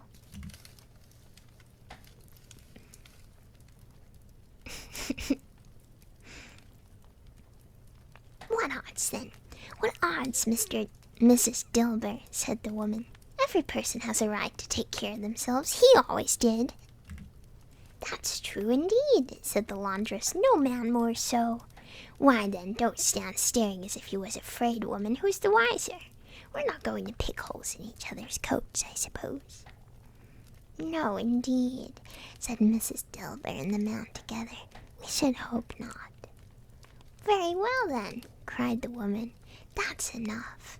Who's the worse for loss of a few things like these? Not a dead man, I suppose. That was my tummy, I'm sorry.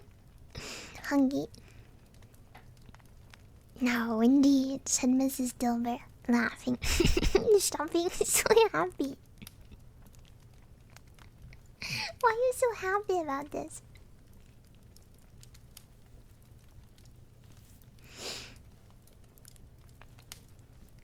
Silly guy. Okay, well, if it makes you happy. Shut up. No, indeed, said Mrs. Dilber, laughing. If he wanted to keep him after he was dead, a wicked old screw, pursued the woman, why wasn't he natural in his lifetime? If he had been, he'd have had somebody to look after him when he was struck with death, instead of lying gasping out his last there alone by himself. It's the truest word that ever was spoke, said Mrs. Dilber. It's a judgment on him. I wish it were a little heavier one, replied the woman. And it should have been, may you depend on it, if I could have laid my hands on anything else. Open that bundle, old Joe, and let me know the value of it. Speak out plain. I'm not afraid to be the first, nor afraid for them to see it. We know pretty well that we were helping ourselves before we met here, I believe. It's no sin. Open the bundle, Joe. But the gallantry of her friends would not allow of this, and the man in faded black, mounting the bridge first, produced his plunder. It was not extensive. A seal or two, a pencil case, a pair of sleeve buttons, and a brooch of no great value were all. They were severally examined and appraised by old Joe, who chalked the sums he was disposed of to give for each upon the wall, and added them up into a total when he found there was nothing more to come. That's your account, said old Joe. I wouldn't give another sixpence if I was to be boiled for not doing it. Who's next? Mrs. Dilber was next. Sheets and towels, a little wearing apparel, 2 old-fashioned silver teaspoons, a pair of sugar tongs, and a few boots. Her account was stated on the wall in the same manner. I always give too much to ladies. It's a weakness of mine, and that's the way I ruin myself, said old Joe. That's your account. If you asked me for another penny, made it an open question, I'd repent of being so liberal and knock off half a crown. And now undo my bundle, Joe, said the first woman. Joe's a simp. Oh, Joe's a simp.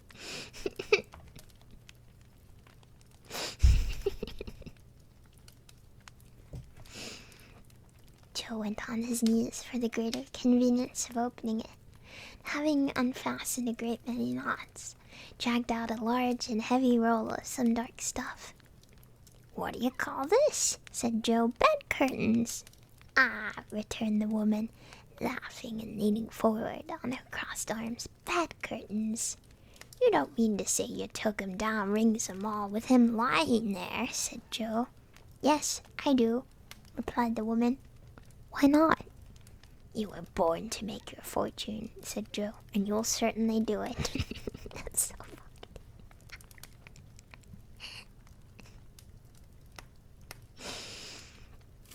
I certainly shan't hold my hand when I can get anything in it just by reaching out, for the sake of such a man as he was.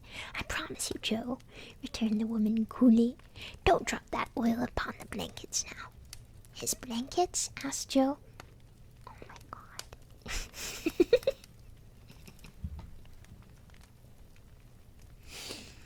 Wow. Honey, she's really looting his corpse. Whose else's do you think they are? Replied the woman. He's unlikely to take cold without him, I dare say. I hope he didn't die of anything catching, eh? Said old Joe, stopping in his work and looking up. Don't you be afraid of that, returned the woman. I ain't so fond of his company that I'd loiter about him for such things if he did. You may look through that shirt till your eyes ache, but you won't find a hole in it nor a threadbare place. It's the best he had, and a fine one too. They'd have wasted it if it hadn't been for me. She stripped his...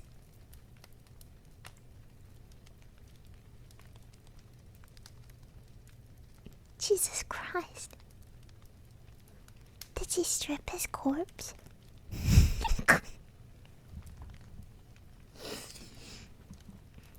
She literally looted him Fortnite style. Wow. What do you call wasting of it? Asked old Joe. Putting it on him to be buried in, to be sure, replied the woman with a laugh.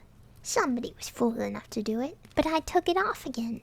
If calico ain't good enough for such a purpose, it ain't good enough for anything. It's quite as becoming to the body. He can't look uglier than he did in that one. Scrooge listened to this dialogue in horror. Yeah, as they sat grouped about their spoil, in the scanty light afforded by the old man's lamp, he viewed them with a detestation and disgust which could hardly have been greater though they had been obscene demons, marketing the corpse itself. Ha ha! Laughed the same woman, when old Joe, producing a flannel bag with money in it, told out their several gains upon the ground. This is the end of it, you see. He frightened everyone away from him when he was alive, to profit us when he was dead. Ha ha ha! Spirit, said Scrooge, shuddering from head to foot. I see. The case of this unhappy man might be my own. My life tends that way now. Merciful heaven, what is this? He recoiled in terror, for the scene had changed, and now he almost touched the bed, a bare, uncurtained bed, on which, beneath the ragged sheet, there lay something covered up, which, though it was dumb, announced itself in awful language. The room was very dark, too dark to be observed with any accuracy. The Scrooge glanced round it in obedience to a secret impulse, anxious to know what kind of room it was. A pale light, rising in the outer air, fell straight upon the bed, and upon it, plundered and bereft, unwatched, unwept, uncared for, was the body of this man. Scrooge glanced towards the phantom. Its steady hand was pointed to the head. The cover was so carelessly adjusted that the slightest raising of it, the motion of a finger upon Scrooge's part, would have disclosed the face. He thought of it, felt how easy it would be to do, and longed to do it, but had no more power to withdraw the veil than to dismiss the spectre at its side. O cold, cold, rigid, dreadful death, set up thine altar here, and dress it with such terrors as thou hast at thy command, for this is thy dominion. But of the loved, revered, and honoured head thou canst not turn one hair to thy dread purposes, or make one feature odious. It is not that the hand is heavy and will fall down when released. It is not that the heart and pulse are still, but that the hand was open, generous, and true, the heart brave, warm, and tender, and the pulse immense. Strike, shadow, strike. Okay. Bang, bang, bang. And see his good deeds springing from the wound, to sow the world with life immortal. No voice pronounced these words in Scrooge's ears, and yet he heard them when he looked upon the bed. He thought, if this man could be raised up now, what would be his foremost thoughts? Avarice, hard-dealing, griping cares? They've brought him to a rich end, truly. He lay in the dark, empty house, with not a man or a woman or a child to say that he was kind to me in this or that. And for the memory of one kind word, I will be kind to him. A cat was tearing at the door, and there was a sound of gnawing rats beneath the hearthstone. What they wanted in the room of death, and why they were so restless and disturbed, Scrooge did not dare to think. Suck, suck. Din, din. Suck, suck. I'm sorry, I'm ruining the atmosphere. Spirit, he said, this is a fearful place, and leaving it, I shall not leave its lesson. Trust me, let us go. Still the ghost pointed with an unmoved finger to the head. I understand you, Scrooge returned. And I would do it if I could, but I've not the power, Spirit. I've not the power. Again, it seemed to look upon him. If there is any person in the town who feels emotion caused by this man's death, said Scrooge, quite agonized, show that person to me, Spirit, I beseech you.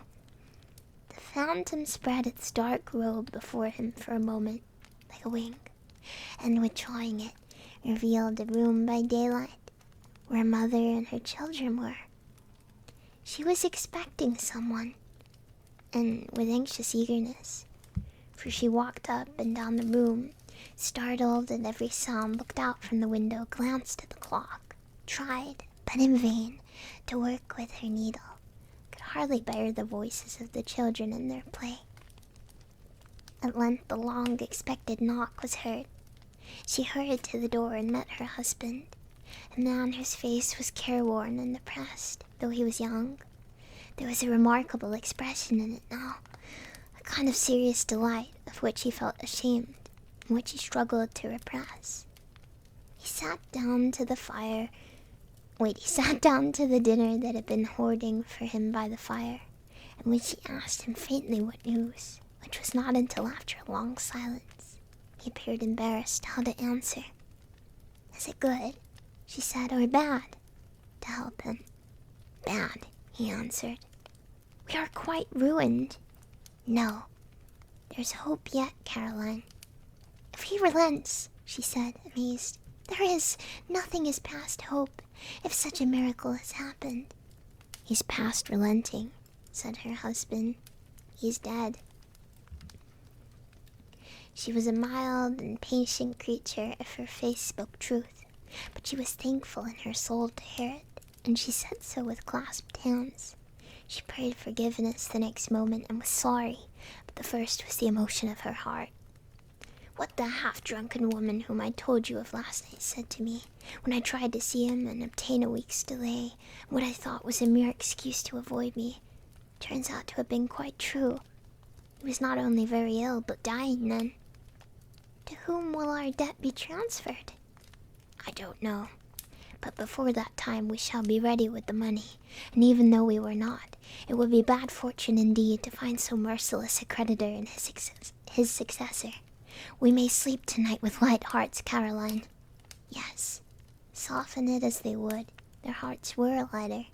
The children's faces hushed and clustered round to hear what they so little understood were brighter, and it was a happier house for this man's death.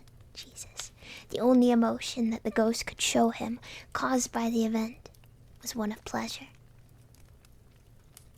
Let me see some tenderness connected with death, said Scrooge. Or that dark chamber, Spirit, which we left just now, will be ever present to me. Yeah, he's a dead guy, like a creditor. They're like his clients, question mark.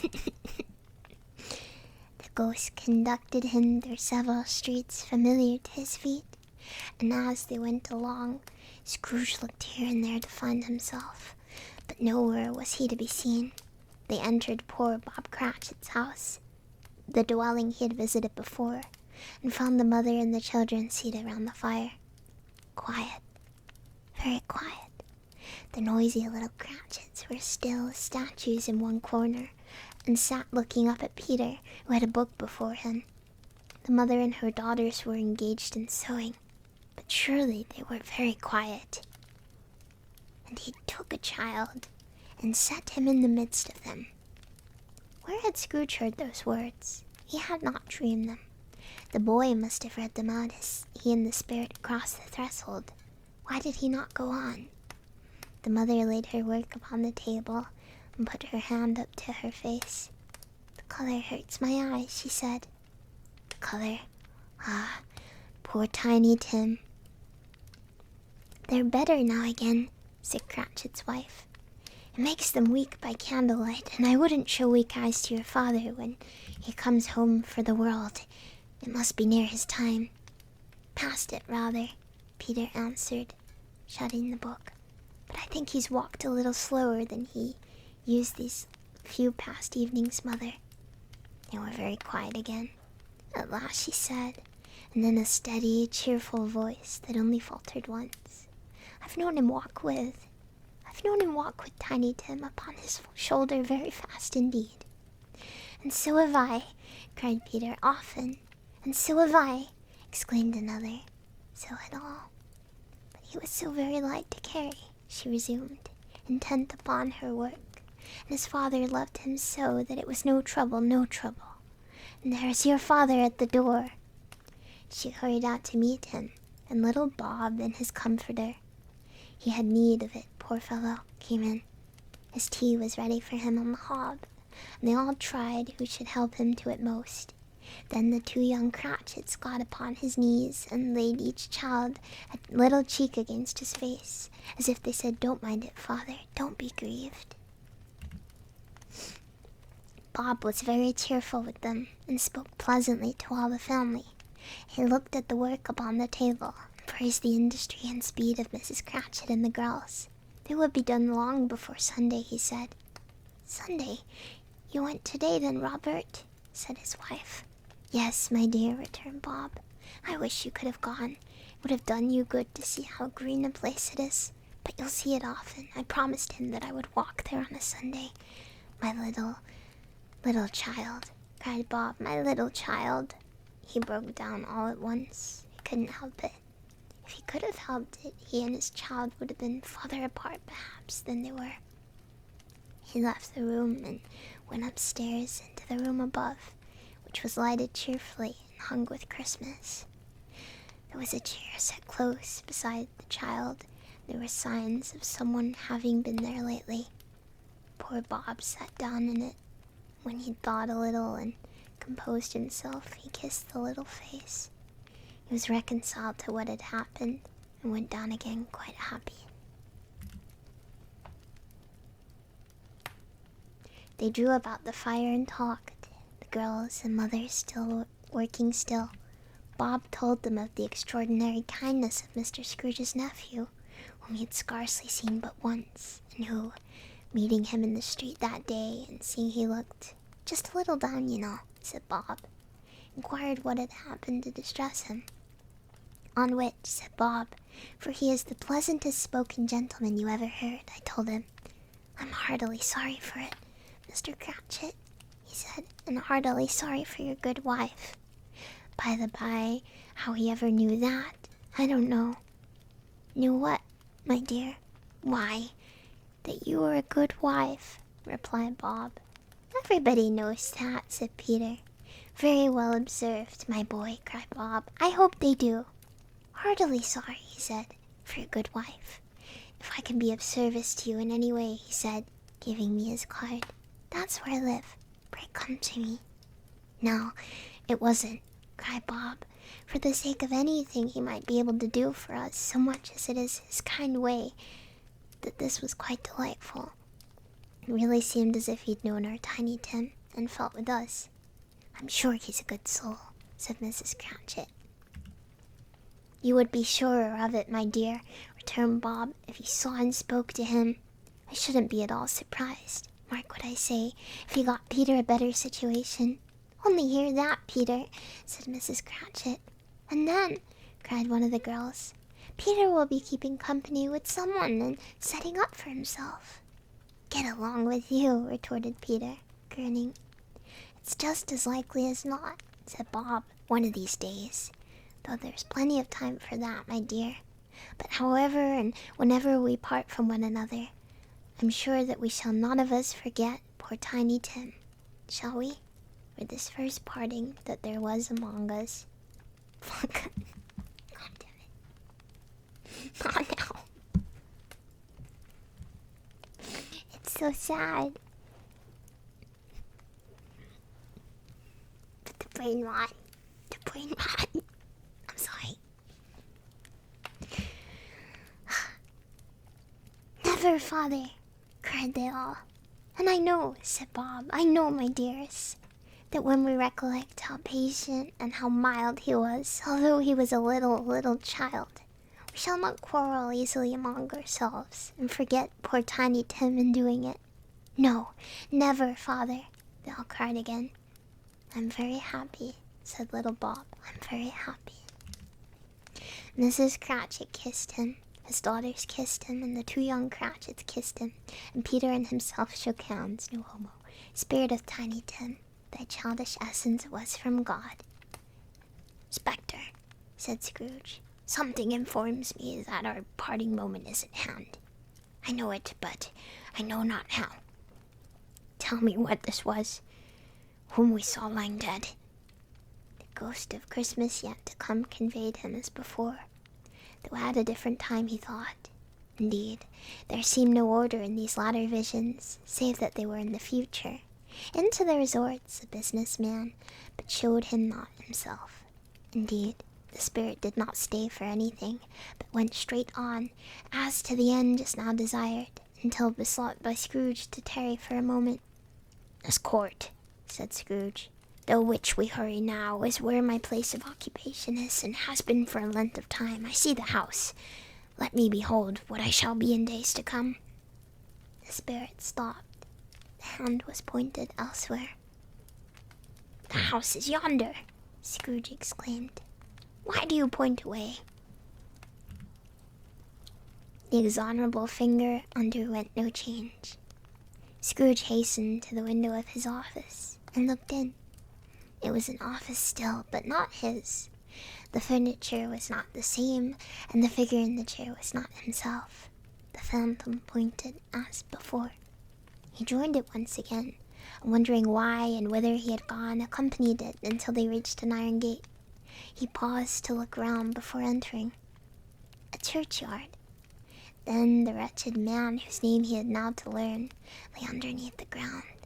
It was a worthy place, walled in by houses, overrun by grass and weeds, the growth of vegetation's death, not life, choked up with too much burying, fat with repleted appetite, a worthy place.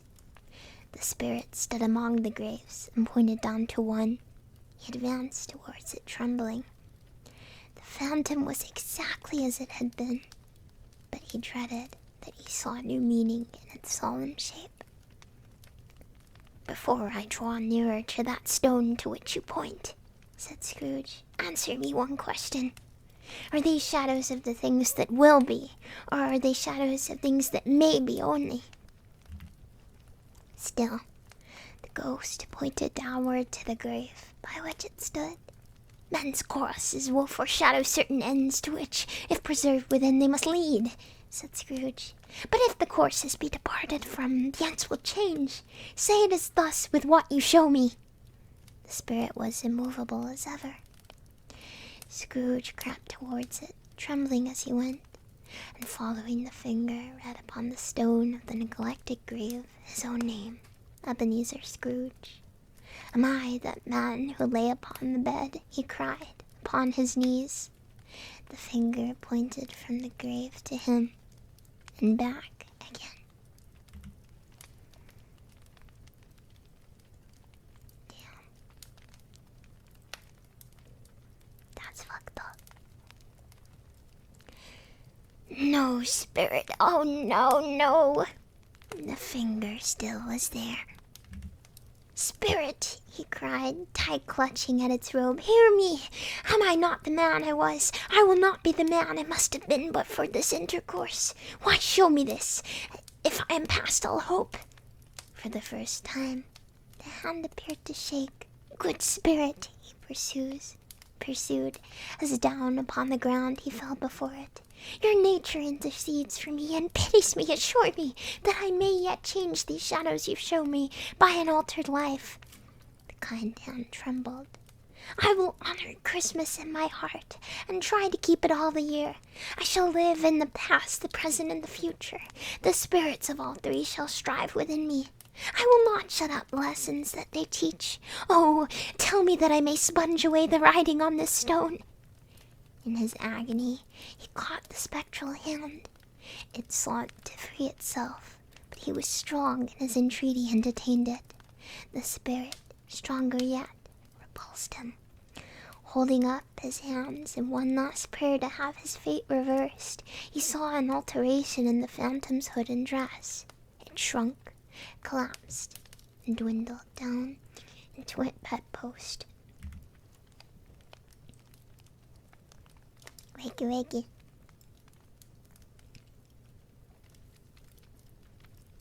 Me when I'm a man, another man touches me, so I have to dwindle down into a bedpost.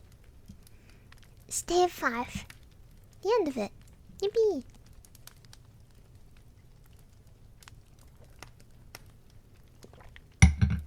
Sorry, that was loud. Yes! Yippee! And the bedpost was his own. The bed was his own, the room was his own. Best and happiest of all, the time before him was his own, to make amends in. I will live in the past, in the present, and the future, Scrooge repeated, as he scrambled out of bed. The spirits of all three shall strive within me. Oh, Jacob Marley, heaven and the Christmas time be praised for this.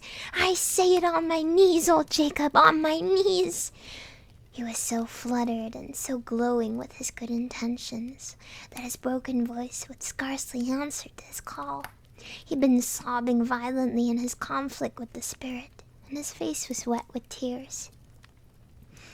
They are not torn down, cried Scrooge, folding one of his bed curtains in his arms. They are not torn down, rings and all. They are here, I am here. The shadows of the things that would have been may be dispelled. They will be, I know they will. His hands were busy with his garments all this time, turning them inside out, putting them on upside down, tearing them, mislaying them, making them parties to every kind of extravagance. I don't know what to do, cried Scrooge, laughing and crying in the same breath, and making a perfect raccoon of himself with his stockings. I am as light as a feather. I am as happy as an angel. I am as merry as a schoolboy. I am as giddy as a drunken man. A Merry Christmas to everybody. A Happy New Year to all the world. Hallo here. Whoop. Hallo. He had frisked into the sitting room and was now standing there, perfectly winded. There's the saucepan that the gruel was in, cried Scrooge, starting off again and frisking round the fireplace. There's the door by which the ghost of Jacob Marley entered. There's the corner where the ghost of Christmas Present sat. There's the window where I saw the wandering spirits. It's all right, it's all true. It really happened. Ha ha ha. Really, for a man who had been out of practice for so many years, it was a splendid laugh, a most illustrious laugh, the father of a long, long line of brilliant laughs. I don't know what day of the month it is, said Scrooge. I don't know how long I've been among the spirits. I don't know anything. I'm quite a baby. Never mind. I don't care. I'd rather be a baby. Hello, whoop. Hear, hear. He was checked in his transports by the churches ringing out the lustiest peals he'd ever heard. Clash, clang, hammer, ding, dong, bell, bell. Dong, ding, hammer, clash, cling. Oh, how glorious, glorious. Running to the window, he opened it and put out his head. No fog, no mist, clear, bright, jovial, stirring cold. Cold. Piping for the blood to dance to a golden sunlight, heavenly sky, sweet, fresh air, merry bells. Oh, glorious, glorious! What's today? Cried Scrooge, calling downward to a boy in Sunday clothes, who perhaps had loitered in to look about him. returned the boy, with all his might of wonder. "What's today, my fine fellow?" said Scrooge.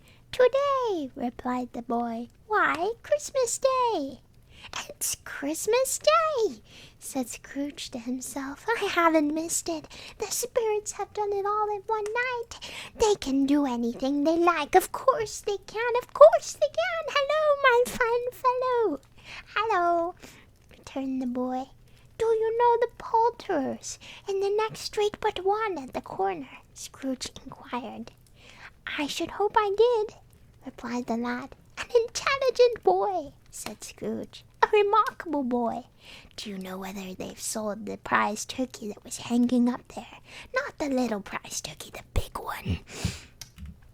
"What, the one as big as me?" returned the boy. "What a delightful boy," said Scrooge.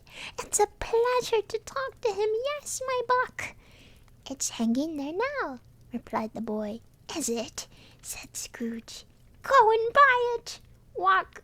Exclaimed the boy. "No, no," said Scrooge. "I am in earnest. Go and buy it, and tell him to bring it here so that I might give them the direction where to take it. Come back with the man, and I'll give you a shilling. Come back with him in less than 5 minutes, and I'll give you half a crown." The boy was off like a shot. He must have had a steady hand at the trigger who could have got a shot off half so fast.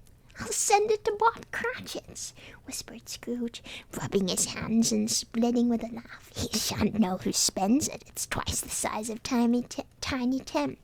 Joe and Miller never made such a joke as sending it to Bob's will be." "Yes, I will send him a giant turkey. I'm so devious."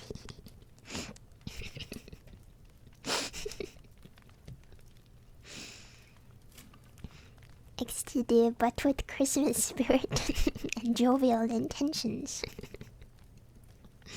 The hand in which he wrote the address was not a steady one, but write it he did somehow, and went downstairs to open the street door, ready for the coming of the poulterer's man. As he stood there, waiting his arrival, the knocker caught his eye. "I shall love it as long as I live," cried Scrooge, patting it with his hands. "I scarcely ever looked at it before. What an honest expression it has in its face. It's a wonderful knocker. Here's the turkey. Hello! Whoop!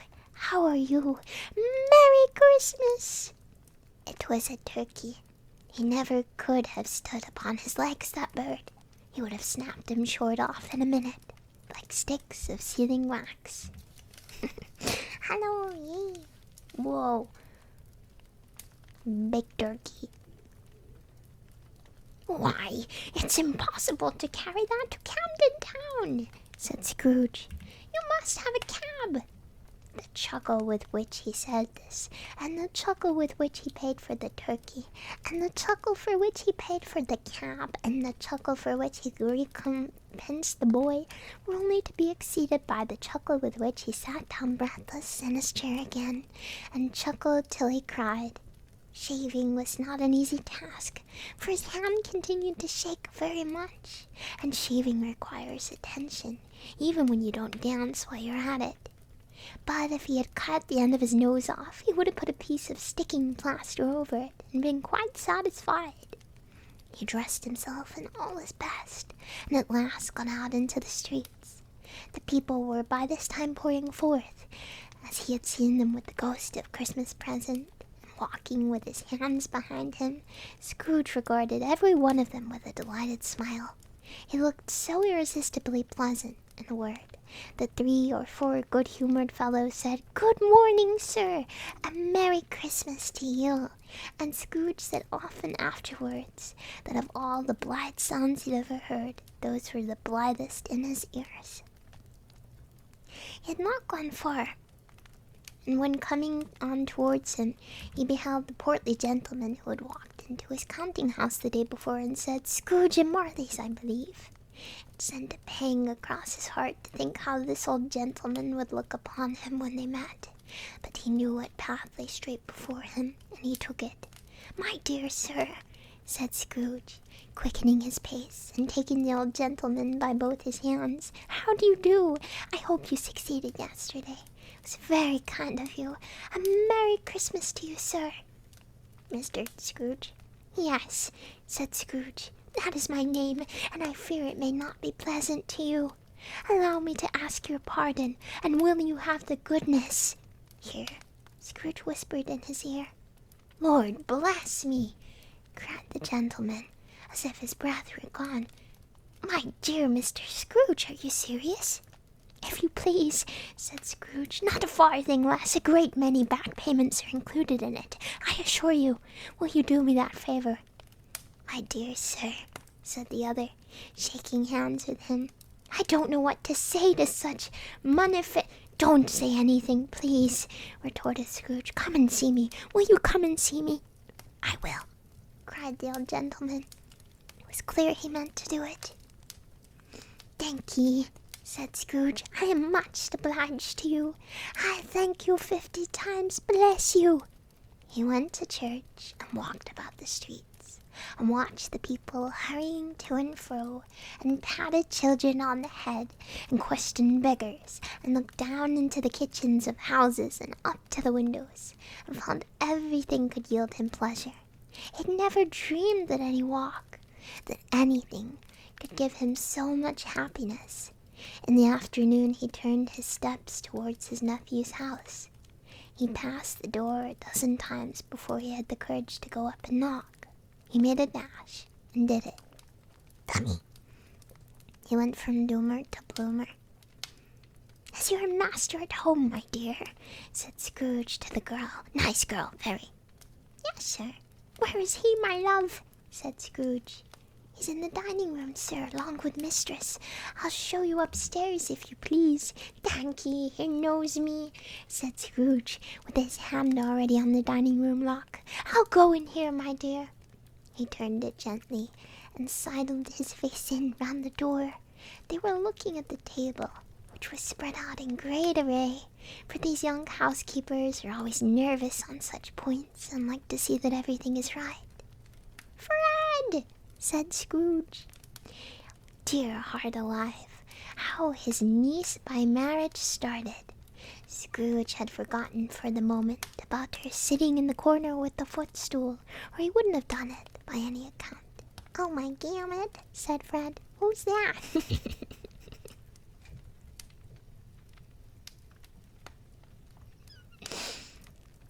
"It is I, your Uncle Scrooge. I've come to dinner.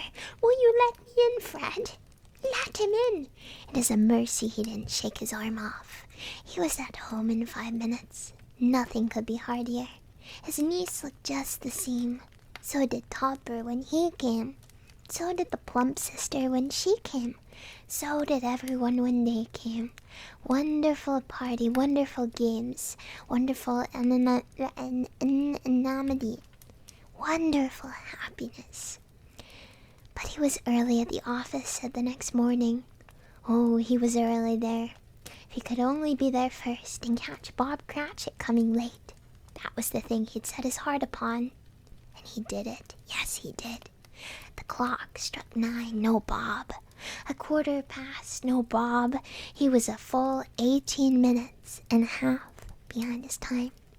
Scrooge sat with his door wide open, that he might see him come into the tink. His hat was off before he opened the door.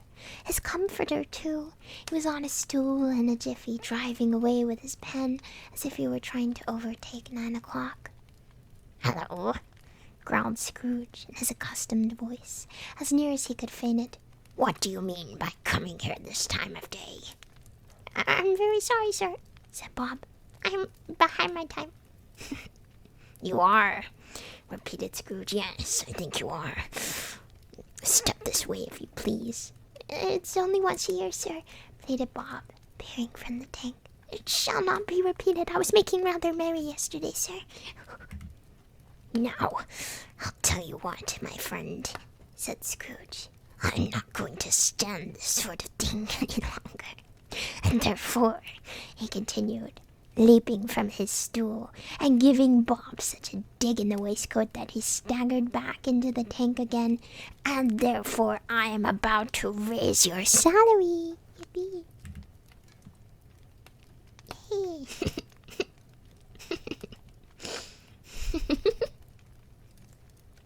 Jump, jump, jump, get promoted, get promoted, get promoted.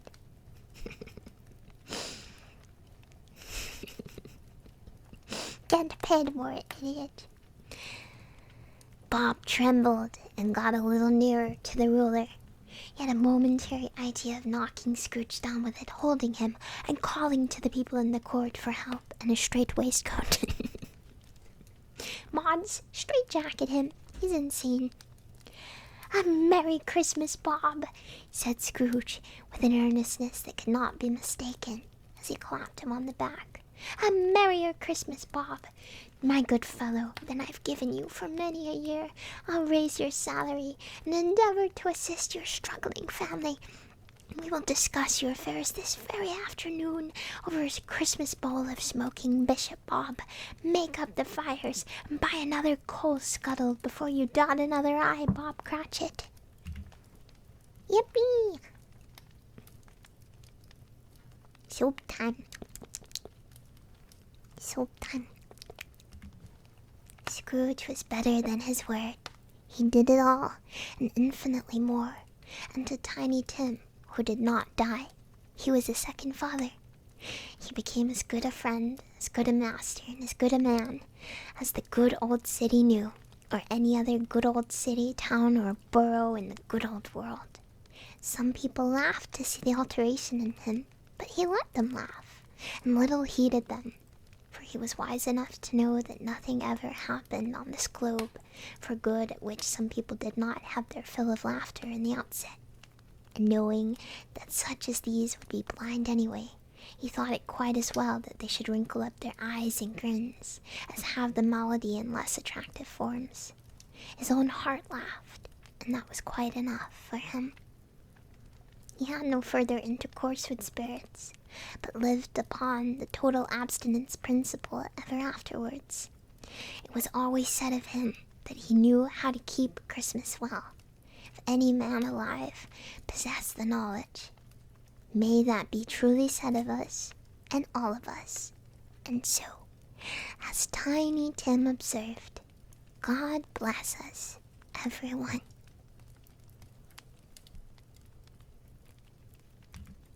The end. Yay! Good story. Very, very nice story. Very nice. I liked it a whole lot. Yeah. I'm gonna refund all these redeems because I do have to dash off. That was longer than I actually thought it would be. I would have yapped a little less if I was going to. Yeah. Whoops.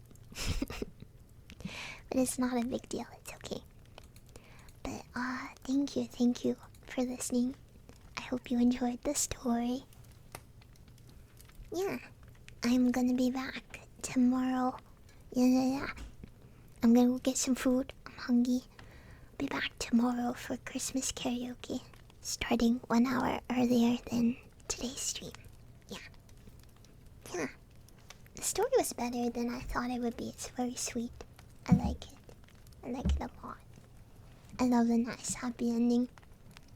Yeah. But thank you for being here. Thank you for listening. Where were the Muppets? I don't know.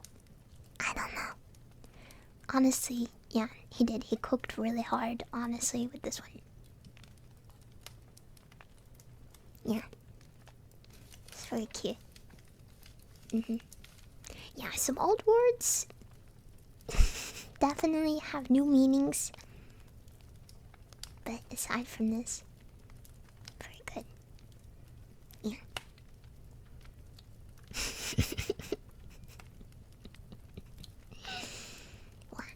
Gets very emotional at some point. I felt a little teary at the part where Tiny Tim fucking died. That was unexpected. Yeah. Yes, VOD will be saved on Twitch and will also go up on YouTube. Yeah, if the Among Us hadn't happened, I might have been crying.